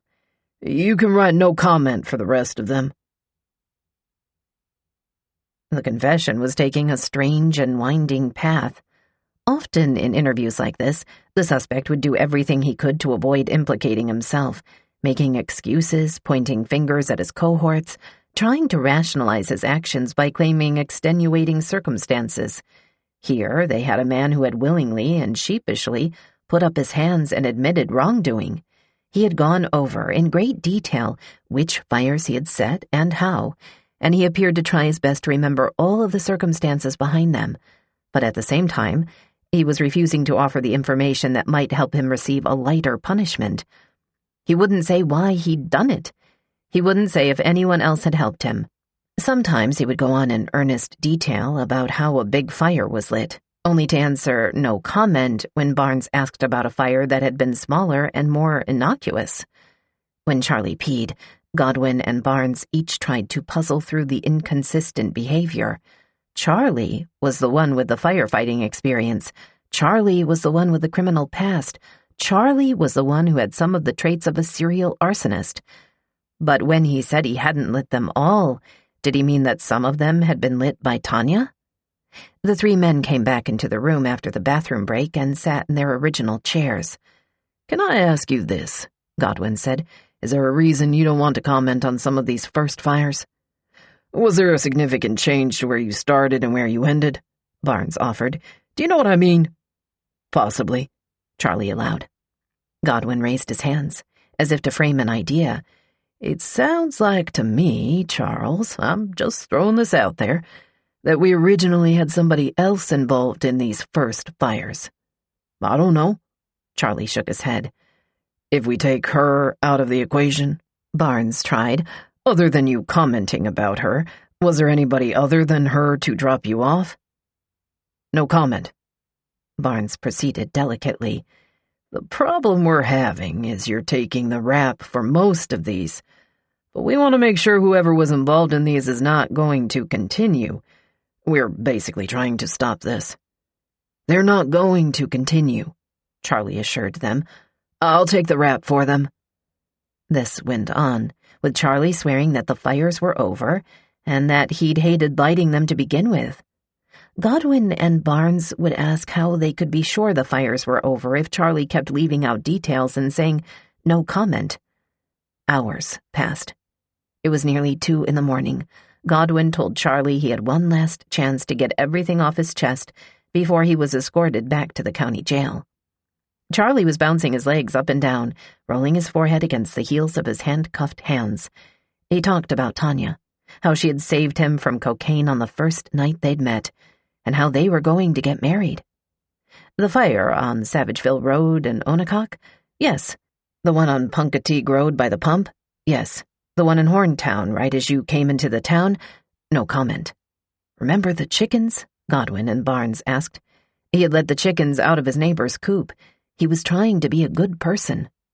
Charlie asked if there was any way he'd get bond, and Godwin said that if he were being honest, and he was trying to be, then the answer was no. Charlie stopped fidgeting. He leaned over and put his hands on his knees. "Fuck it, man," he said. "I'm just going to tell you everything." "Now is the time to come clean," Godwin agreed. "Get it off your chest." Charlie inhaled. "She said all of those." Tanya had been the one to actually hold the match for the first one, and the second one, and all of the ones up to number 11 or 12, at which point she was almost spotted by a nearby police car, Charlie said. Worried that she could be hurt or caught, Charlie told her he would take over the actual lighting part. The fires seemed to make her so happy, mellow her out, open her up, and she was a good mother. She don't hit her kids. She really don't even yell at them. And she was so stressed out, and Charlie loved her. And if it came down to it, he would take the rap for all of the fires, because he didn't want her to have to go to prison. I'll go in the fucking courtroom and agree to every one of them. But why? Godwin and Barnes wanted to know. If he didn't want to light the fires to begin with, why would he ever agree to do it? Charlie leaned his elbows on the desk, covered his face with his hands, and talked through muffled fingers as he said the rest of what he needed to say. "The reason I could never say no, and I will not say this in court, news, any of it." "What is that, Charles?" Godwin asked in a low whisper. "We had this problem in our relationship," he started, "and I love this girl to death." He trailed off. "Tell us the truth." "I am going to tell you the truth, but it's hard for me." "Tell us." "I really fell in love with this girl. And most people that I've been with in the past, they were just there.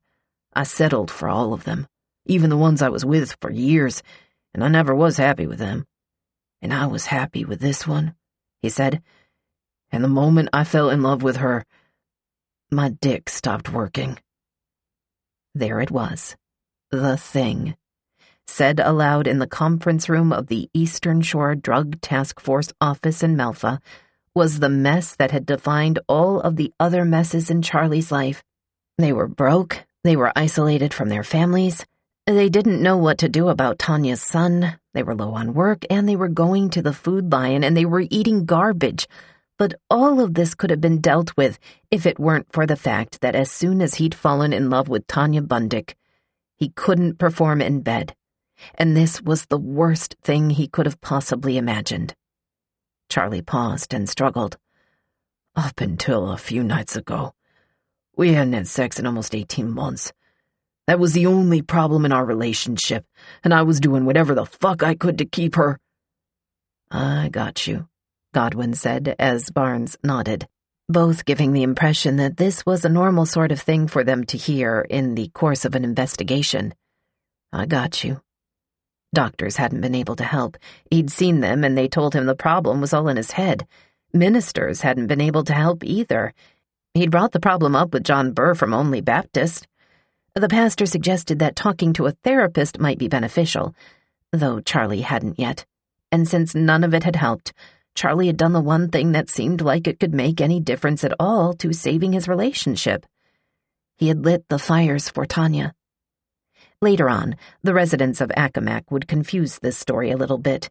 They would believe, and they would tell one another, that the fires had fixed Charlie's impotence, that he and Tanya would light a house on fire and then go home and have wild sex. The fires never fixed the problem, though. In the true version, the fires were not lit for sex, but for love. "Honestly, if we hadn't caught you, it probably would have continued on," Barnes told Charlie when the story was done. "Just from what you're telling me, I don't know if from that point you could have stopped." "I could have stopped," Charlie promised. It wasn't clear whether he believed it. Now that the final piece was in place, the piece that had to do with love, some of the other fires began to make a strange sort of sense. J.D. Shreves, the single dad who had returned to his house on Valentine's Day to see it burning, was an ex-boyfriend of Tanya's. Tanya had been angry with the way they had broken up. Another man, who had woken up one morning to find a corner of his house inexplicably singed, was a friend who had a thing for Tanya, Charlie said. The man had flirted with her on Facebook, which Tanya said made her feel disrespected. He did it for love. He tried to stop. He didn't, during the interview, go into how much they had tried. He didn't, during that interview, talk about the times that Tanya had worried about what would happen to the boys if they were ever caught. Charlie would think they were done with the fires, but then a few days later something else would stress her out and they would be back to burning. The one thing Charlie did go into again and again is that there had been no grand master plan with the fires. There had been no elaborate strategy for which house they would burn down. There had been no advanced surveillance or vision. Every night they had merely gone out and burned down whatever house they happened to feel like burning, and that they really did try to stop. The interview had lasted several hours, but mostly because it took that long just to list all the addresses of all the fires and ask if Charlie did them. Some of them he said he didn't remember. He swore it wasn't because he was trying to be evasive, but just that there were a lot of fires, and it was hard to remember each one in particular. He suggested that he might recognize the houses if he saw them in person, and it was decided that the next step would be to pile into a patrol car and ride around to some of the sites in question. "We'll let you go to the sites," Godwin said. "It's going to be an all-day thing, Charles. It's going to be a long day, just so you know." One last thing Charlie wanted to get off his chest, he told them. The graffiti. The graffiti that had been all over town, disparaging the couple, J. Floyd and Danielle. He and Tanya had done that. They were mad because their friends had said they thought Charlie and Tanya shouldn't be together. The graffiti, which had until the arsons been the biggest crime in Accomack County, which had bothered Godwin for months. If law enforcement had just caught the graffiti artists, the arsons never would have happened. Both Godwin and Barnes said how much they appreciated Charlie's cooperation. At one point, Charlie asked if he could smoke a cigarette. Barnes said he could and called for somebody to bring in an ashtray. Then he called for someone to bring in a lighter. "I got a lighter," Charlie said. Chapter 19. I Can't Tell You Something I Don't Know. A few miles away, Scott Wade and his colleague, Keenan Hook, were not having the same luck. Wade had been awakened at home by the sound of a ringing phone, his supervisor hollering that 2 people had been caught and that Wade needed to get his butt down to the station ASAP to conduct an interview with one of them. Wade thought it was an April Fool's joke at first. It was just a little before midnight on April 1st. But when he hung up the phone, it immediately rang again with another person delivering the news. By the time he finally had his clothes on, he'd been interrupted by at least 15 people. He'd been told he would be questioning Tanya Bundick. He thought he knew the name, but it wasn't until he arrived at the Exmoor police station that he was 100% certain his memory had been right. Tanya was the woman who he and the sheriff had talked to along with Charles Smith on Christmas Day. The same woman whose house he had visited, the one who had told him the arsonist was probably on Facebook. And now she was here, in a small interrogation room in Exmoor, and it was Wade's job to get her to talk. Beside him sat Keenan Hook, another investigator. For suspect interviews, Wade liked to base his own demeanor on the behavior of the suspect, trying to match them in tone and body language. Sometimes it was better to be bold and hard-charging, sometimes to take things easy.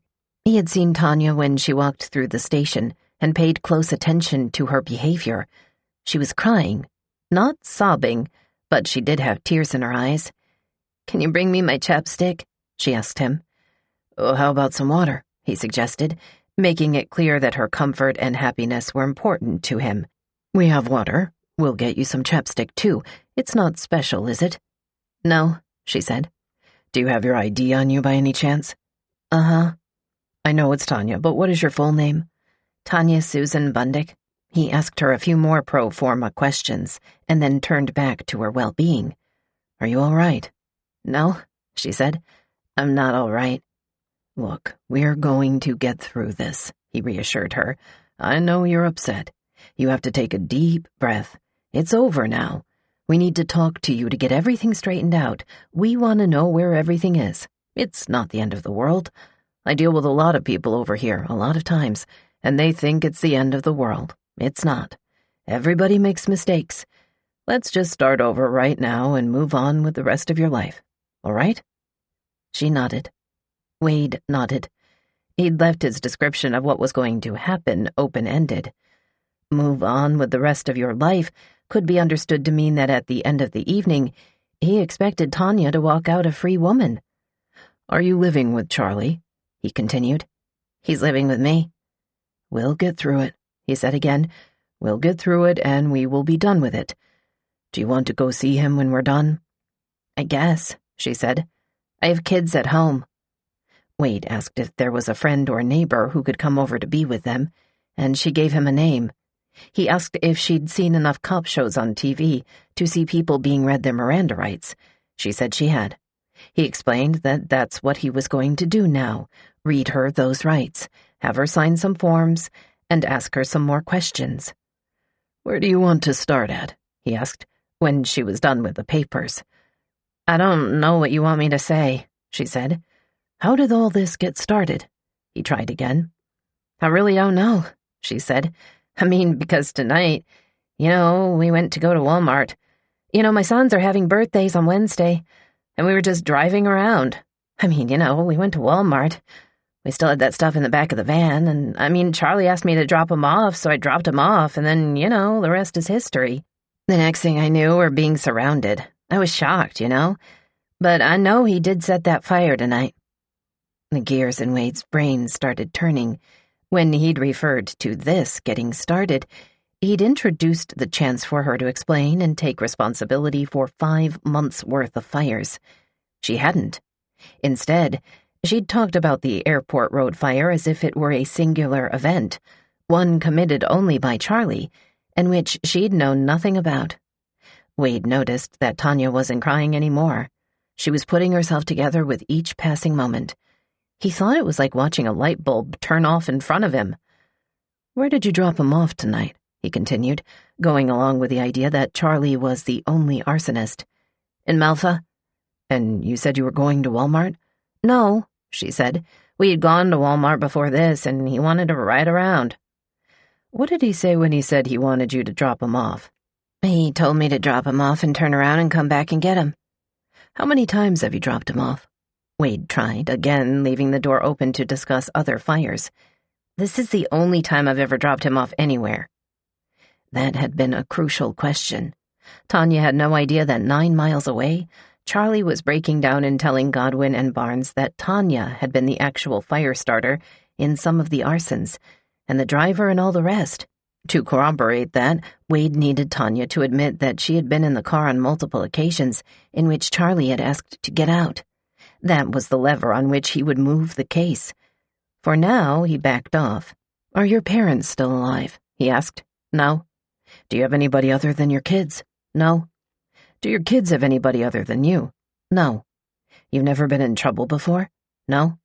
"You're not on probation or anything like that?" "No." "You're already ahead," he encouraged her. "Most of the people we deal with are on probation. You've got a good, clean past. You've never been in any kind of trouble.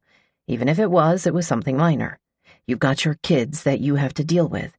Your kids don't have anyone else, and you're sitting here